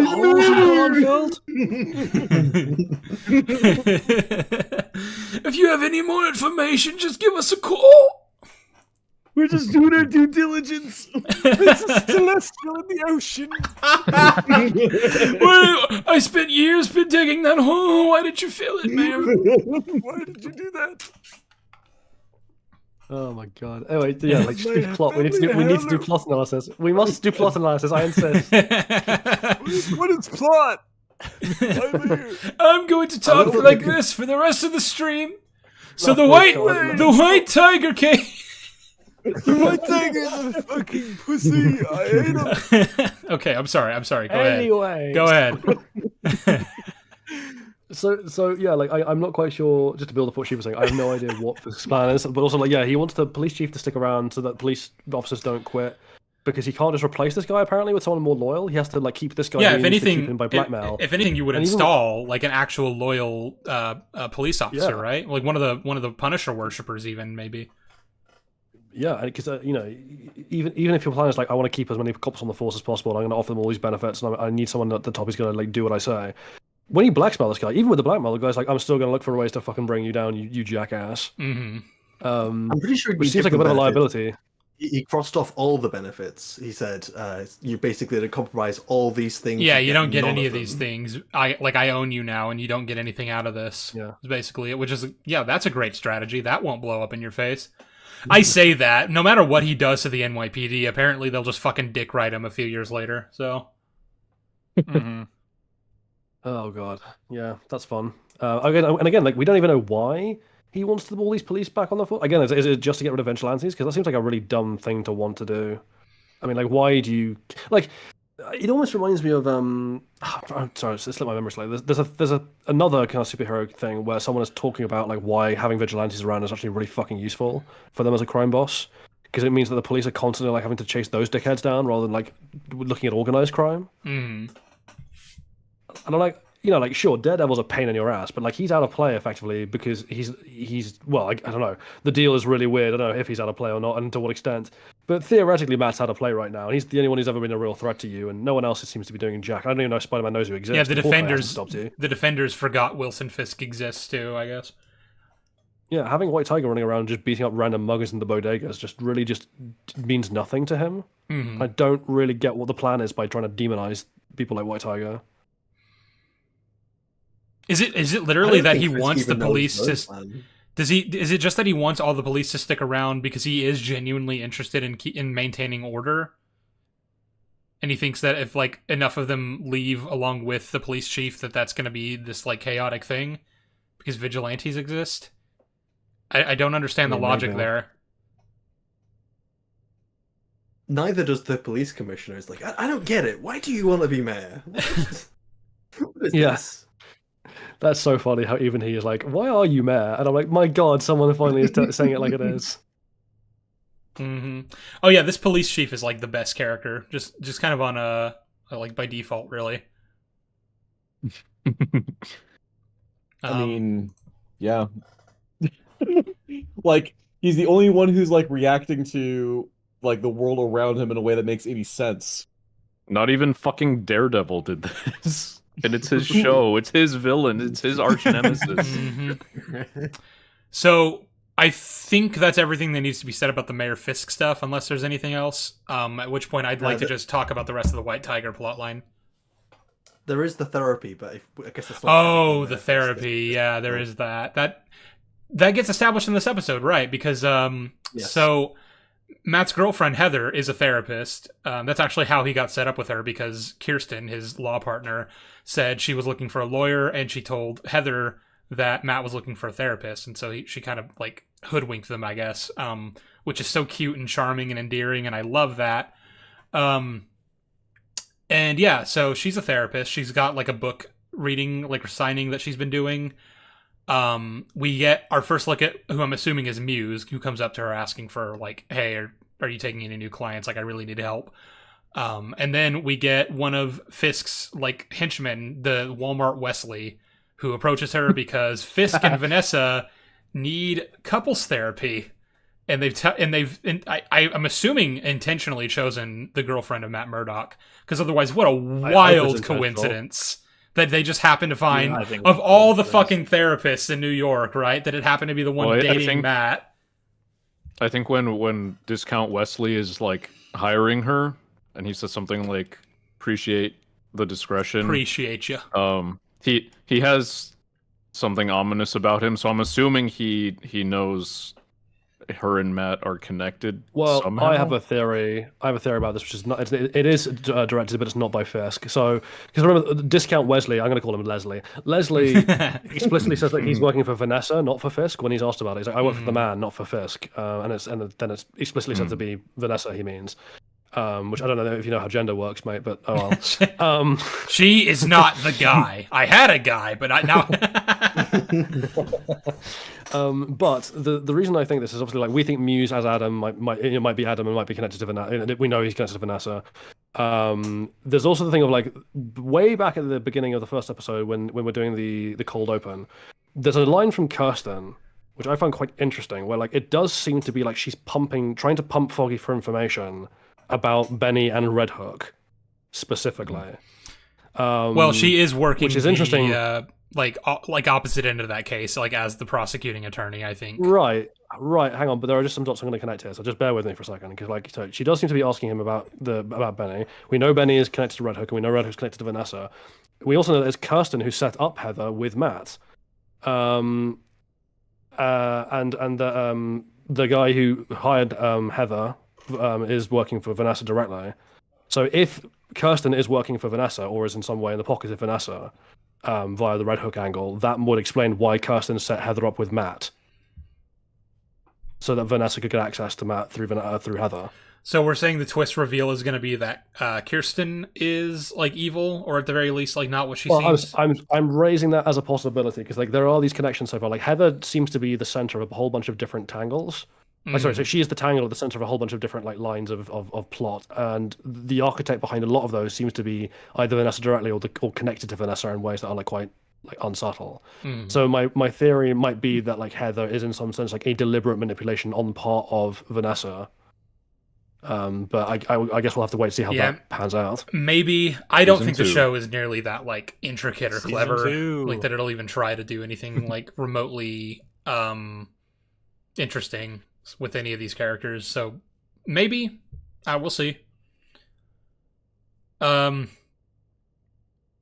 yeah, they're in couples therapy, and I still really don't know what the drama is between Fisk and Vanessa. Like, I guess it's literally just that he fucked off for a year and a half and didn't, I guess, tell her where he was or what he was doing. And that forced her to run the criminal empire all by herself. Which, by the way, did we even mention that really as like she can just do that? Apparently, she can do that. She fucking became like the head of this whole criminal empire. And she's better at it. Yeah, she improved it too from Fisk's way of thinking. Like she made it bulletproof. She said. I don't know where the fuck she learned how to do. I guess there was those many years between season 3 and now where Fisk was operating as the leader of this crime gang. So maybe she was also there and was like watching him and learning from him, and so maybe I don't know. Like, what do you guys think about that? It'd be the only explanation. I feel like. Yeah. Honestly, I think it's just a coincidence. What do you mean? What the fuck do you mean by that? A coincidence that she knows how to run the empire? What are you talking about? No. You know what? Never mind. That was not an answer to my question at all. You were talking about the conspiracy about the... We're on a different topic now. Sorry, I may have spaced out there. Whoa. That was funny. I may have read a comment that was funny and then spaced out thinking about that comic and then just came back. Continue. Well, anyway, I guess professionalism. I think that's the best interpretation you can give, though, for why Vanessa can apparently run this criminal empire so well. She had all those years shadowing Fisk, basically, and learning how to do it, and learning the ins and outs of like the political scheming of all of it. And of course, all the rest of these crime families just like respect her because. I'm assuming she threw the name Fisk at she used that as like to pull her weight basically, and basically like, no, I am the wife of Wilson Fisk, and he may be absent for right now, but you will respect me in his place. Oh sure, but that would make sense. But unfortunately, we have the scene where they're talking about her holding the crime families in episode 1, and she's literally like, Fisk is literally, oh, they respect you, not me. It's like it's you that they're bowing to, and she's like, no, it's because I make them money. And I'm like, okay, but I don't believe that they think you're necessary for that, or when you first started this, I don't believe that they respected you rather than just the idea of like Fisk is behind you. But this is also 2 years into that, because he would have been out of commission as of the end of Hawkeye. Obviously, because then he was bedridden and then he fucked off. So that's 2 whole years basically of her like running this operation without her, or without him rather. Okay. Right, hang on, but like let's just put that into some kind of like timeline, right? Of like Fisk just vanishes one day. He's no longer running the empire, and Vanessa's like, okay, I'm holding the fort down in his absence. Like a year goes by, Fisk is still AWOL. None of her lieutenants are like gunning for that position. I think that Fisk might just be gone. Well, maybe she's more conniving than you think. Maybe she quelled any insurrections. I guess she did. I guess she has talents hitherto unhinted at before the show. Her career as a art curator really did lend to those skills and that knowledge and how to do all that. So, yeah, I think it tracks. I think you're just being mean / sexist. I just think it's a little bit odd. / search. But yeah, so she's been running this for a while. She and Fisk aren't even on the best of terms because it doesn't seem like she is on board with him being mayor, as Jolly pointed out at the end of, or someone pointed out at the end of episode 1. Like she doesn't seem to know why he's doing it. Which I'm right there with you, hun. I'd love to know. I'd love to be roped in on all this. I'd love to get inside his mind a little bit. If only I had Native American magic. And so that's all happening, and it's great, and it does I think lend to what Jolly was saying earlier also about how this was originally a comedy, because like no serious self-respecting show would have the Kingpin and his wife are in couples therapy with Matt's girlfriend, and like the scene plays out in a very comedic way almost, where you're just like, this feels so slapstick. Like I never would have expected a scene like this in the original show. Sheev, I think you said... What? Oh, go ahead. Sorry. I think Sheev said earlier... yes. Fuck, just had a brain fart.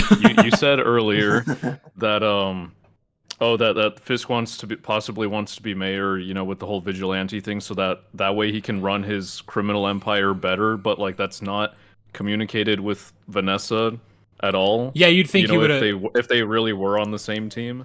Well, in the first episode, he says, I have plans that I cannot tell you about because the haters will sabotage me. And when he tells her, like, I'm going to do a thing, you need to make sure, you keep running the operations, make sure it's bulletproof, like you say. And what I'm going to do is going to, like, make everything better for us, right? Like, it's going to make all that even better. We're going to have more power than we ever did before. But, like, I guess he just doesn't communicate with her at all about, like, what actually he's trying to do and how he plans to do it. Which is very strange to me. It's going to be a romantic surprise, Sheev. You wouldn't get it. Well, a thing that I mentioned, I think, at some point while we in the last couple of weeks that we've been talking about the show is like, I feel like if you're committing to Fisk is like either on a redemption path or at the very least he's become a slightly more well-adjusted, like a better person. Maybe you could even play the angle of that he doesn't entirely trust Vanessa, and that's in large part because she's been running this operation now for 2 years in his absence. And like, however bad she was before, even in season 3, she was ordering the death of Ray Nadim. Like now she's going to be this ruthless crime boss who like can take care of herself and is doing all this herself. Like maybe he recognizes I've created a monster here and I'm not even entirely sure I can trust her. And maybe that's why he's become so distant from her, Maybe that's what's causing all this drama. Of interesting things. Of like, what was Vanessa actually? Was Vanessa actually in love with Fisk, or was she in love with the power that he represented? Yeah. Now that she's wielding it absent of Fisk and has it for herself, is she starting to wonder, like, whether and yeah, maybe I don't want him to come back and take over this operation again, because maybe I like being at the top of the pyramid. Yeah, and maybe she's coming to that realization of just like, like I don't really, I thought I wanted my husband back, but really, I'd rather just have the power, and him being back is just an inconvenience. And like maybe she's going to start to act in ways that actually undermine or even threaten him. Like, how does he deal with that? There's all sorts of interesting things you could do here. No. Just wait for season 2. Season 2. True. Season 2. You don't know writing. As we all know, an entire season of television being bad is justified if the second season is good. That's how that works. Mm-hmm. The Acolyte season 2. Thanks, Twitterberry. True. The Acolyte season 2. It's coming. Oh shit. I've actually had people say to me that, because the production behind the first season was such a shit show, you just kind of have to dismiss it and then just approach season 2 as its own thing. You don't. That's not how that works. Nah. Like you can have all of the meta explanations you want for why it's bad, but at the end of the day, it's bad, and we're going to talk about it now. Unless like writers admit they're like, yeah, we like fucked up with the production, then then it's like, no, unless they I'm beating you to a pulp, unless they were like, all of their fucking scripts were shredded by like monkeys or something, and then the actors were held at gunpoint and forced to ad-lib all of it, then I don't care what happened behind the scenes. I don't think you're allowed to call the She-Hulk writing team that anymore. I think they get upset. My bad. Neanderthals. I think so I don't think the show was originally supposed to be a comedy, only because like the show has a pattern of using really lazy excuses to just exposit information. Like the BB report is just a lazy excuse to tell you exactly what the city thinks, and I think which I think is really clunky, and I hate it. Yeah, and I think the therapy scenes fall under that same sort of umbrella of this is lazy. This is just really easy to exposit information of how these two characters feel that we don't really have to put any work into. So we're just gonna run it like this. It's so bad. You're probably right. Is the thing, like, because it is easy. Like, the BB Report. It's just a documentary with. By the way, we haven't brought this up yet, but there's fucking bird shots in the BB Report. And the birds are CGI because birds. Disney doesn't know what birds are. Anyway, like it's like even the you can tell by the dialogue in the BB Report that they're just writing down what these people are supposed to think rather than like showing an interesting or nuanced perspective of how people live in New York in a city where vigilantes are prevalent. And it's the same with these counseling scenes.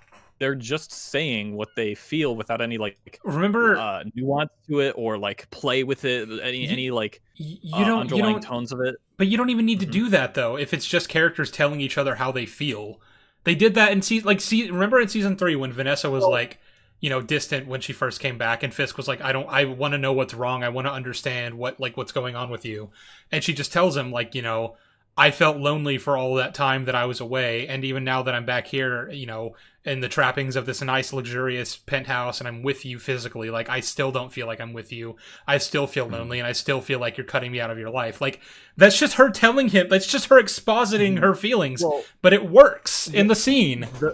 The easiest, the thing about the therapy is the easiest thing that you can have down the line is just have someone tell them both how to feel, or what the theme of the show is. It's pretty much Yoda in The Last Jedi. Heather is just Yoda, and she's eventually going to tell them what to think. And she's going to tell them that the greatest teacher failure is, and that they are what we grow beyond. We are what they grow beyond. That's the line. And then she's going to tell them that the real holes you need to fill are within. Fisk is going to be like, holy shit, that's deep, man. Holy shit? Okay. Holy shit. Oh, yeah. And then Andrew then he'll be like, wait, deep. Deep is for whole. Oh my god, I've become what I saw to destroy. Fuck. He couldn't kill himself because then he'd be putting a hole in his head. Oh shit. Well, he's done it before.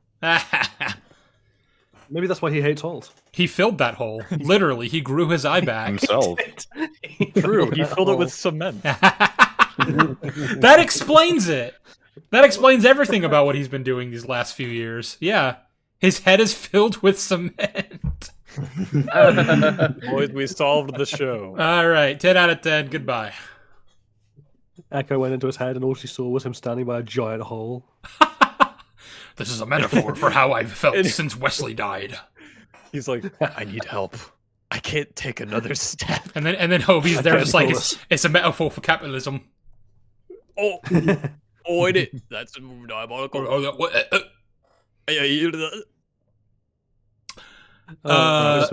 Yeah, so the Fisk, that's all the Fisk stuff, and it's great. Obviously, it goes without saying.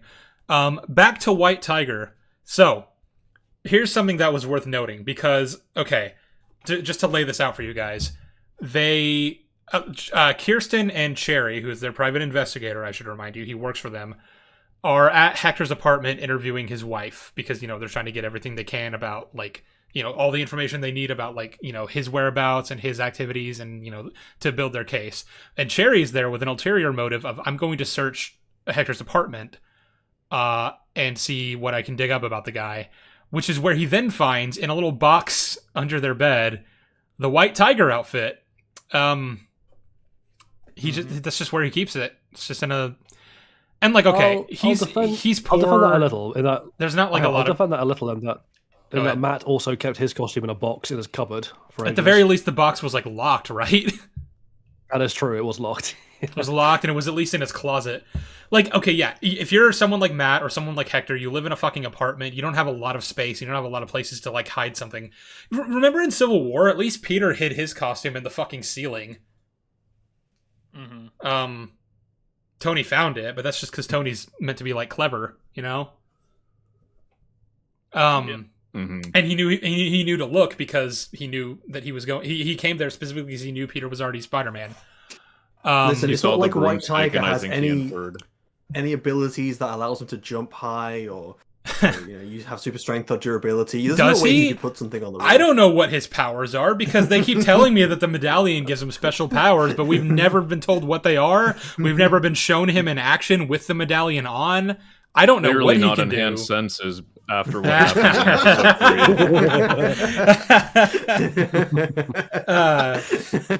And like, okay, that's Cherry finding the suit. Like, whatever. I take a little bit of issue with that, but like, that's not even the point that I want to make. Because the point I want to make is when we were first watching the episode, it seemed to basically just cut to like Matt arguing with the judge as well as the DA Hochberg about the fact that Hector is White Tiger, as they just already know that. And I remember thinking, are we saying that Matt gave them that information despite the fact that he had no legal obligation to do because of attorney-client privilege? Because if so, why the fuck would he do that? But then, when I was rewatching the episode, I took note of a line that was said between Matt and Hector when he visited him in prison, where he says, like, if I found this, then the DA's office will find it too. And I think, because first of all, I don't think that doesn't make any sense. I don't know why they would have. But then B, I think that's the show saying that's how Hochberg and then by extension the judge found out about the White Tiger thing. Maybe like the show is ambiguous about it. It is horseshit because like I don't know why there would ever be a case, like a context where they, like the DA got access to his home to find the suit. Like, even if they put, like, a search warrant out for his apartment, which I don't think they would have done that because I don't see why they would have felt the need to. But then B, even if they did... Well, they wouldn't get grounds for it because, like, you have to go and get a judge to sign off on a warrant. And the judge's like, well, why? What's the purpose of the warrant? And they're like, well, he attacked 2 cops in a subway. Yeah, so it's like... And the cops are saying it was random and unprovoked. And I'm like, well, then why do you need to have access to his house? Yeah, so why would you need access to his house? That's point one. But even if they were able to get a warrant and actually search the place, I kind of just don't believe that his wife didn't hide the suit in a spot that was, maybe just like bring it to a friend's house or something, or like to her parents, somewhere that's not in the apartment that will be found if the place is searched by police. I'm surprised, given how much she seems to hate White Tiger as an idea. It's the point that it's actively straining their marriage, and now that Hector's in custody, she didn't take the opportunity to burn it or bin it. Yeah, or like at the very least, like whatever like drama is happening between her and Hector, like as a result of the strain that's been put on their marriage by White Tiger, you don't want to exacerbate that by allowing the authorities to find out about it. So like you're going to hide that, right? Right. So we don't have neither option is good because either Matt produced that information to the judge and to the DA, which he did not need to do, and it only would have hurt his case, or at least should have, and we'll get to that.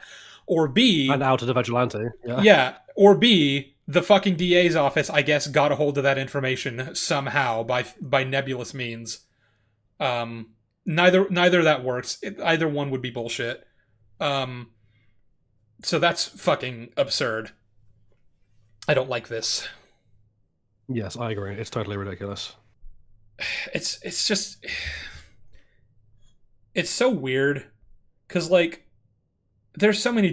Like, again, if you had just had it to be that as White Tiger, he got arrested for the, like, manslaughter of a cop, then that immediately exonerates all of this, because now everyone... It's like, it's part of the case already, and it's public knowledge, at least to the DA and to the judge and everyone involved in the case, that this is White Tiger.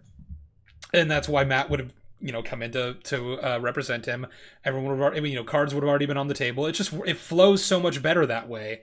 But they couldn't just do it that way, and I don't understand why.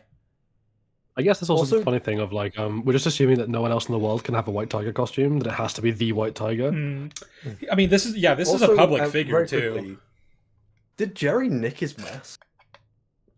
Yeah. Sorry. Did Cherry nick his mask? Just up and nicked it. I guess he would have had to, because Matt had it. He brought it to the prison to show Hector, which, I mean, why would you do that? No, he didn't take it to the prison. He'd had the phone, I thought. Don't they search you when you go into prisons? Oh, he had a picture of it on his phone, I think. I don't think he had... He had a video of him fighting crime and said, you're the White But apparently, Tiger. But I mean, Cherry did clearly take it, because obviously Matt has it in the next episode for the greatest scene in television history, so... Yeah. What are you talking about? It's good writing. You're just a hater.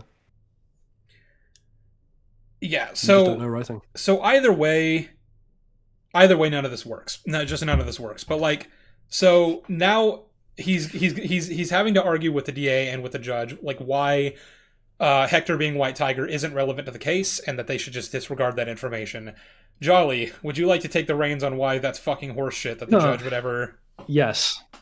So, Southpaw and I were discussing this before the stream started, and that like there is what I think the show is going for is the kind of idea that just because you've committed a crime elsewhere doesn't actually mean that it's if it's not relevant to the crime you're currently committing, then it's not open season for prosecutions to bring it up because it can unfairly prejudice the jury. Like if I shoplifted in like London, say, and then I got caught shoplifting 3 years later in New York. The prosecutor cannot just be like, oh well, he's shoplifted in London once, therefore it must be him this time, because that is a biasing of the jury and it's got nothing. It doesn't prove one way or the other. I actually did it in this case, right? The problem is like that doesn't. And they seem to want to apply that logic to the White Tiger thing. Like, oh, just because he's a White Tiger and beats up people on the regular, doesn't actually mean that it has nothing to do with the altercation with the cops, and therefore it's not relevant, and therefore Matt has the judge bar it from just being discussed in the courtroom by the prosecution or by the defense or by anyone basically. That doesn't follow though, because in this instance, the idea, because the cop story is this guy randomly came out of nowhere and started beating on us in a subway. Mm-hmm. And so therefore the fact that he is a vigilante who wanders around beating random people is going to be a massive reason that the prosecution are going to use for why he did that. Mm-hmm. No. So you cannot just have it thrown out because Matt has decided it's not relevant somehow. Okay, so Joel, are you done? Can I step in here? I am done. Okay. So, Jolly has outlined why it's absurd that the judge has ordered to suppress this. I just wanted to highlight, of course, that in the discovery process, the defense and the prosecution have to be transparent with each other about what they will be presenting in court, whether it's like evidence or witnesses, basically. And this is how these types of disputes over, like, whether we can suppress this sort of thing is brought up in the first place. It's worth noting that it is through Matt's request that this specific detail about who Hector is gets suppressed from the court, so the prosecution may not use it. This is going to be extremely relevant for when we talk about the next episode. Yep. So now that I've mentioned that, let's just move on. Okay. Yeah, it doesn't make sense that the judge wouldn't would just be like, yeah, we can dismiss that as evidence in this case. Like, that's fucking horse shit, and it doesn't make sense.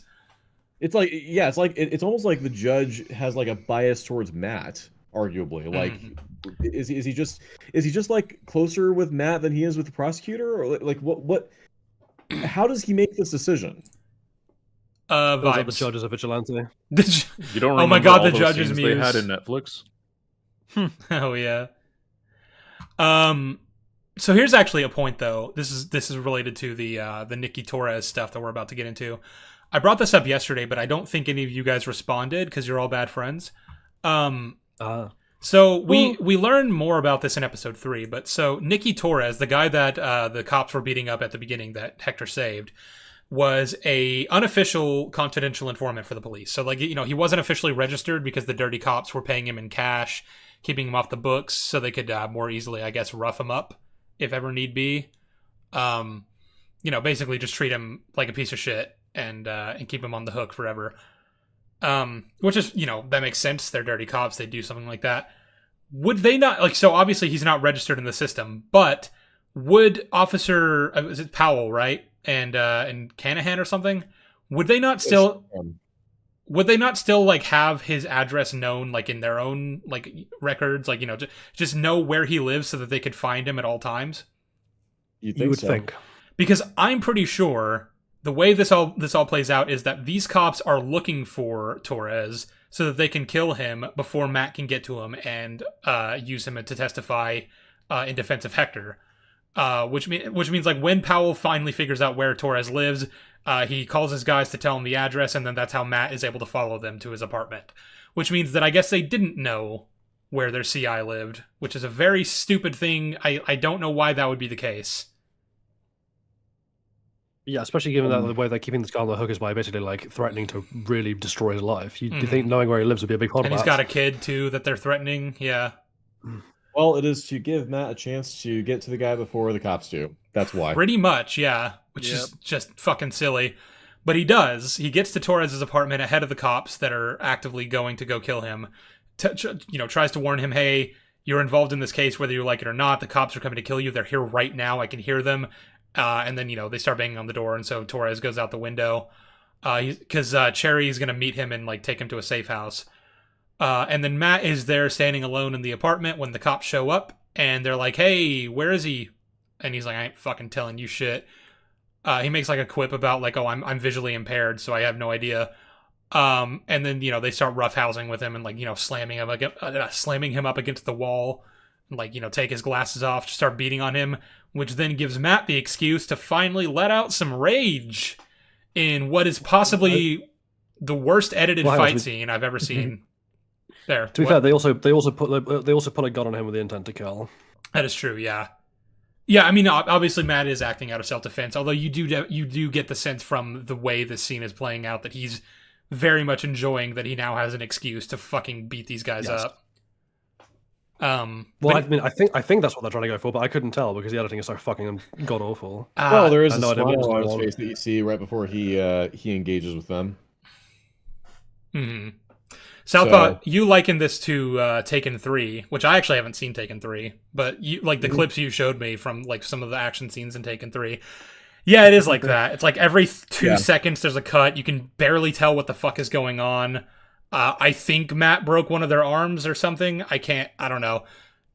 He slams. You say every 2 seconds there's a cut? Yeah. No, it's not. It's not really every 2 generous. seconds. Yeah, I would say it's like every 2 microseconds. Yeah. Yeah, I'd say there's like 2 cuts per second. Yeah, honestly, like I was underselling it. It's really shit. It's really just jankily edited. It's not a good fight. For some reason, people were pointing out that scene specifically as like, you guys are acting like these fight scenes are so bad. Like, look, what about this scene? And I'm like, this is the worst one on the show. What are you talking about? It's terrible. Yeah, and they then like try to cite the like that Grayson guy cites the Fisk versus Daredevil fight at the end of season 1 is like, I can clearly tell what's happening here.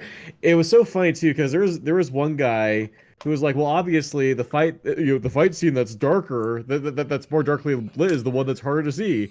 And so I just pulled I pulled the fucking Skyfall fight, like the silhouette fight, the one. Mm-hmm. It's like, this one is darker than either of the Daredevil fights. You mean to tell me that this one is hard to tell what's going on than either of these fights? Also, the piss filter is over the camera again with this scene. Well, the fight's happening in Mexico, so... Yeah, true. They teleported. They're on the border. I would say that, like, I also love the use of the snapping neck noise, the sound effect when Matt barrels one of them into the floor. Which again, the next episode will reveal that none of these guys are dead. But like, I don't believe you. Technically it is true. You can survive a broken neck, but the problem with that is like A, it's unlikely, and B, snapping neck noises when you slam people into the floor like that head first have just become sort of cinematic shorthand for this guy is dead. Yeah. So it's a really bad sound effect to use if you want to be like, this guy's alive next episode and not have the audience be confused. Unfortunately, we have a problem of like, obviously Matt can't kill these guys because that only further damages him in the whole no kill rule thing. But like, if they survive, which they do, and we know this definitively because of episode 3, we now have the issue of there's a bunch of corrupt cops out there, like these Punisher worshipping cops, who know that Matt is more than just an unassuming blind lawyer because he just beat the fucking shit out of them.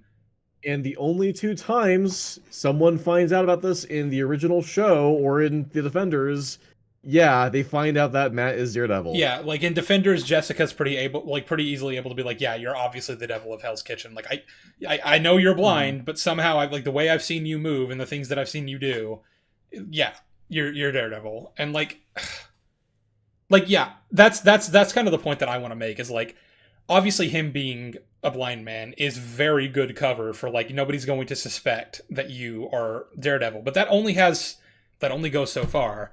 Because at some point the evidence is kind of just too overwhelming. Like, say, for example, this lawyer who is known for like representing vigilantes and pioneering for their freedoms, who's like, especially been adamant against public figures like Wilson Fisk, who is a known enemy of Daredevil. Like all these things that would kind of click into place once you realize, oh, he can fucking fight, and is clearly keeping that a secret for some reason. He's Daredevil. Like, you're cops. You can figure this shit out. Come on. Achieve. They're stupid. They are stupid. True. Cops are pigs.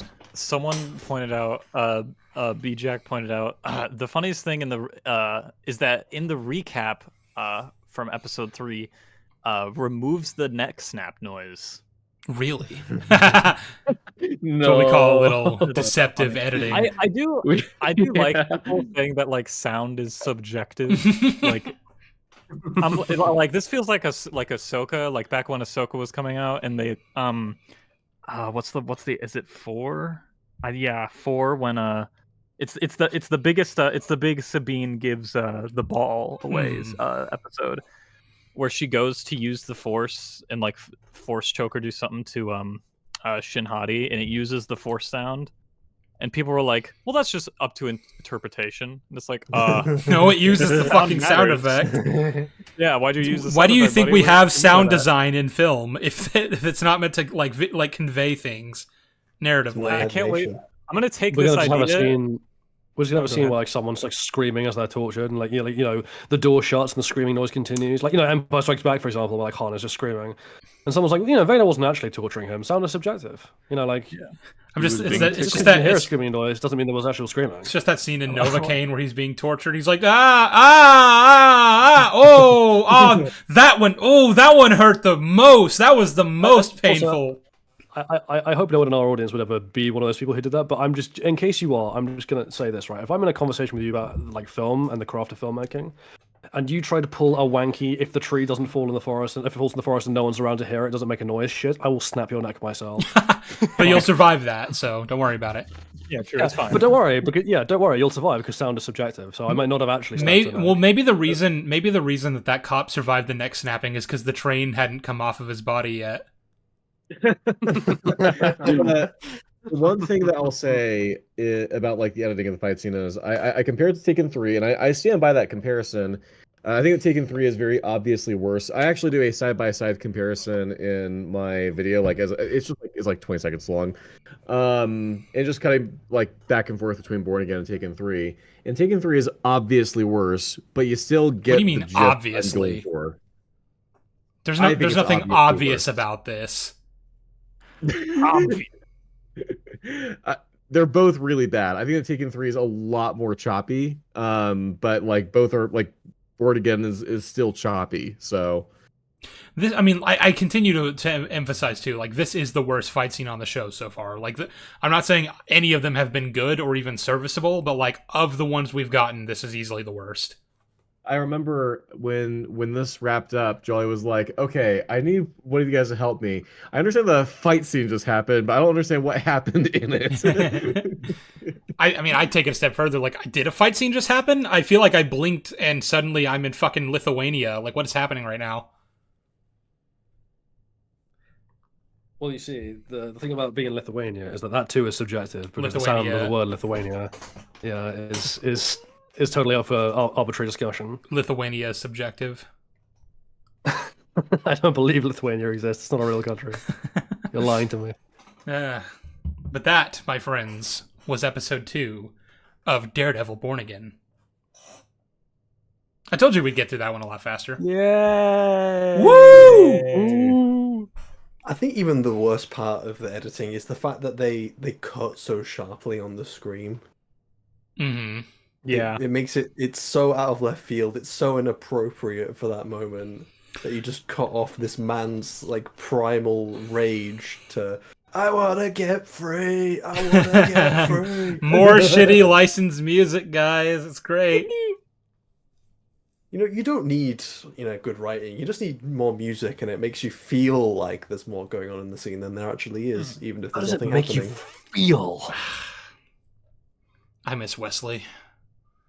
I miss him a lot. Frogman. Wesley would understand my need to fill holes. So episode 3. Episode 3. This is the good one, right? This is the one that is really good. Courtroom drama stuff. I mean, like everyone on Twitter told me it was great. So yeah, I kind of want to preface with this also that this is one of the ones that I think a lot of the normies aren't happy with because there's no action scenes in it. You know us, you guys should know us well enough by now. We don't give a fuck about that. We think this episode is piss because it's fucking piss. Because nothing about it works on even the most like basic fundamental levels. I don't give a shit that there wasn't an action scene in it. I don't. So, that out of the way. That straw man debunked before it's even said. We can get into it. Well, I think you're lying, Sheev. Well, My name is Birdman. I think that your horns are too short, so... Well, I think that not Penny Parker, little MJ Jr. or whatever the fuck her name is, being dropped from a bullet train into space is fine. I went to space! Junior. Went to space! Small risk. The other day, Sheev, I found out that Comic Legend actually has that entire like coverage of Colin downloaded, and he like watches it regularly because he finds our coverage of Colin so funny. Oh yeah, that's cool. I like that. So neat to I'm hear. glad he gets to hear me crash out regularly. yeah, We went to space. they went to space. Okay, so. Me spending half that stream working out exactly how fast that train is going on the way to the moon.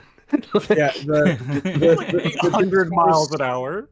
The discourse about not enough action in episode 3 reminds me of that of people complaining about that one episode of Mando season 3, I think it is.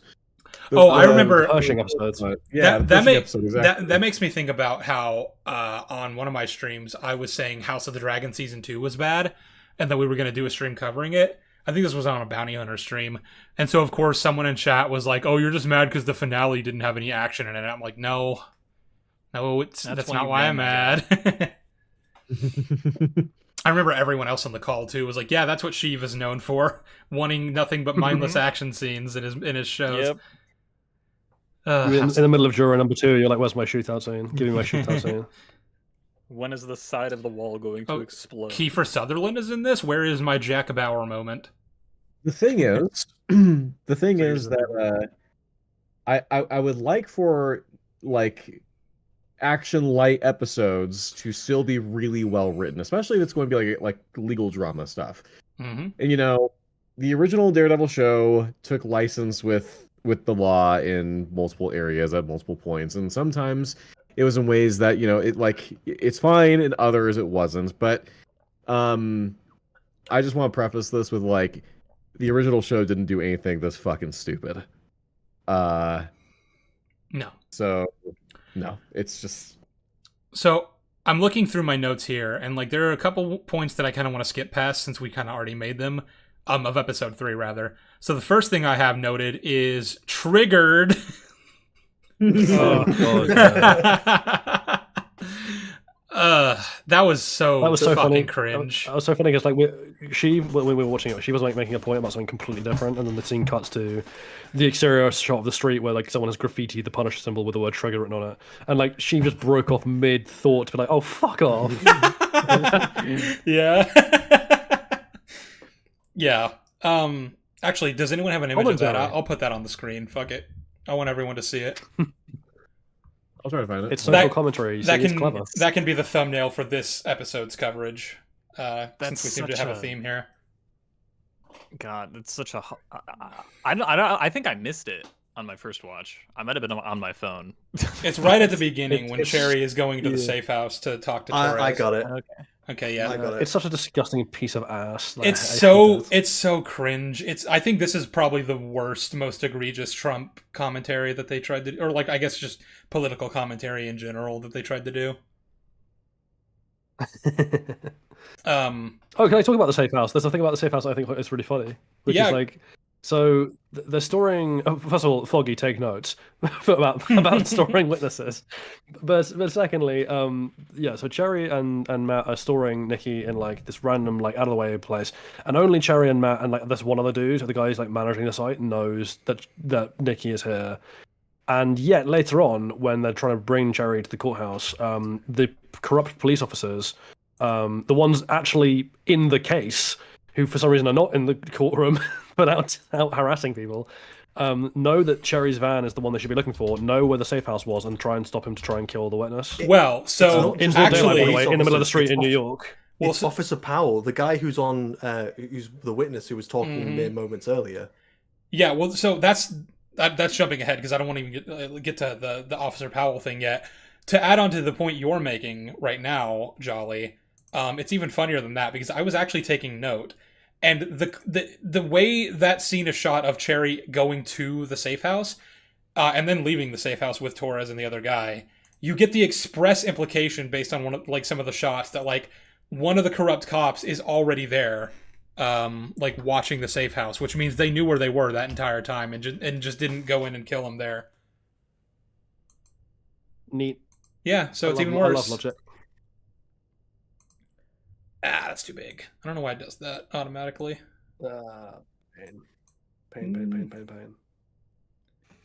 Pain. Chat, I want 5 big booms in the chat for Officer Powell. Can we get 5 big booms? Yeah, this is I think it's basically the shot that I have on screen here, where like you see what seems to be the perspective of like a car across the street looking at the safe house, and then you get that exact same shot, like POV shot again later when they're leaving the safe house. That indicates to me that that's how the cops knew where they were, because they somehow found the safe house and then just didn't storm it and kill Torres. Don't know why. I also don't know why. Okay, so there's a few things about this whole operation as well, from like Matt and Cherry's side of it, where in order to calm Torres' nerves so that he can testify, he gives him cocaine. Yeah. Right. Oh yeah. No. I wanna clarify something. So witnesses actually don't take a drug test before they take the stand, but there's a big but. If they are like tweaking out on the stand and the judge and the prosecutor and the jury can see this, that's going to destroy their credibility and the admissibility of their testimony. Honestly, I'm just more shocked at the idea that they don't get drug tested before testifying. Like, you think they would be, right? No, they don't. They don't. I specifically looked that up after the watch party was done just to double check, because we talk about this in the watch party. We assume so. It's that, but we're incorrect in that sense. However, again, if they're clearly like under the influence of drugs on the stand, and the jury can see that, and the judge can see that, and the prosecutor can see that, yeah, that's going to fuck with their credibility, basically, and the admissibility of their testimony. Mm-hmm. So for Matt to be okay with this guy being given a dose of drugs to snort before taking the stand is fucking crazy. Mm-hmm. So there's that. And then there's also the fact that for some reason they didn't have Cherry transport Torres to the courthouse like earlier. So that by the time it comes when Matt needs Torres to come up and testify, they end up like sitting there with their dicks in their hands, just waiting, basically. And like, everyone's getting impatient. Like, where's your client, Mr. Murdoch? And he's like, he'll be here shortly. And I'm just like, why was he not already just safely at the courthouse waiting in the wings, basically? Because the courthouse has places that keep star witnesses like safe and under protection, right? Maybe Matt just didn't trust that the security guard in question wouldn't be another like Punisher worshiper, I guess. Probably. But like, just have Cherry keep an eye on him then.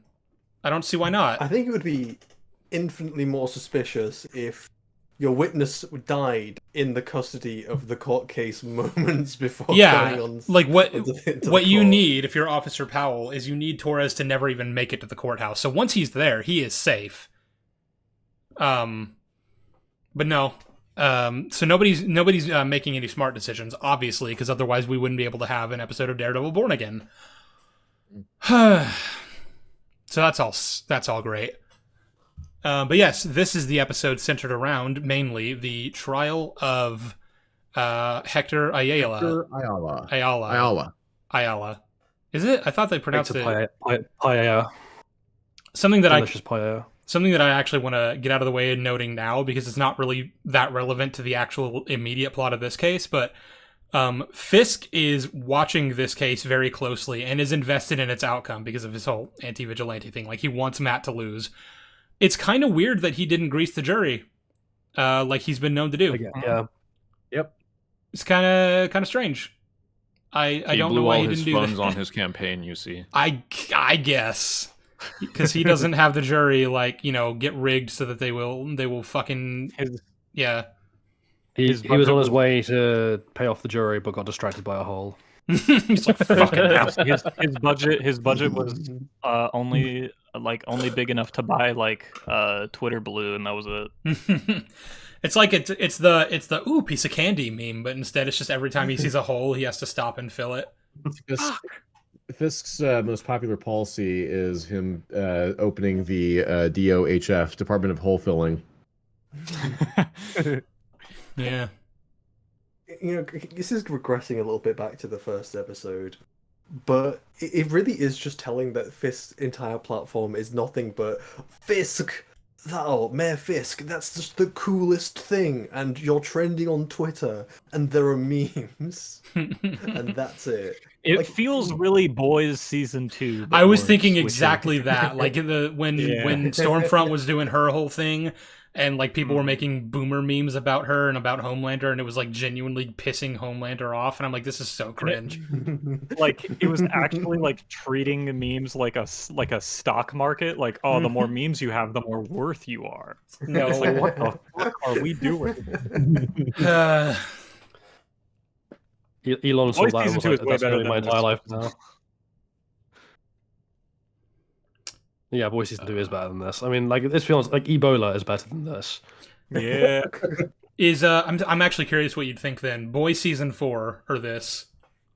Oh, that's a tie. They're both fucking horrendous. You know what? I might even give that to Boys Season 4. At least Boys Season 4 has some things that make sense in that. True. Fucking hell. For now. Listen, this show might... I'm saying that about a season of television that has flying piranha sheep. Goated. I still get so many comments that are like, "You're wrong," and I'm like, "This is not the hill to die on. It's The Boys. Find something else. Get a job. Why don't you get a job, Butcher?" I hear Fisk needs someone to fill his holes. That's Joel's cut. But yeah, so what happens next is they do get Torres onto the stand so that he can testify that Hector was that he was there, first of all, being beaten up by those cops, and that Hector saved him. Unfortunately for Matt, what happens instead is Torres is scared that the cops are going to hurt his son and like the people like him, so he lies. He lies after confirming that he was a CI, by the way. So keep that in mind for a point we want to make later. But he lies. An illegal CI. Well, yeah. he just says that he was a CI, but like that's going to be a point that's worth bringing up later when it's revealed to us, the audience, as well as to the characters. Yeah, he's not registered as a CI. So keep that in mind. But the main point for right now is he lies and says he wasn't there at the subway tunnel on New Year's Eve, which, as far as Matt's concerned, means he's got nothing left in his case. The case is just over now. He's got nothing left. Southpaw. Like this. Okay, well, you can. Okay. It's just Southpaw was saying he really wanted to talk about a lot of the legal stuff, so I'll kind of let you guys tag team it if you'd like. All right, Southpaw, do you mind if I take this one to start off with? Because you're going to have more to say when it comes to the big thing. Yeah. So Jolly, I think that you've done a really great job at like sort of essentially recapping what happens, and then I'll, I guess, take the lead when it comes to talking about the legal ramifications of this. All right. Right. So there's two things about this that are quite funny. The first is that like Matt doesn't do the kind of witness prep that he normally would have done, like he did with Grotto, for example, in Daredevil season 2, which is like you just have to convince this guy that like that yeah, it's scary, but like if you walk out of this courtroom and the guys in question don't go to jail, you will die. They will kill you. Regardless, we're gonna rush your son out of danger. Whatever has to happen behind closed doors, but you have to testify because it's that or die. Instead, Matt apparently didn't do any prep with Nick other than to give him fucking cocaine. Because Matt is as we know, a really great lawyer in his own words. But the other thing about this, and I can't believe that The Dark Knight did this better because The Dark Knight is a terrible movie, but when you are a witness, it's not just that like you get up on a stand and no one knows what the crux of what you're going to say is going to be. Like Matt would have to submit to the court, even if it's at the same time, a written statement of what the witness is testifying about and for, like what the purpose of this witness is in terms of Matt's case. the second that Nikki goes off script and starts being like, no, I'm not actually what I said I was in this written statement, and like, and starts acting in ways contrary to the legal position that Matt is holding as the defense, he is a hostile witness, and legally Matt can then immediately appeal the judge to treat Nikki as a hostile witness, which he does to Punisher in season 2, when that's his client. Yeah. Absolutely something he's done before, but for some reason Matt just decides that he doesn't, maybe he just forgets about the Iron Fleet, but he just doesn't decides he just can't do that.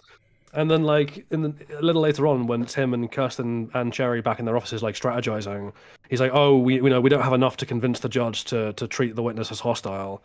And I'm like, what do you mean? He is a hostile witness. You don't need evidence for that. Like, he's contrary to the legal position he was called in defense of. Yeah. And contrary to the submitted statements. Kirsten, so he is a hostile witness. Kirsten says that in like the implication of her wording, at least, is that like they don't have enough to treat him as hostile because they don't have a paper trail of him being a CI, which I don't understand how those two things are supposed to connect those two at things all. Don't follow. Yeah, those are two completely unrelated things that they've sewn together, and it really confused me when I was doing my rewatch. Yeah. The CI thing is also fascinating because, because with Nikki, quote unquote, taken out of play because they just won't use him as a hostile witness for whatever reason, they're like, the only way to prove anything about this is to is to prove that Nikki is a CI, even though he's already admitted on the stand he is. And they're like, but there's no paper trail. I'm like, but the fact that there's no paper trail and he's legally admitted under oath that he is a CI for these guys means that the entire case, because remember, there's apparently no camera footage, which means this entire court case boils down to a he said, she said between Hector and this corrupt cop, right? Now, the Matt's thing is like, well, they're obviously going to side with the cop because the cop is a cop. And I'm like, but you've just proven on the stand that this cop has an illegal CI that he's purposely kept and suspiciously kept off the books, and who suddenly started acting hostile, contrary to what he was sworn in to say, the second he saw the cop staring at him in the courtroom.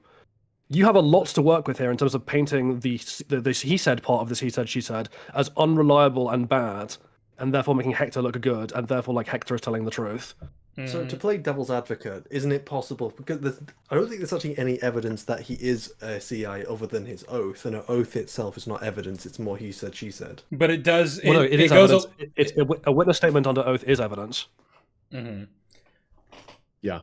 I mean, it also just goes a long way in convincing the jury that, like, this is a guy who just admitted on, like, under oath, for threat of perjury, that he is a confidential informant for the police, and the fact that there's no paper trail for that is really bad for the cop that is supposedly his handler. It makes him look really untrustworthy and corrupt. Yeah, because some of this is going to be contingent on what the jury is swayed by in terms, logically, and those two things do not make Officer Powell look good in their eyes. Yeah, and let's be honest, like he was acting like a real sleazebag in the witness stand. It's not going to be hard for Matt to provoke the guy into incriminating himself or making himself look bad. Like, because again, this is frankly, they keep on saying that like Matt has no hope, but this is a murder charge. Like, to convict someone of first-degree murder, you have to prove beyond reasonable doubt. And this is just a he said, she said, where where the cop in question has a fucking off-the-book CI and is a sleazebag with a he's acting like a dick in the chair. This should not be hard to find reasonable doubt. And yet, what happens is Matt immediately starts to try to grill Nikki without, first, of course, asking the judge to treat him as a hostile witness. He's told to stand down. And then when the judge asks him what he wants to do next, he just withdraws the witness. Yeah. Which is just like, okay, so Matt had plenty of options here, as Jolly's outlined here. And he just basically fucked over his own client. It's like he's throwing the case. Yeah. But, according to Spider-Man No Way Home, he's a really good lawyer. So, I get so much mileage out of that clip. Yeah, I was going to say, I feel like everyone here who's making a video about Born Again, which I think is everyone except for Shiney, is going to get a lot of mileage out of that clip. I'm using that clip at least 4 times in this video. In this one section of this video, mind you, it's not really spread out. It's like over like a 10-minute segment of this like near 40-minute video. You guys are going to get sick of hearing those words if you watch all of our videos. You say that I've already gotten sick because the joke I pulled in terms of the editing is like every time it's played, I play it at a slightly lower like speed and pitch. And like by the end, he's like, "Oh, I'm a really good lawyer. I'm a good lawyer. I'm a good lawyer. I'm a good lawyer." Would you guys believe me though when I say this isn't even remotely the worst thing that Matt does as a lawyer in this episode?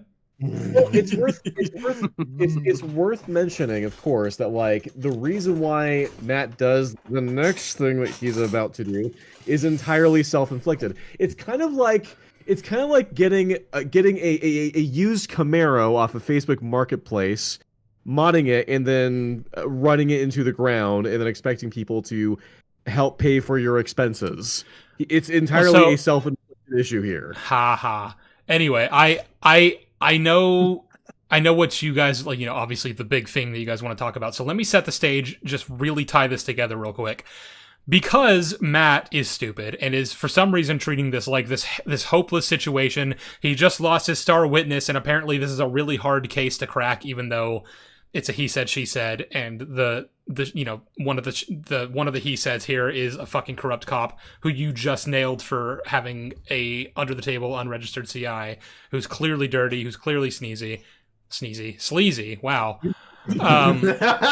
You have all these things. You have all these things. A really bad cold. You have all these things going in Matt's favor, but he's acting like he needs a Hail Mary pass, and so that's why he does what he's about to do next.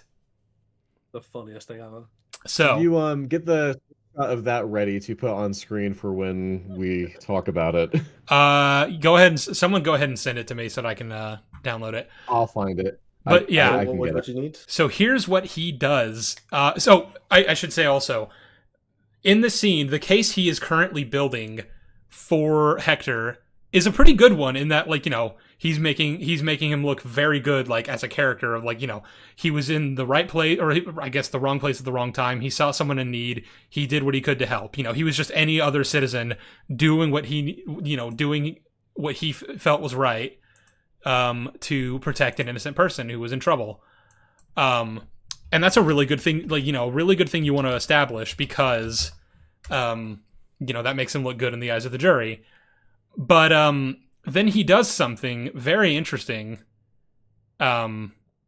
which is that he keeps talking. He says, you protect people a lot, don't you? And Hector's like, I'm not really sure what you mean by that, but yeah, and then like we watching it, and then also the characters in universe like Cherry and Kirsten realized what Matt was setting up, and we were all just collectively begging him not to because it's so stupid. He goes ahead and reaches into his bag, and he pulls out the White Tiger mask and outs him as the White Tiger in front of everyone in the court.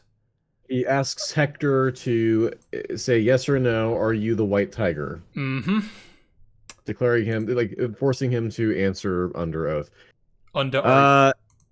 Under oath. Okay, so I'd like to talk about a couple of things. So, just to disclose here, I'm not a lawyer. I'm not a law student. I do study up on the law, like, sort of on my own time. I have a fairly expensive monthly subscription to a service that enables me to ask questions to lawyers that are not covered under attorney-client privilege. But, if I've got a question about how the law functions, I can ask them and get it done, get an answer pretty easily. Get it done, or I'm failing you. Done. Yeah. So a couple of things. When we were talking about the previous episode, we were talking about the discovery process and the decision that the judge makes for some reason to suppress the information that Hector is the White Tiger from the court, basically, and from the jury. So, and again, that's Matt's request. Obviously, the prosecution would like to be able to use that, but Matt gets that suppressed because somehow he gets. Yeah, but because he gets that suppressed, the prosecution, of course, does not prepare their arguments, factoring this in at all. So for Matt to then decide, he's going to go ahead and reveal that Hector is the White Tiger, because he's got no other options, allegedly, is a violation of the discovery process. Yeah. This was not evidence that was like submitted through proper legal channels. This was not disclosed to the prosecution that this was evidence that Matt was going to point out. So even though the prosecution does and the judge already know about this, this does violate the discovery process technically, and it would result in Matt being, at minimum, charged with contempt of court, and very having his likely license suspended while pending further investigation, if not disbarred entirely. Well, here's the thing: is like that's just talking about the discovery process, but there's another thing that this spits in the face of, which is attorney-client privilege. Yep. So I want to quickly just harken back to this comment that was in your chat from Jose Daniel Lee a little earlier. He's putting this guy on blast. Oh my god. It's not something that is protected on by attorney-client privilege if the judge and the opposing lawyer also know. Oh yes, it is. That's not true. Again, so they have to submit. They basically have to enter the evidence that they are going to present in court through proper legal channels, so that they are able to prepare for what the other is going to say. Otherwise, we have a trial by ambush, basically. Now, the reason why these things are bad is because, it's so funny. I have some personal experience with really thin evidence being used to declare that I'm a bad person. But when you poke holes into that supposed evidence, it turns out, oh, this is actually false.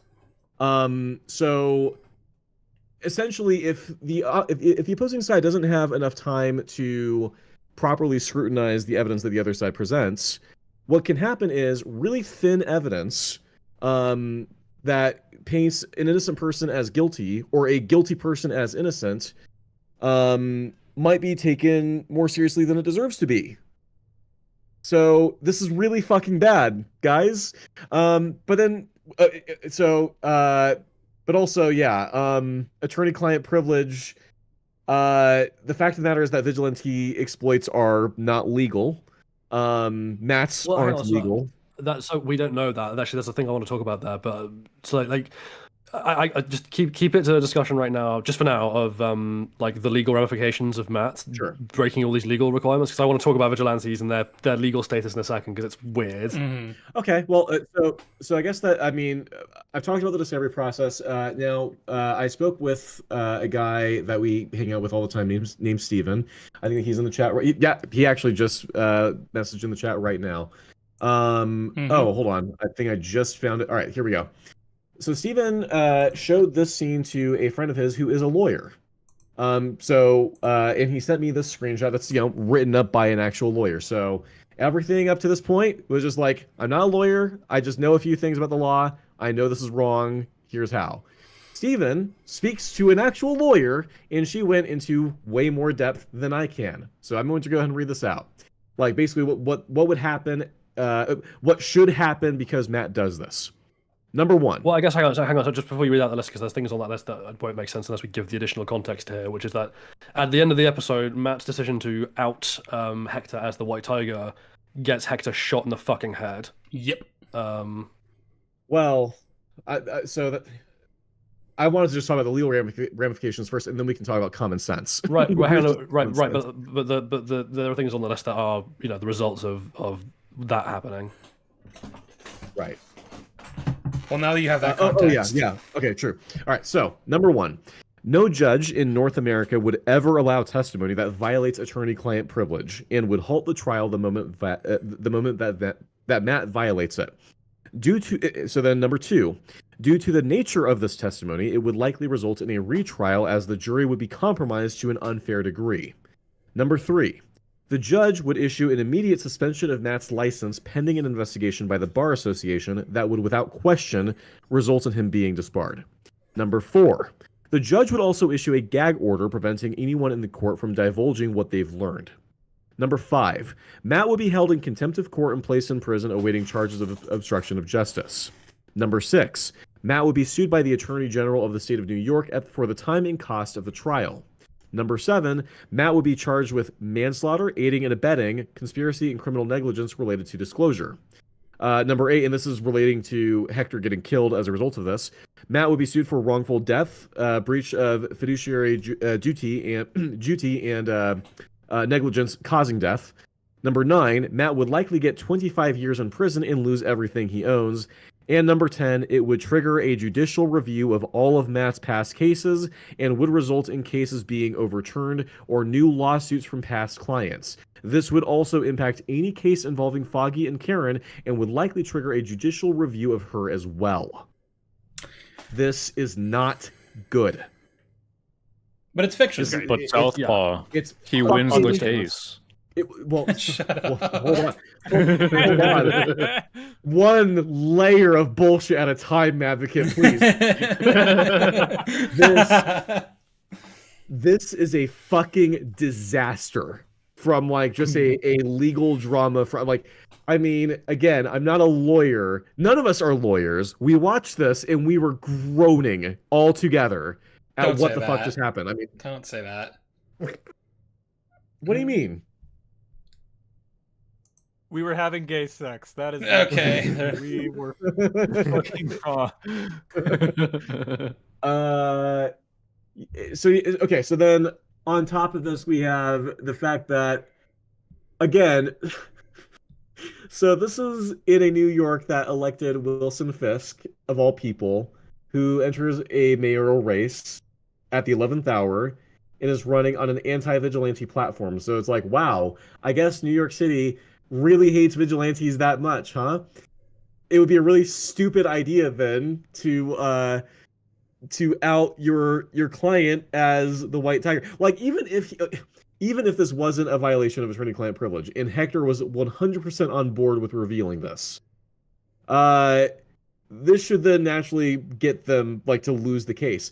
Especially because, Sheev, you mentioned that like Fisk should grease the jury as he is known to do. Mm-hmm. I mean, honestly, the likelihood that there is a plurality of jurors who voted for Fisk on that issue is really high.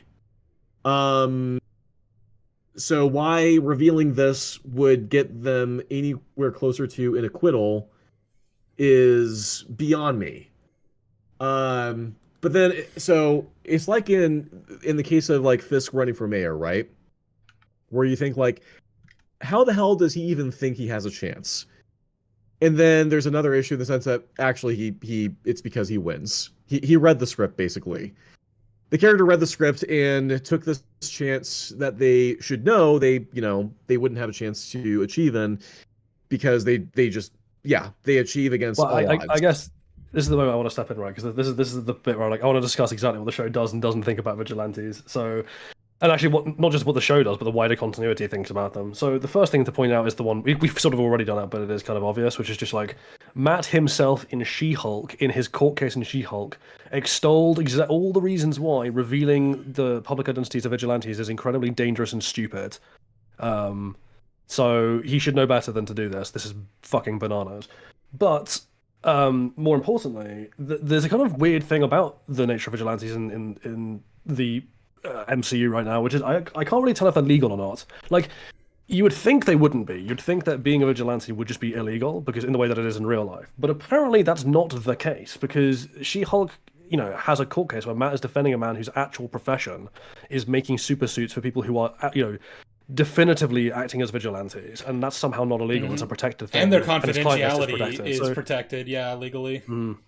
Yeah, which implies that at the very least, these vigilantes operate in a legal grey zone where what they're doing is not actually illegal, even if it might not be like particularly popular. And the specific thing Matt even says in response to the reasons for why that's acceptable is because the Sokovia Accords have been repealed. Now, backstory for those who think Civil War is good or who didn't watch it, the Sokovia Accords was the attempt by the UN to force all superheroes under a United Nations governed legal framework. So, like, superheroes which had previously been given free reign would now be put under an official umbrella of government oversight with their, names and identities registered with the government. This apparently was repealed sometime after the blip, presumably because, I don't know, the governments were in such chaos that they needed the Avengers to have way more latitude in terms of helping out, and so that was repealed to allow for that, and that's opened up this legal grey zone for other smaller scale vigilantes. I'm not quite sure, but that seems to be the implication. But the problem with this again is that Matt seems to bring up the White Tiger thing as though he's revealing that Hector is like an undercover cop.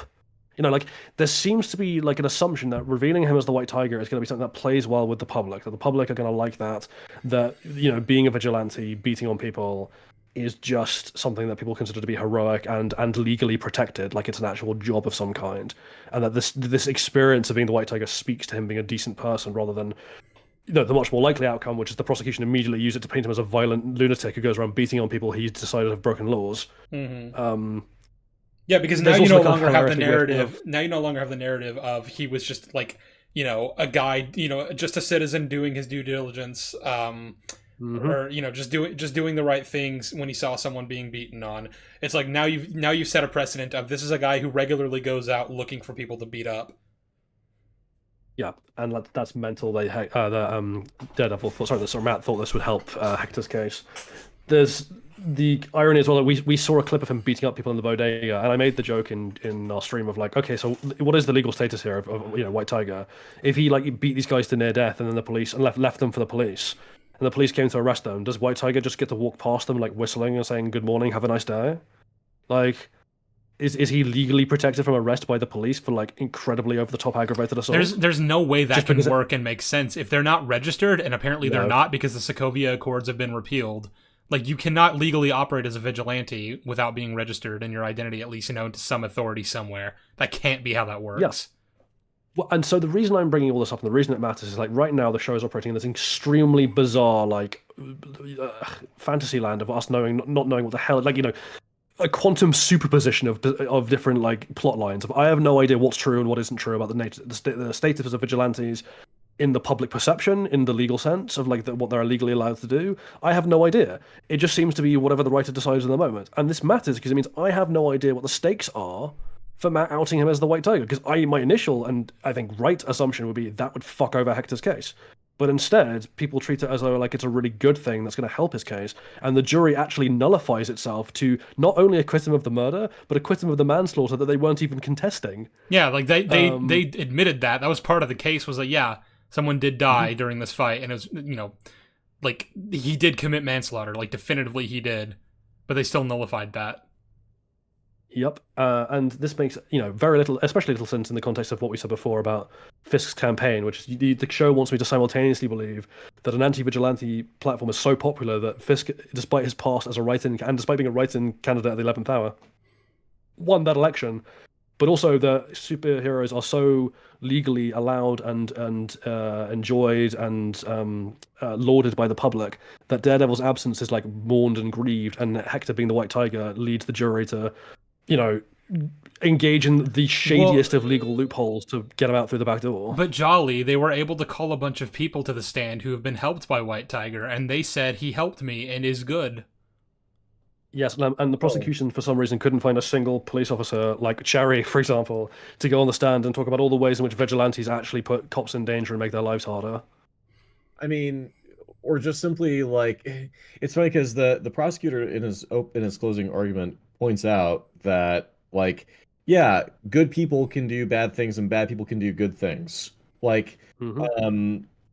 That's where he's got to lean here, right? Because all these character witnesses are simply talking about different anecdotes, from different times where the White Tiger has helped them. That's not relevant to whether he's guilty in this particular incident. Yeah, all that is relevant is that this is a man who dresses up in a tiger costume with a so-called mystic amulet and beats on people. Yeah. We also, because we've joked about it, but we haven't actually said the context, and I just want to say because it's really funny.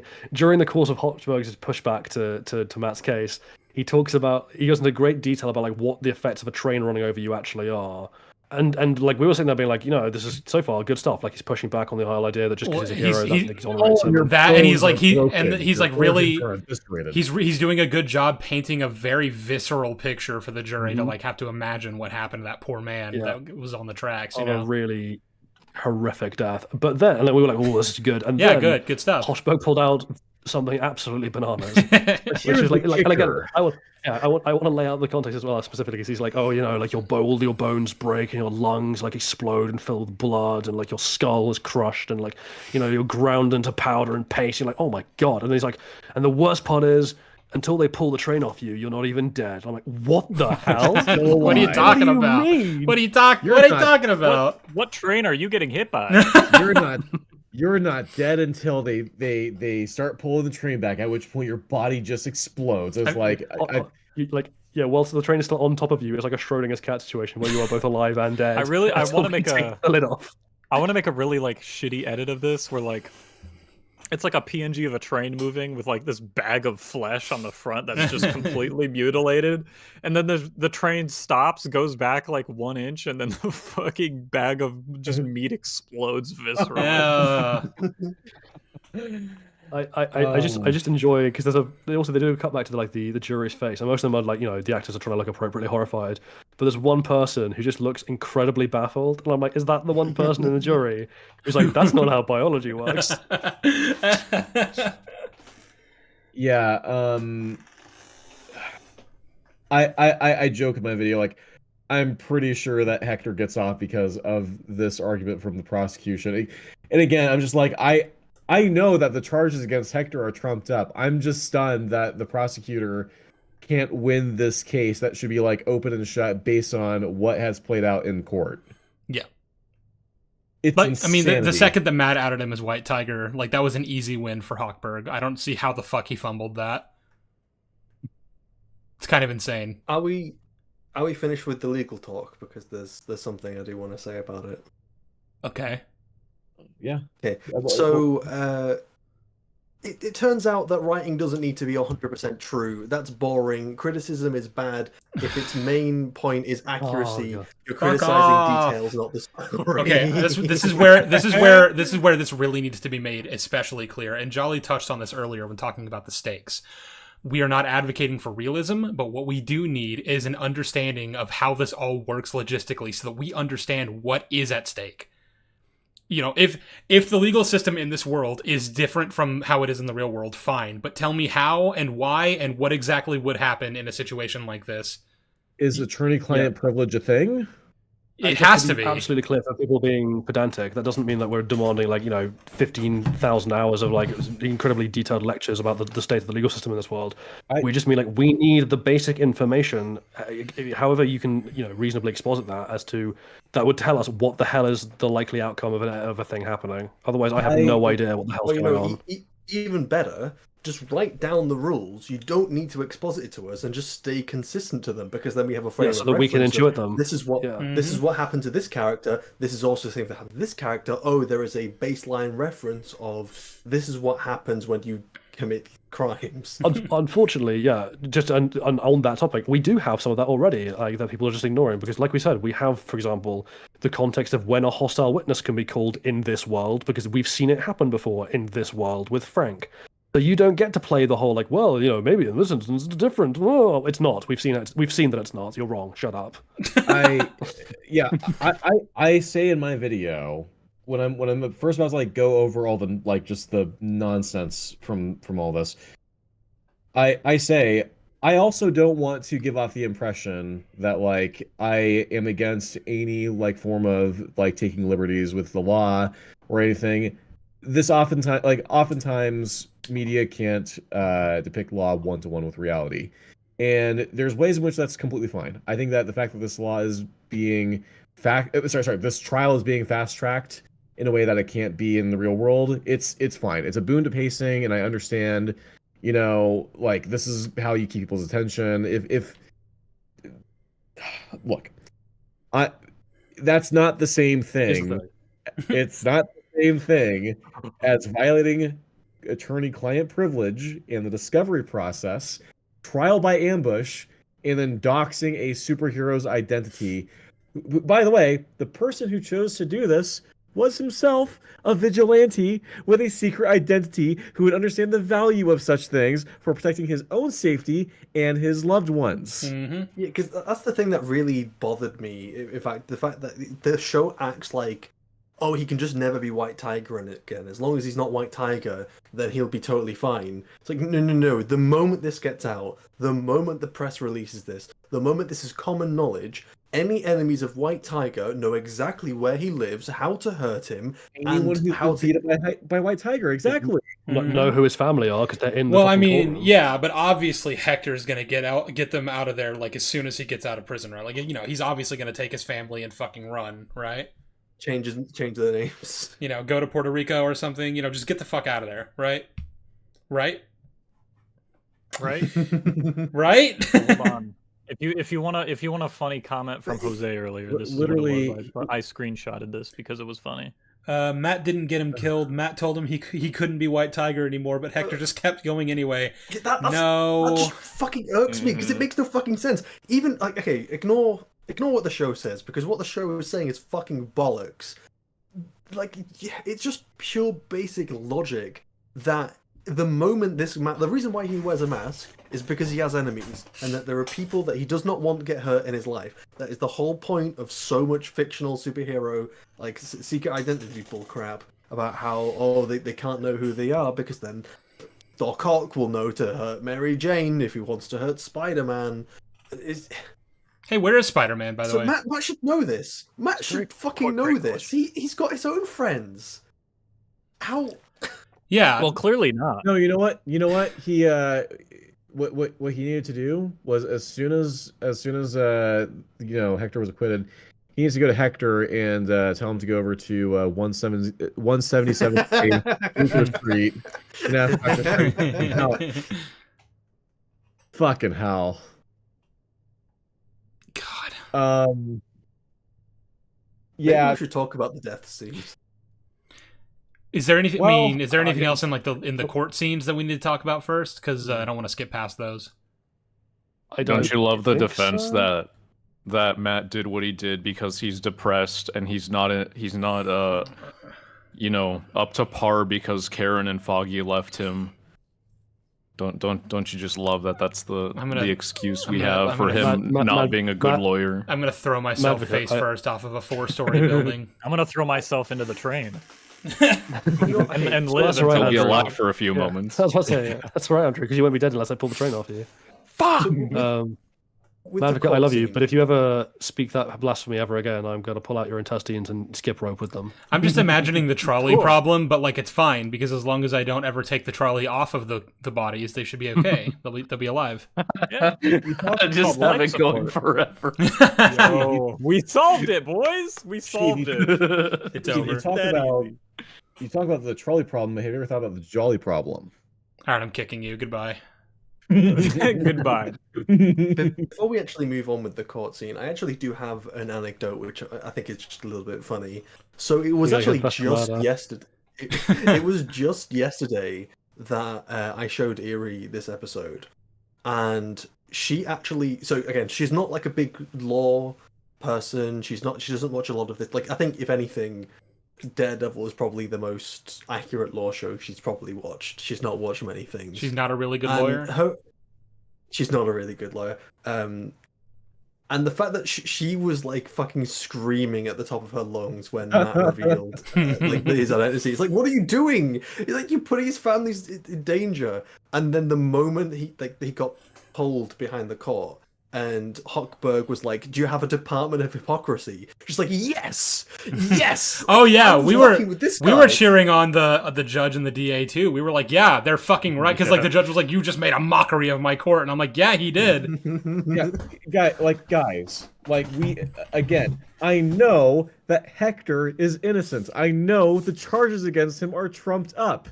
And yet, I'm still rooting for the prosecutor. If I was the prosecutor, I'm like, this is some absolute bullshit.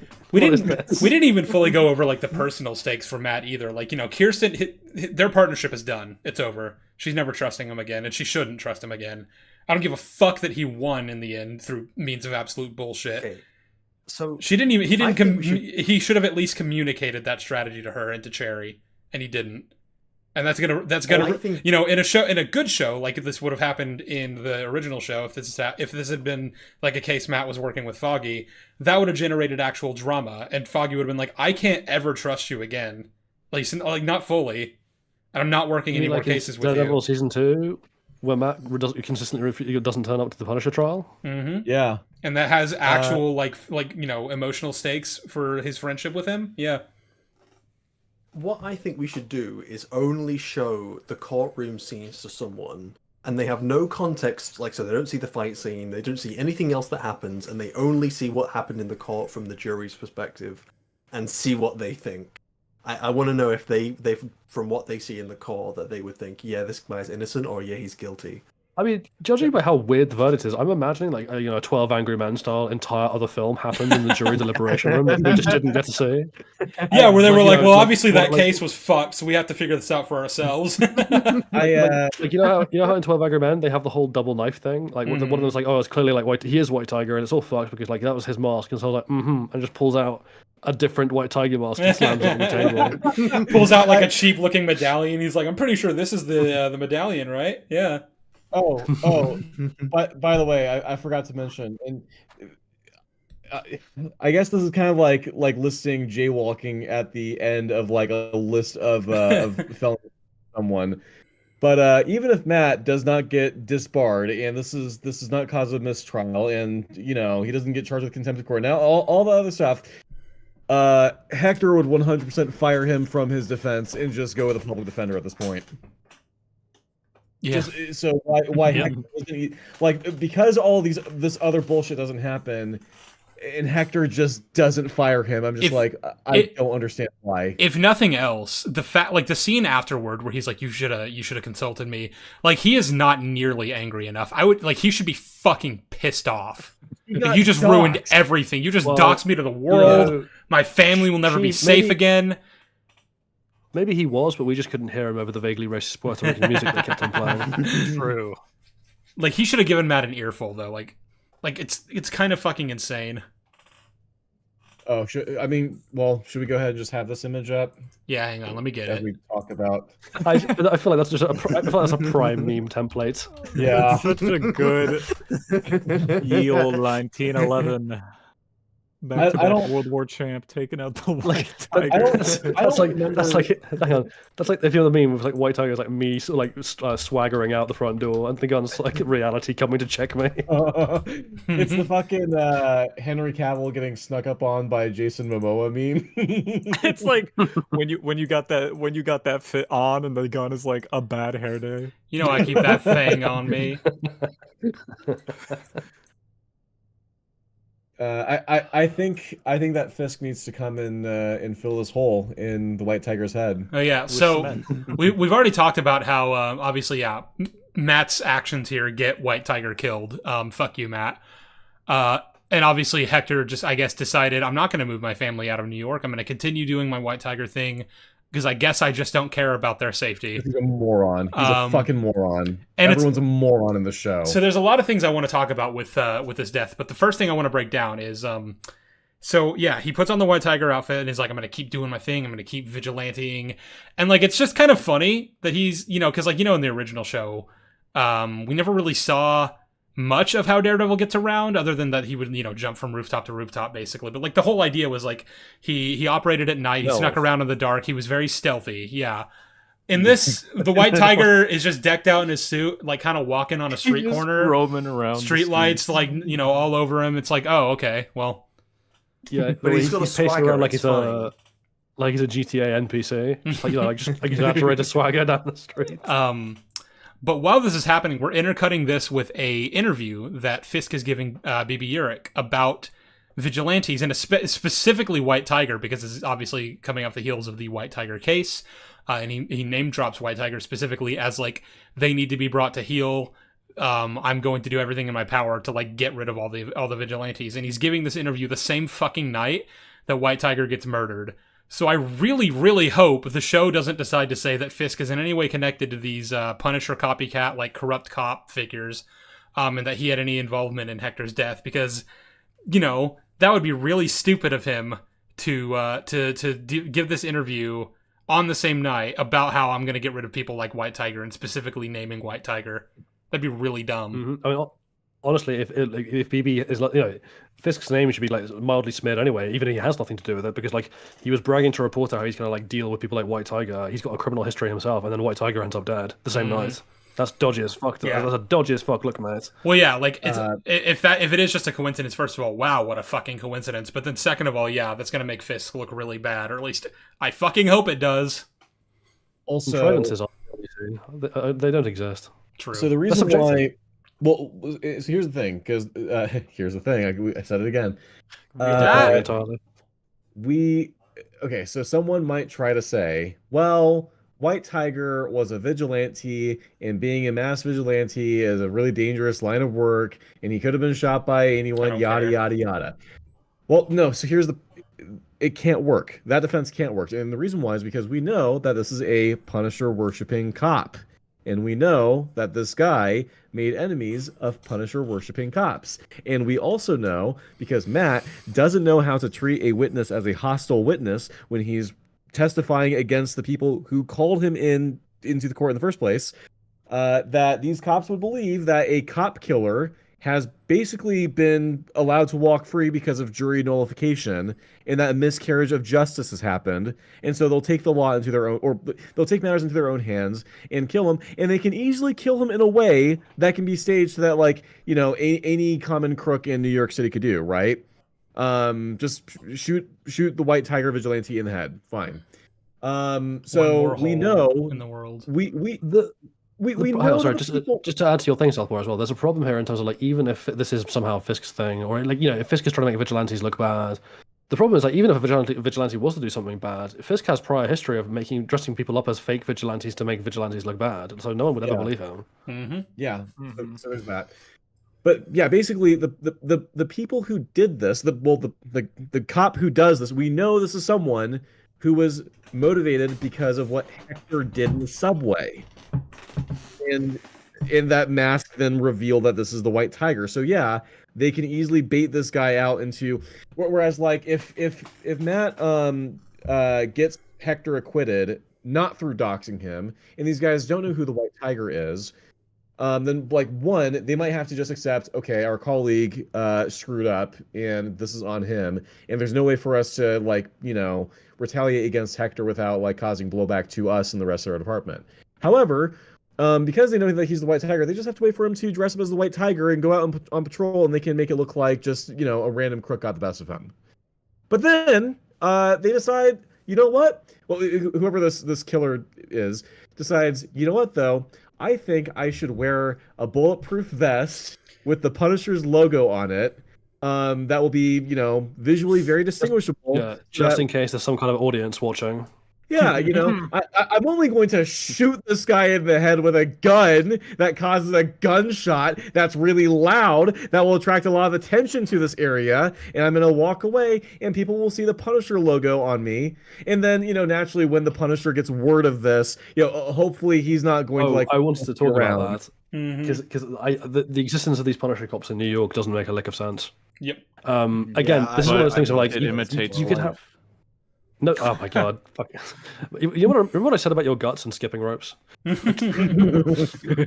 So the thing about this is, like, this could work in any other city in this franchise except for New York, right? Like, I could fully believe that cops elsewhere outside of New York might have heard of Frank, and the dickheads among them might...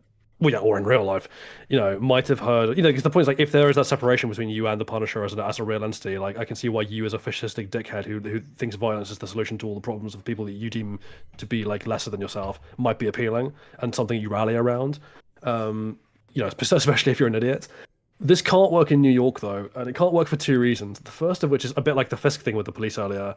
The Punisher was, as far as the cops are concerned, the Punisher is a cop killer and a DA killer of their brethren. Like, cops do not like cop killers at all. That the fucking this episode makes a fucking point about that, actually. Mm-hmm. Yeah. Frank is really not flavor of the month of the NYPD, and I do not believe, again, even if you had a younger generation of cops who weren't there when Frank did all these killings of cops who idolized him. If you're walking around the police station with a fucking Punisher logo tattooed on your neck, and people who lost friends or know people who lost friends to Punisher see that on you, you're gonna get the shit kicked out of you. oh my god. Mm-hmm. And then the second point of why this can't work in New York is like Frank lives in New York. And I'm sorry, but the idea that Frank has not heard or seen anything of a bunch of like Punisher logo wielding jackass fascistic jackbooted cops murdering people and doing all sorts of terrible criminal activities in his name is nuts. Because he would hear about that and he would fucking kill them immediately. Yep.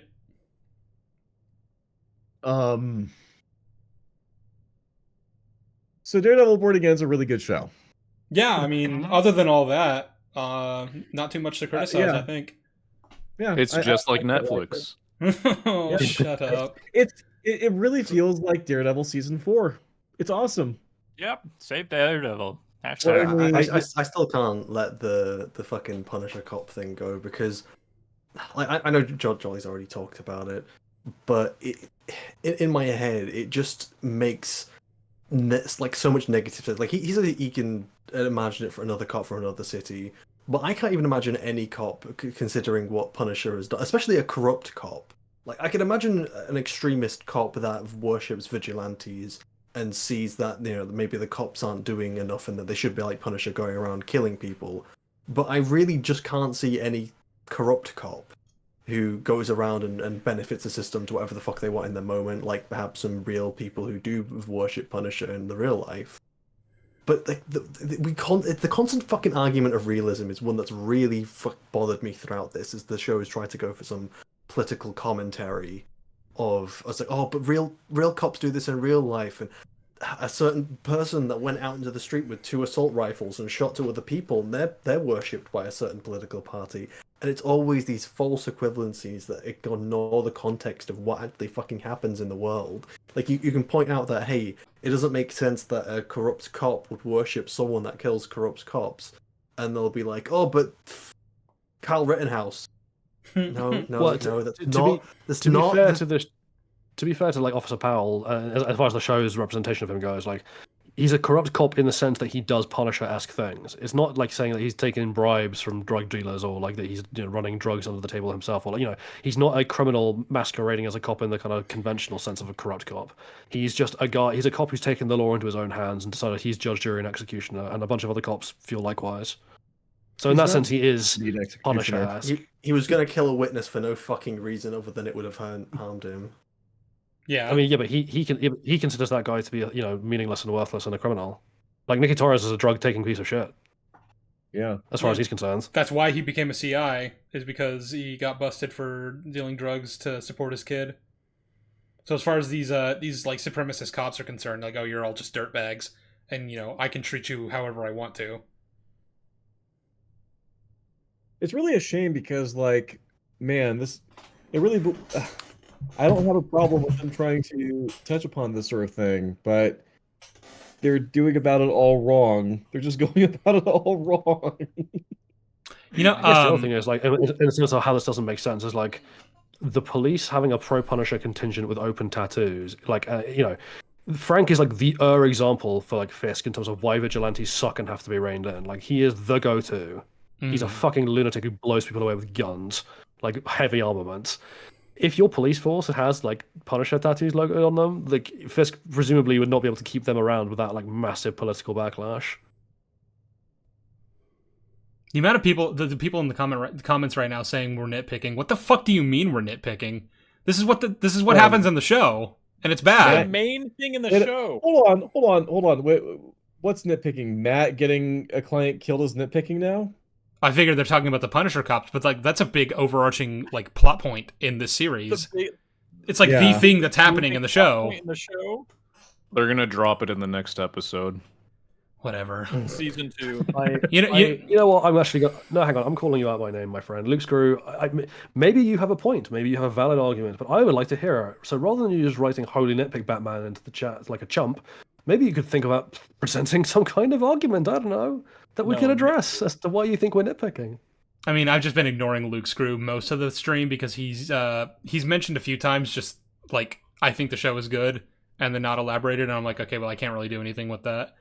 But then him just coming in and saying we're nitpicking is like, okay, well, he's doing a Poindexter, like just causes chaos, does not elaborate. It's hard. That's really hard. Speaking of Dexter though, Poindexter rather, not the other Dexter from the Dexter show. I don't know why you would think I was talking about Dexter. Anyway, speaking of him, there's a point you made, Jolly, that reminded me of another thing that we kind of skipped over from episode 1 in terms of like Fisk's association with Dex. And having employed him once upon a time as a fake vigilante. He uses Dex's attack on Josie's bar as an example of like, these vigilantes are crazy. Rah, rah, rah. And like, I talked to Jolly and the other guys about this a little bit when in terms of like, obviously the other ones, all of you. There's Jolly and there's the sub people, the other people which I talk to occasionally. Them. I talked to Jolly and Thing about the whole the thing, like we are the thing, like, you know, Dex obviously isn't a vigilante, and I don't know how we're even defining it in that way, but like obviously the underlying thing there is just that like the people of New York who would vote for someone like Fisk are stupid enough to hear someone like Dex be called a vigilante and actually just believe that. So that's one point, but like the other thing too is like, oh yeah, Dex who publicly, like, everyone knows he is the one behind the Josie's Bar attack, is a known associate of Fisk's and has worked for him in the past. So using him as vigilantes. Yeah, using him as your example of vigilantes are bad is kind of fucking insane. And the fact that anyone listened to that and was like, "Oh yeah, this guy's making points," is just fucking crazy. Like, I don't believe that. Sounds like it is. Oh, shut up. I heard he wants to take off someone's head with a car door. Isn't that cool? How do they know about that? The writers forgot Dex wasn't wearing the Daredevil suit for this season. It's just all fucking crazy. Like, none of this shit works, and I don't understand. We are only 3 episodes in. Mm-hmm. I also, just to point out how bad the show looks, look at the picture on stream and just look at the lighting on his head. Like, tell me how that makes sense. God, Look at the top of his head. Look at the top of his head. Look at me when I'm on a fucking green screen and not when I am life. in a real location.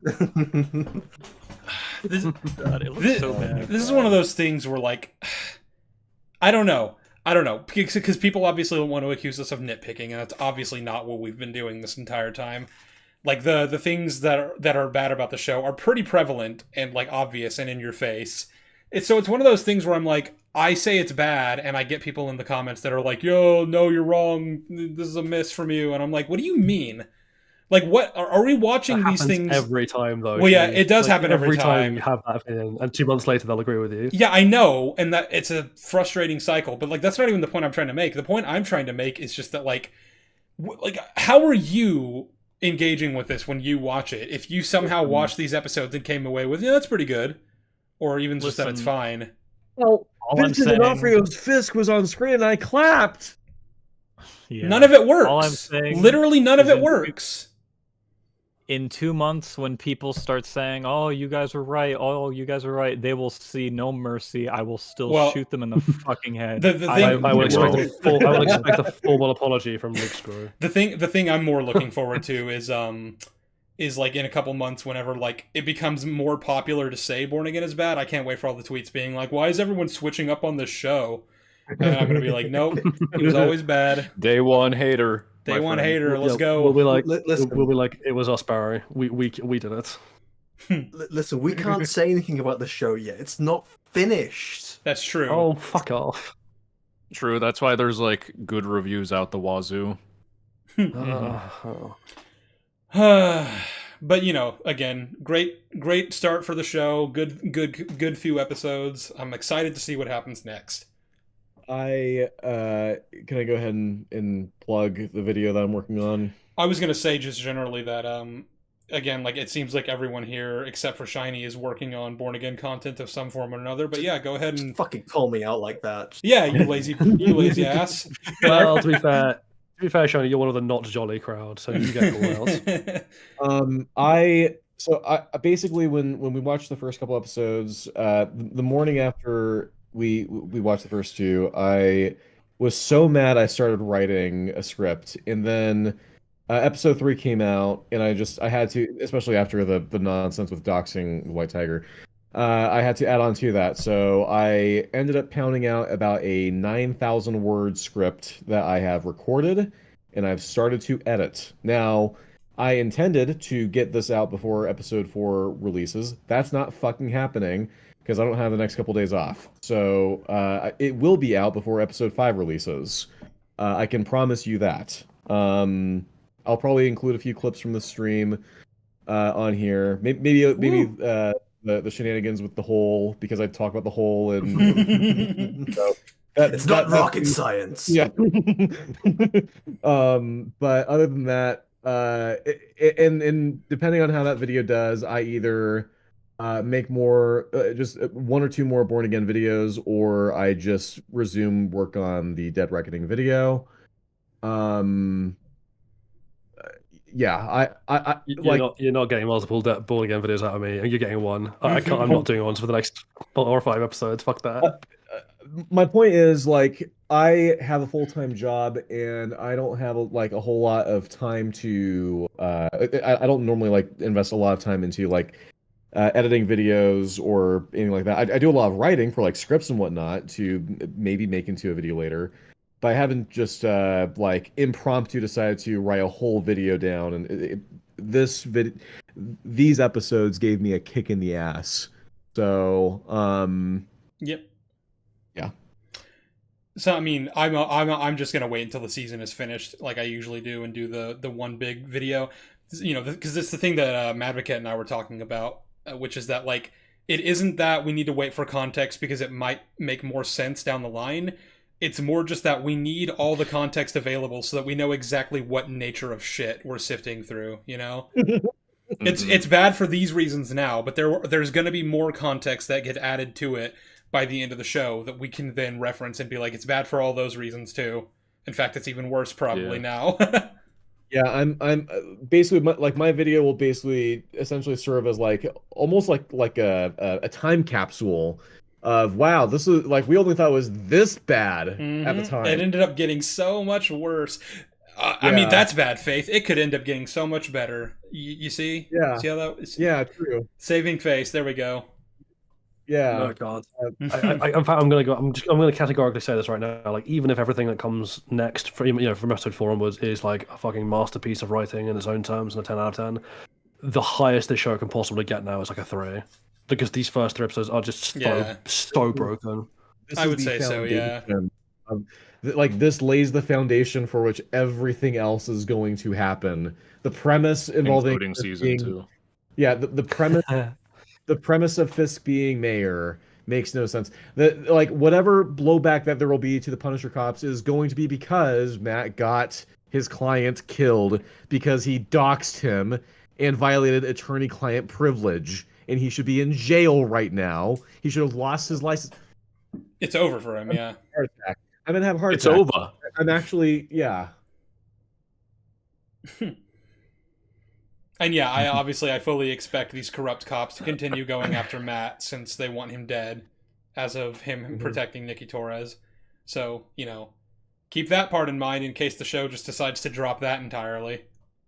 They do a tiny bit of digging and it's over.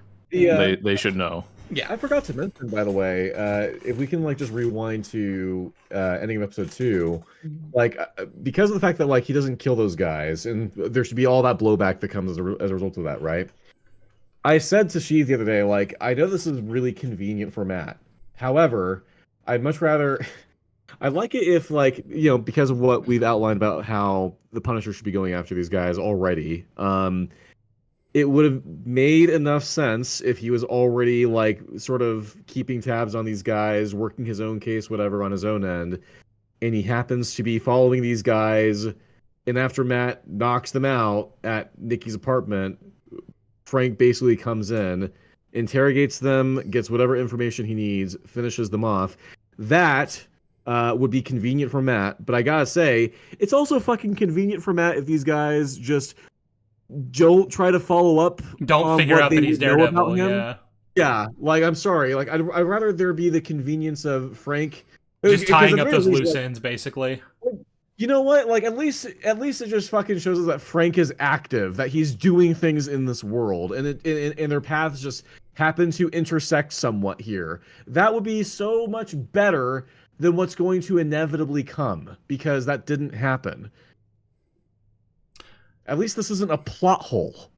But now we're going to have a plot hole. Well, and I don't think that Fisk is going to be able to fill it. To be fair, it's not a plot hole yet. It just depends on if these cops do eventually find out Daredevil is Matt, which they must.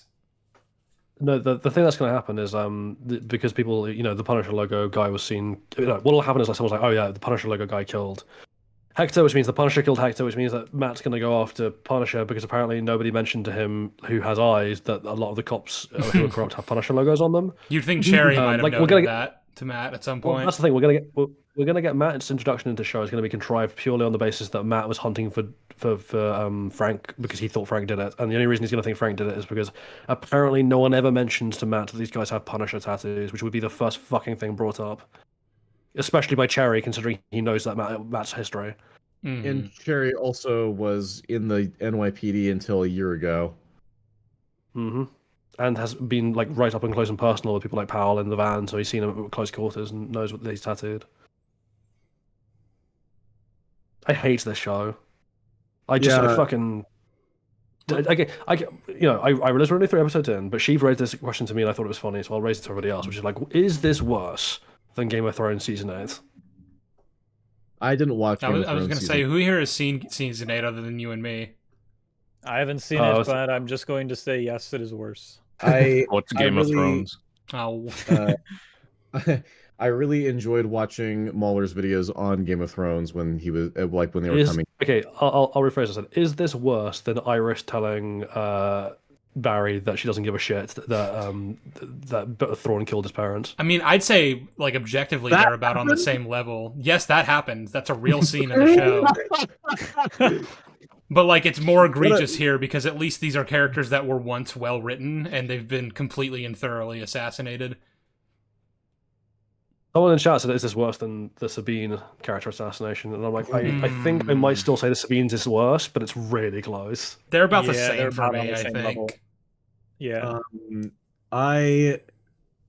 I have been pissed off by a lot of really shitty media. I got really pissed off by Toy Story 4. I've had a really shitty media experience. By The Last of Us Part 2, The Dark Knight Rises, The Last Jedi. Terriers. Fuck, man. I'm just having a mental picture of Peppa Pig episodes playing and Southpaw screaming in anger and throwing things at the TV. Daredevil Born Again really is up there especially because I just rewatched the original show too. I don't know how passionately I would hate this if I hadn't recently rewatched the original show and really gotten to see how great it was. For all I know, if I went into this show without having recently rewatched the original show, I maybe would have probably thought it'd be that moment in I Saw the TV Glow where what's his face rewatches the show at an older age and realizes it's not as good as he thought it was, right? I'd probably be wondering that oh, was Daredevil just always this bad? No. But actually listening it and refreshing my memory, I was like, no. In fact, parts of the show were better than I remembered. So seeing that this is how they chose to follow this all up. I say in my video, the MCU has been washed for years. I don't care about following up on any content about the MCU is bad. I know it's fucking bad. And I'd much rather spend my time watching really great things like Enora or The Substance or Dora the Explorer. Yeah. Plenty of things. I don't like to kick myself in the balls about how bad the MCU is over and over and over again. It's fallen off. It fell off years ago. Much of its most acclaimed content has always been overrated. Good content is few and very far in between. So occasionally comes out with things like Guardians 3, but it's very rare.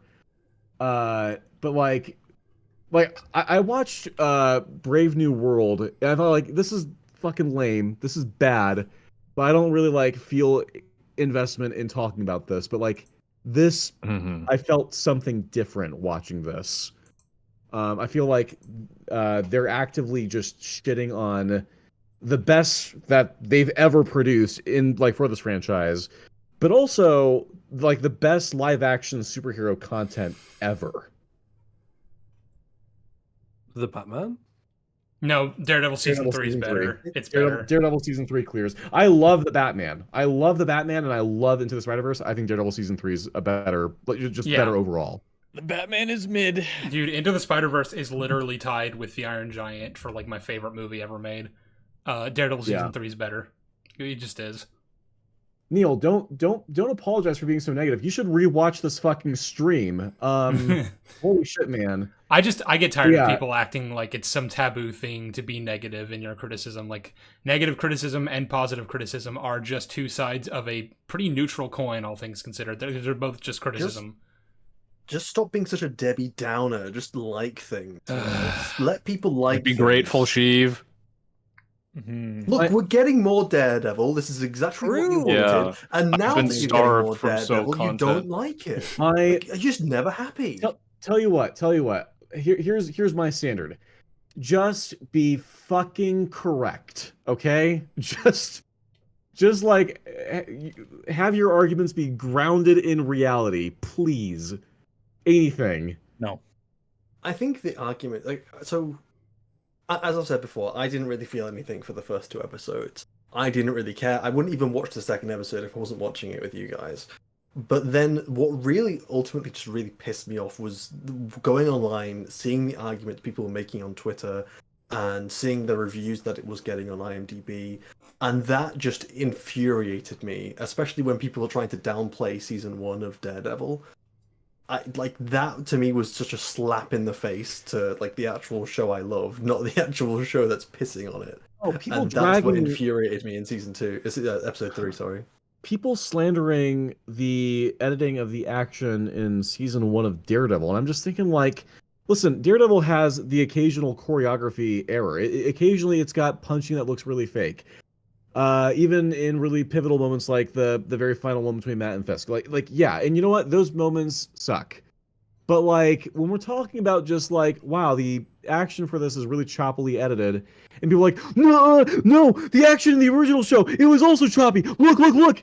And I'm just looking at this as like, yeah, I can clearly make out what's going on in this fight. Sure, they're like the cutting is somewhat fast. It's faster than I would like for it to be, but I can still tell what's like the point of bringing up the choppy editing in episode 2 is I can't see what's happening. You have to slow down. One sec, Jolly. I'm sorry. You have to slow down the footage of the fight, like way slower than at a pace that's meant to be seen in to make out what's happening.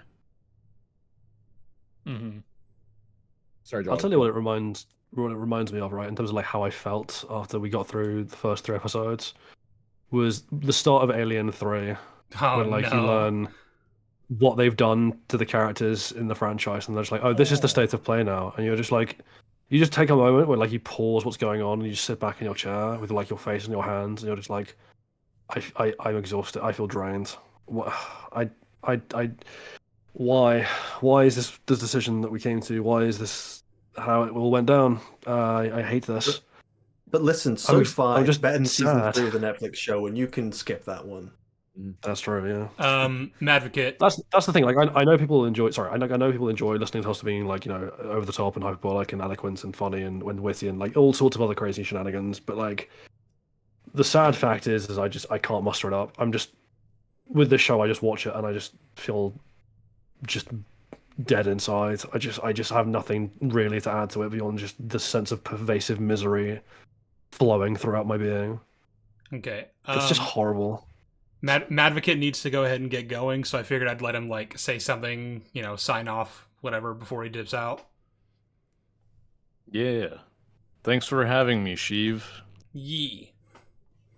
This was I mean, did you have anything you wanted to plug that you're working on or anything like that? Yeah, I guess similar to what you said, I was gonna do a video on just the first episode, but as I'm writing it and as we're seeing more and I'm seeing like the defenses, I'm like, maybe I should just hold off until the whole season's out, because I need to I figured I'm gonna have to go back and adjust my actual criticisms because I don't know. I guess an example would be like I'm criticizing the first scene with Bullseye and like how that's all stupid. But now if it is indeed revealed, as the theories say, that like he was hired by someone and he's doing it for X reason, now I have to like account for that and be like, okay, so the scene is actually bad because his motivation doesn't make sense for this reason, you know, because he was hired. Hey, Sheev, I want to mention something. So someone in chat just brought this up, and I had to double check, and it's true. So we started streaming right around the same time that EFAP started streaming, and EFAP has finished their streamed coverage. We are better! We're better! We have outlonged the long man. Dude, We out-fapped them. This feels like when I've uploaded a video criticizing Mahler that's longer than anything on Mahler's channel. Jack, can we get 5 big booms? Those frauds cannot comprehend. But chat, can we get 5 holes? Please? Can we get 5 holes? We got 5 dancing cows. Who was the fucking thing in Quantumania that wanted the holes all the fucking time? That guy, the glob guy. Oh, glob guy. Oh, yeah, shit. the glob guy. Glob guy. That would be Fisk's arch enemy. I need to find the glob guy. He loves holes. Fisk on top of it. We need to see those two clash in fucking Secret Wars. Yeah, that versus Fitz. I'm doing that. I'm fucking doing that. I searched Glob Guy and it said MODOK. No. I said well, I typed Blob Guy and it's I got Veb. Oh, Madvocate, what's the MODOK line you always use in your videos now? Surprised to see me. The MODOK line? Yeah, I didn't know the Flash ripoff where he's like surprised to see me. I don't know. Wait, was it that? I think it was that. No, it was. Did he say nowhere left to run? Nowhere left to run. I think I said the same exact thing that you did. My head's all over the place, but yeah, nowhere left to run. Fucking peak. What a great movie. Yeah. Well, Madvocate, it was great having you here. I wish that it could be under better circumstances. You know, wouldn't it be fucking great if the show was great and we got to like spend 5 hours raving about how great it was? Yeah.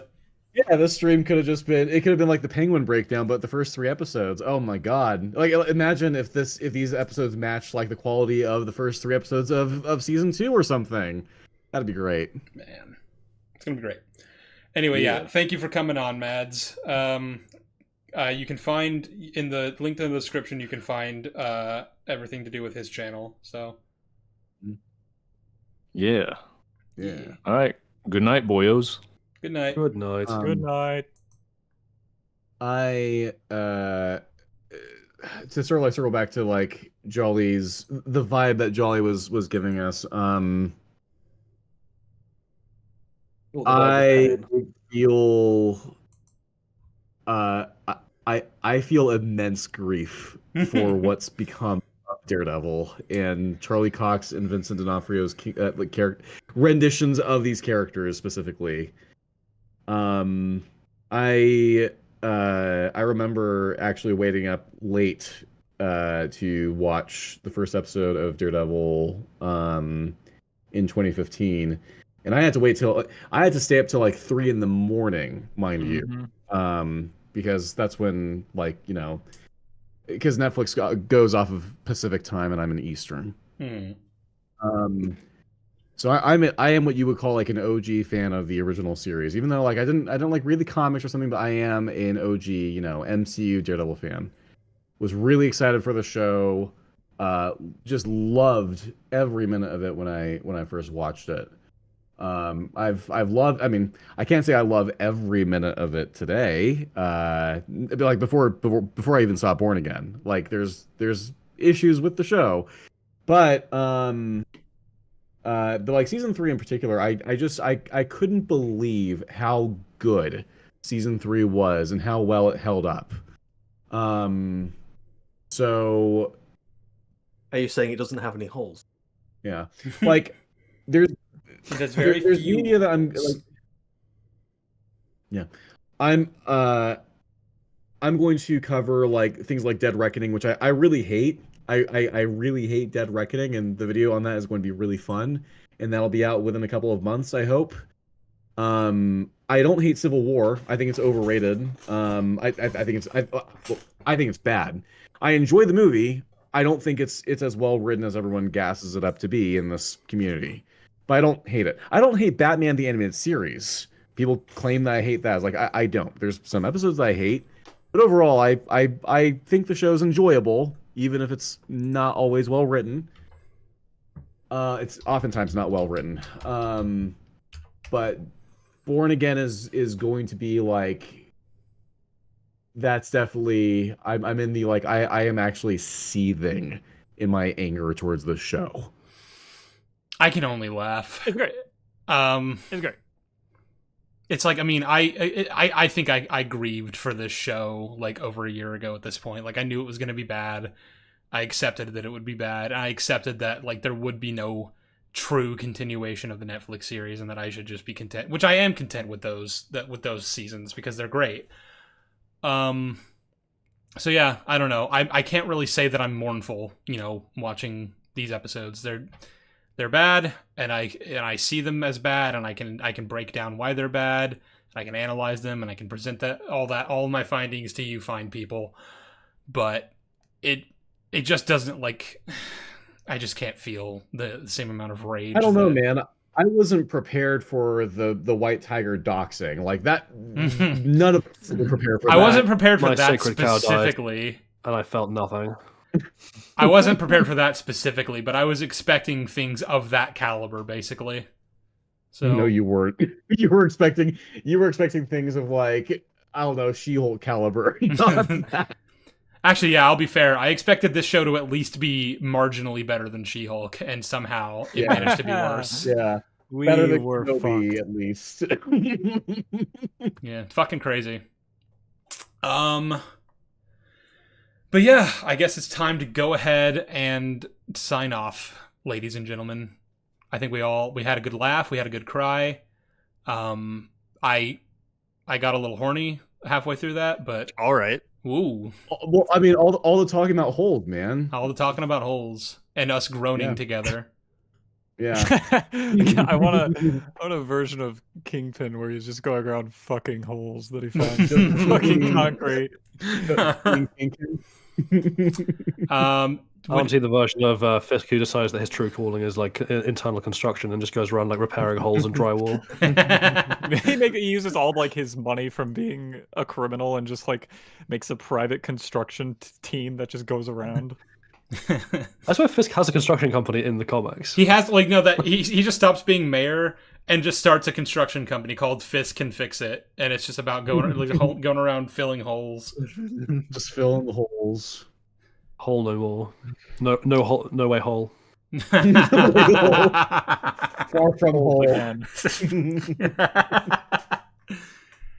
All right. Thank you guys for coming on. Of course, you guys in chat can find the links to all these wonderful people in my panel here in the description, and you can go subscribe to their channels and watch their shit because it's good. Please do. He doesn't like holes because they create echoes. Ha ha ha! You know what I just realized? We didn't even have to talk about Foggy being killed and replaced by a black woman. That man has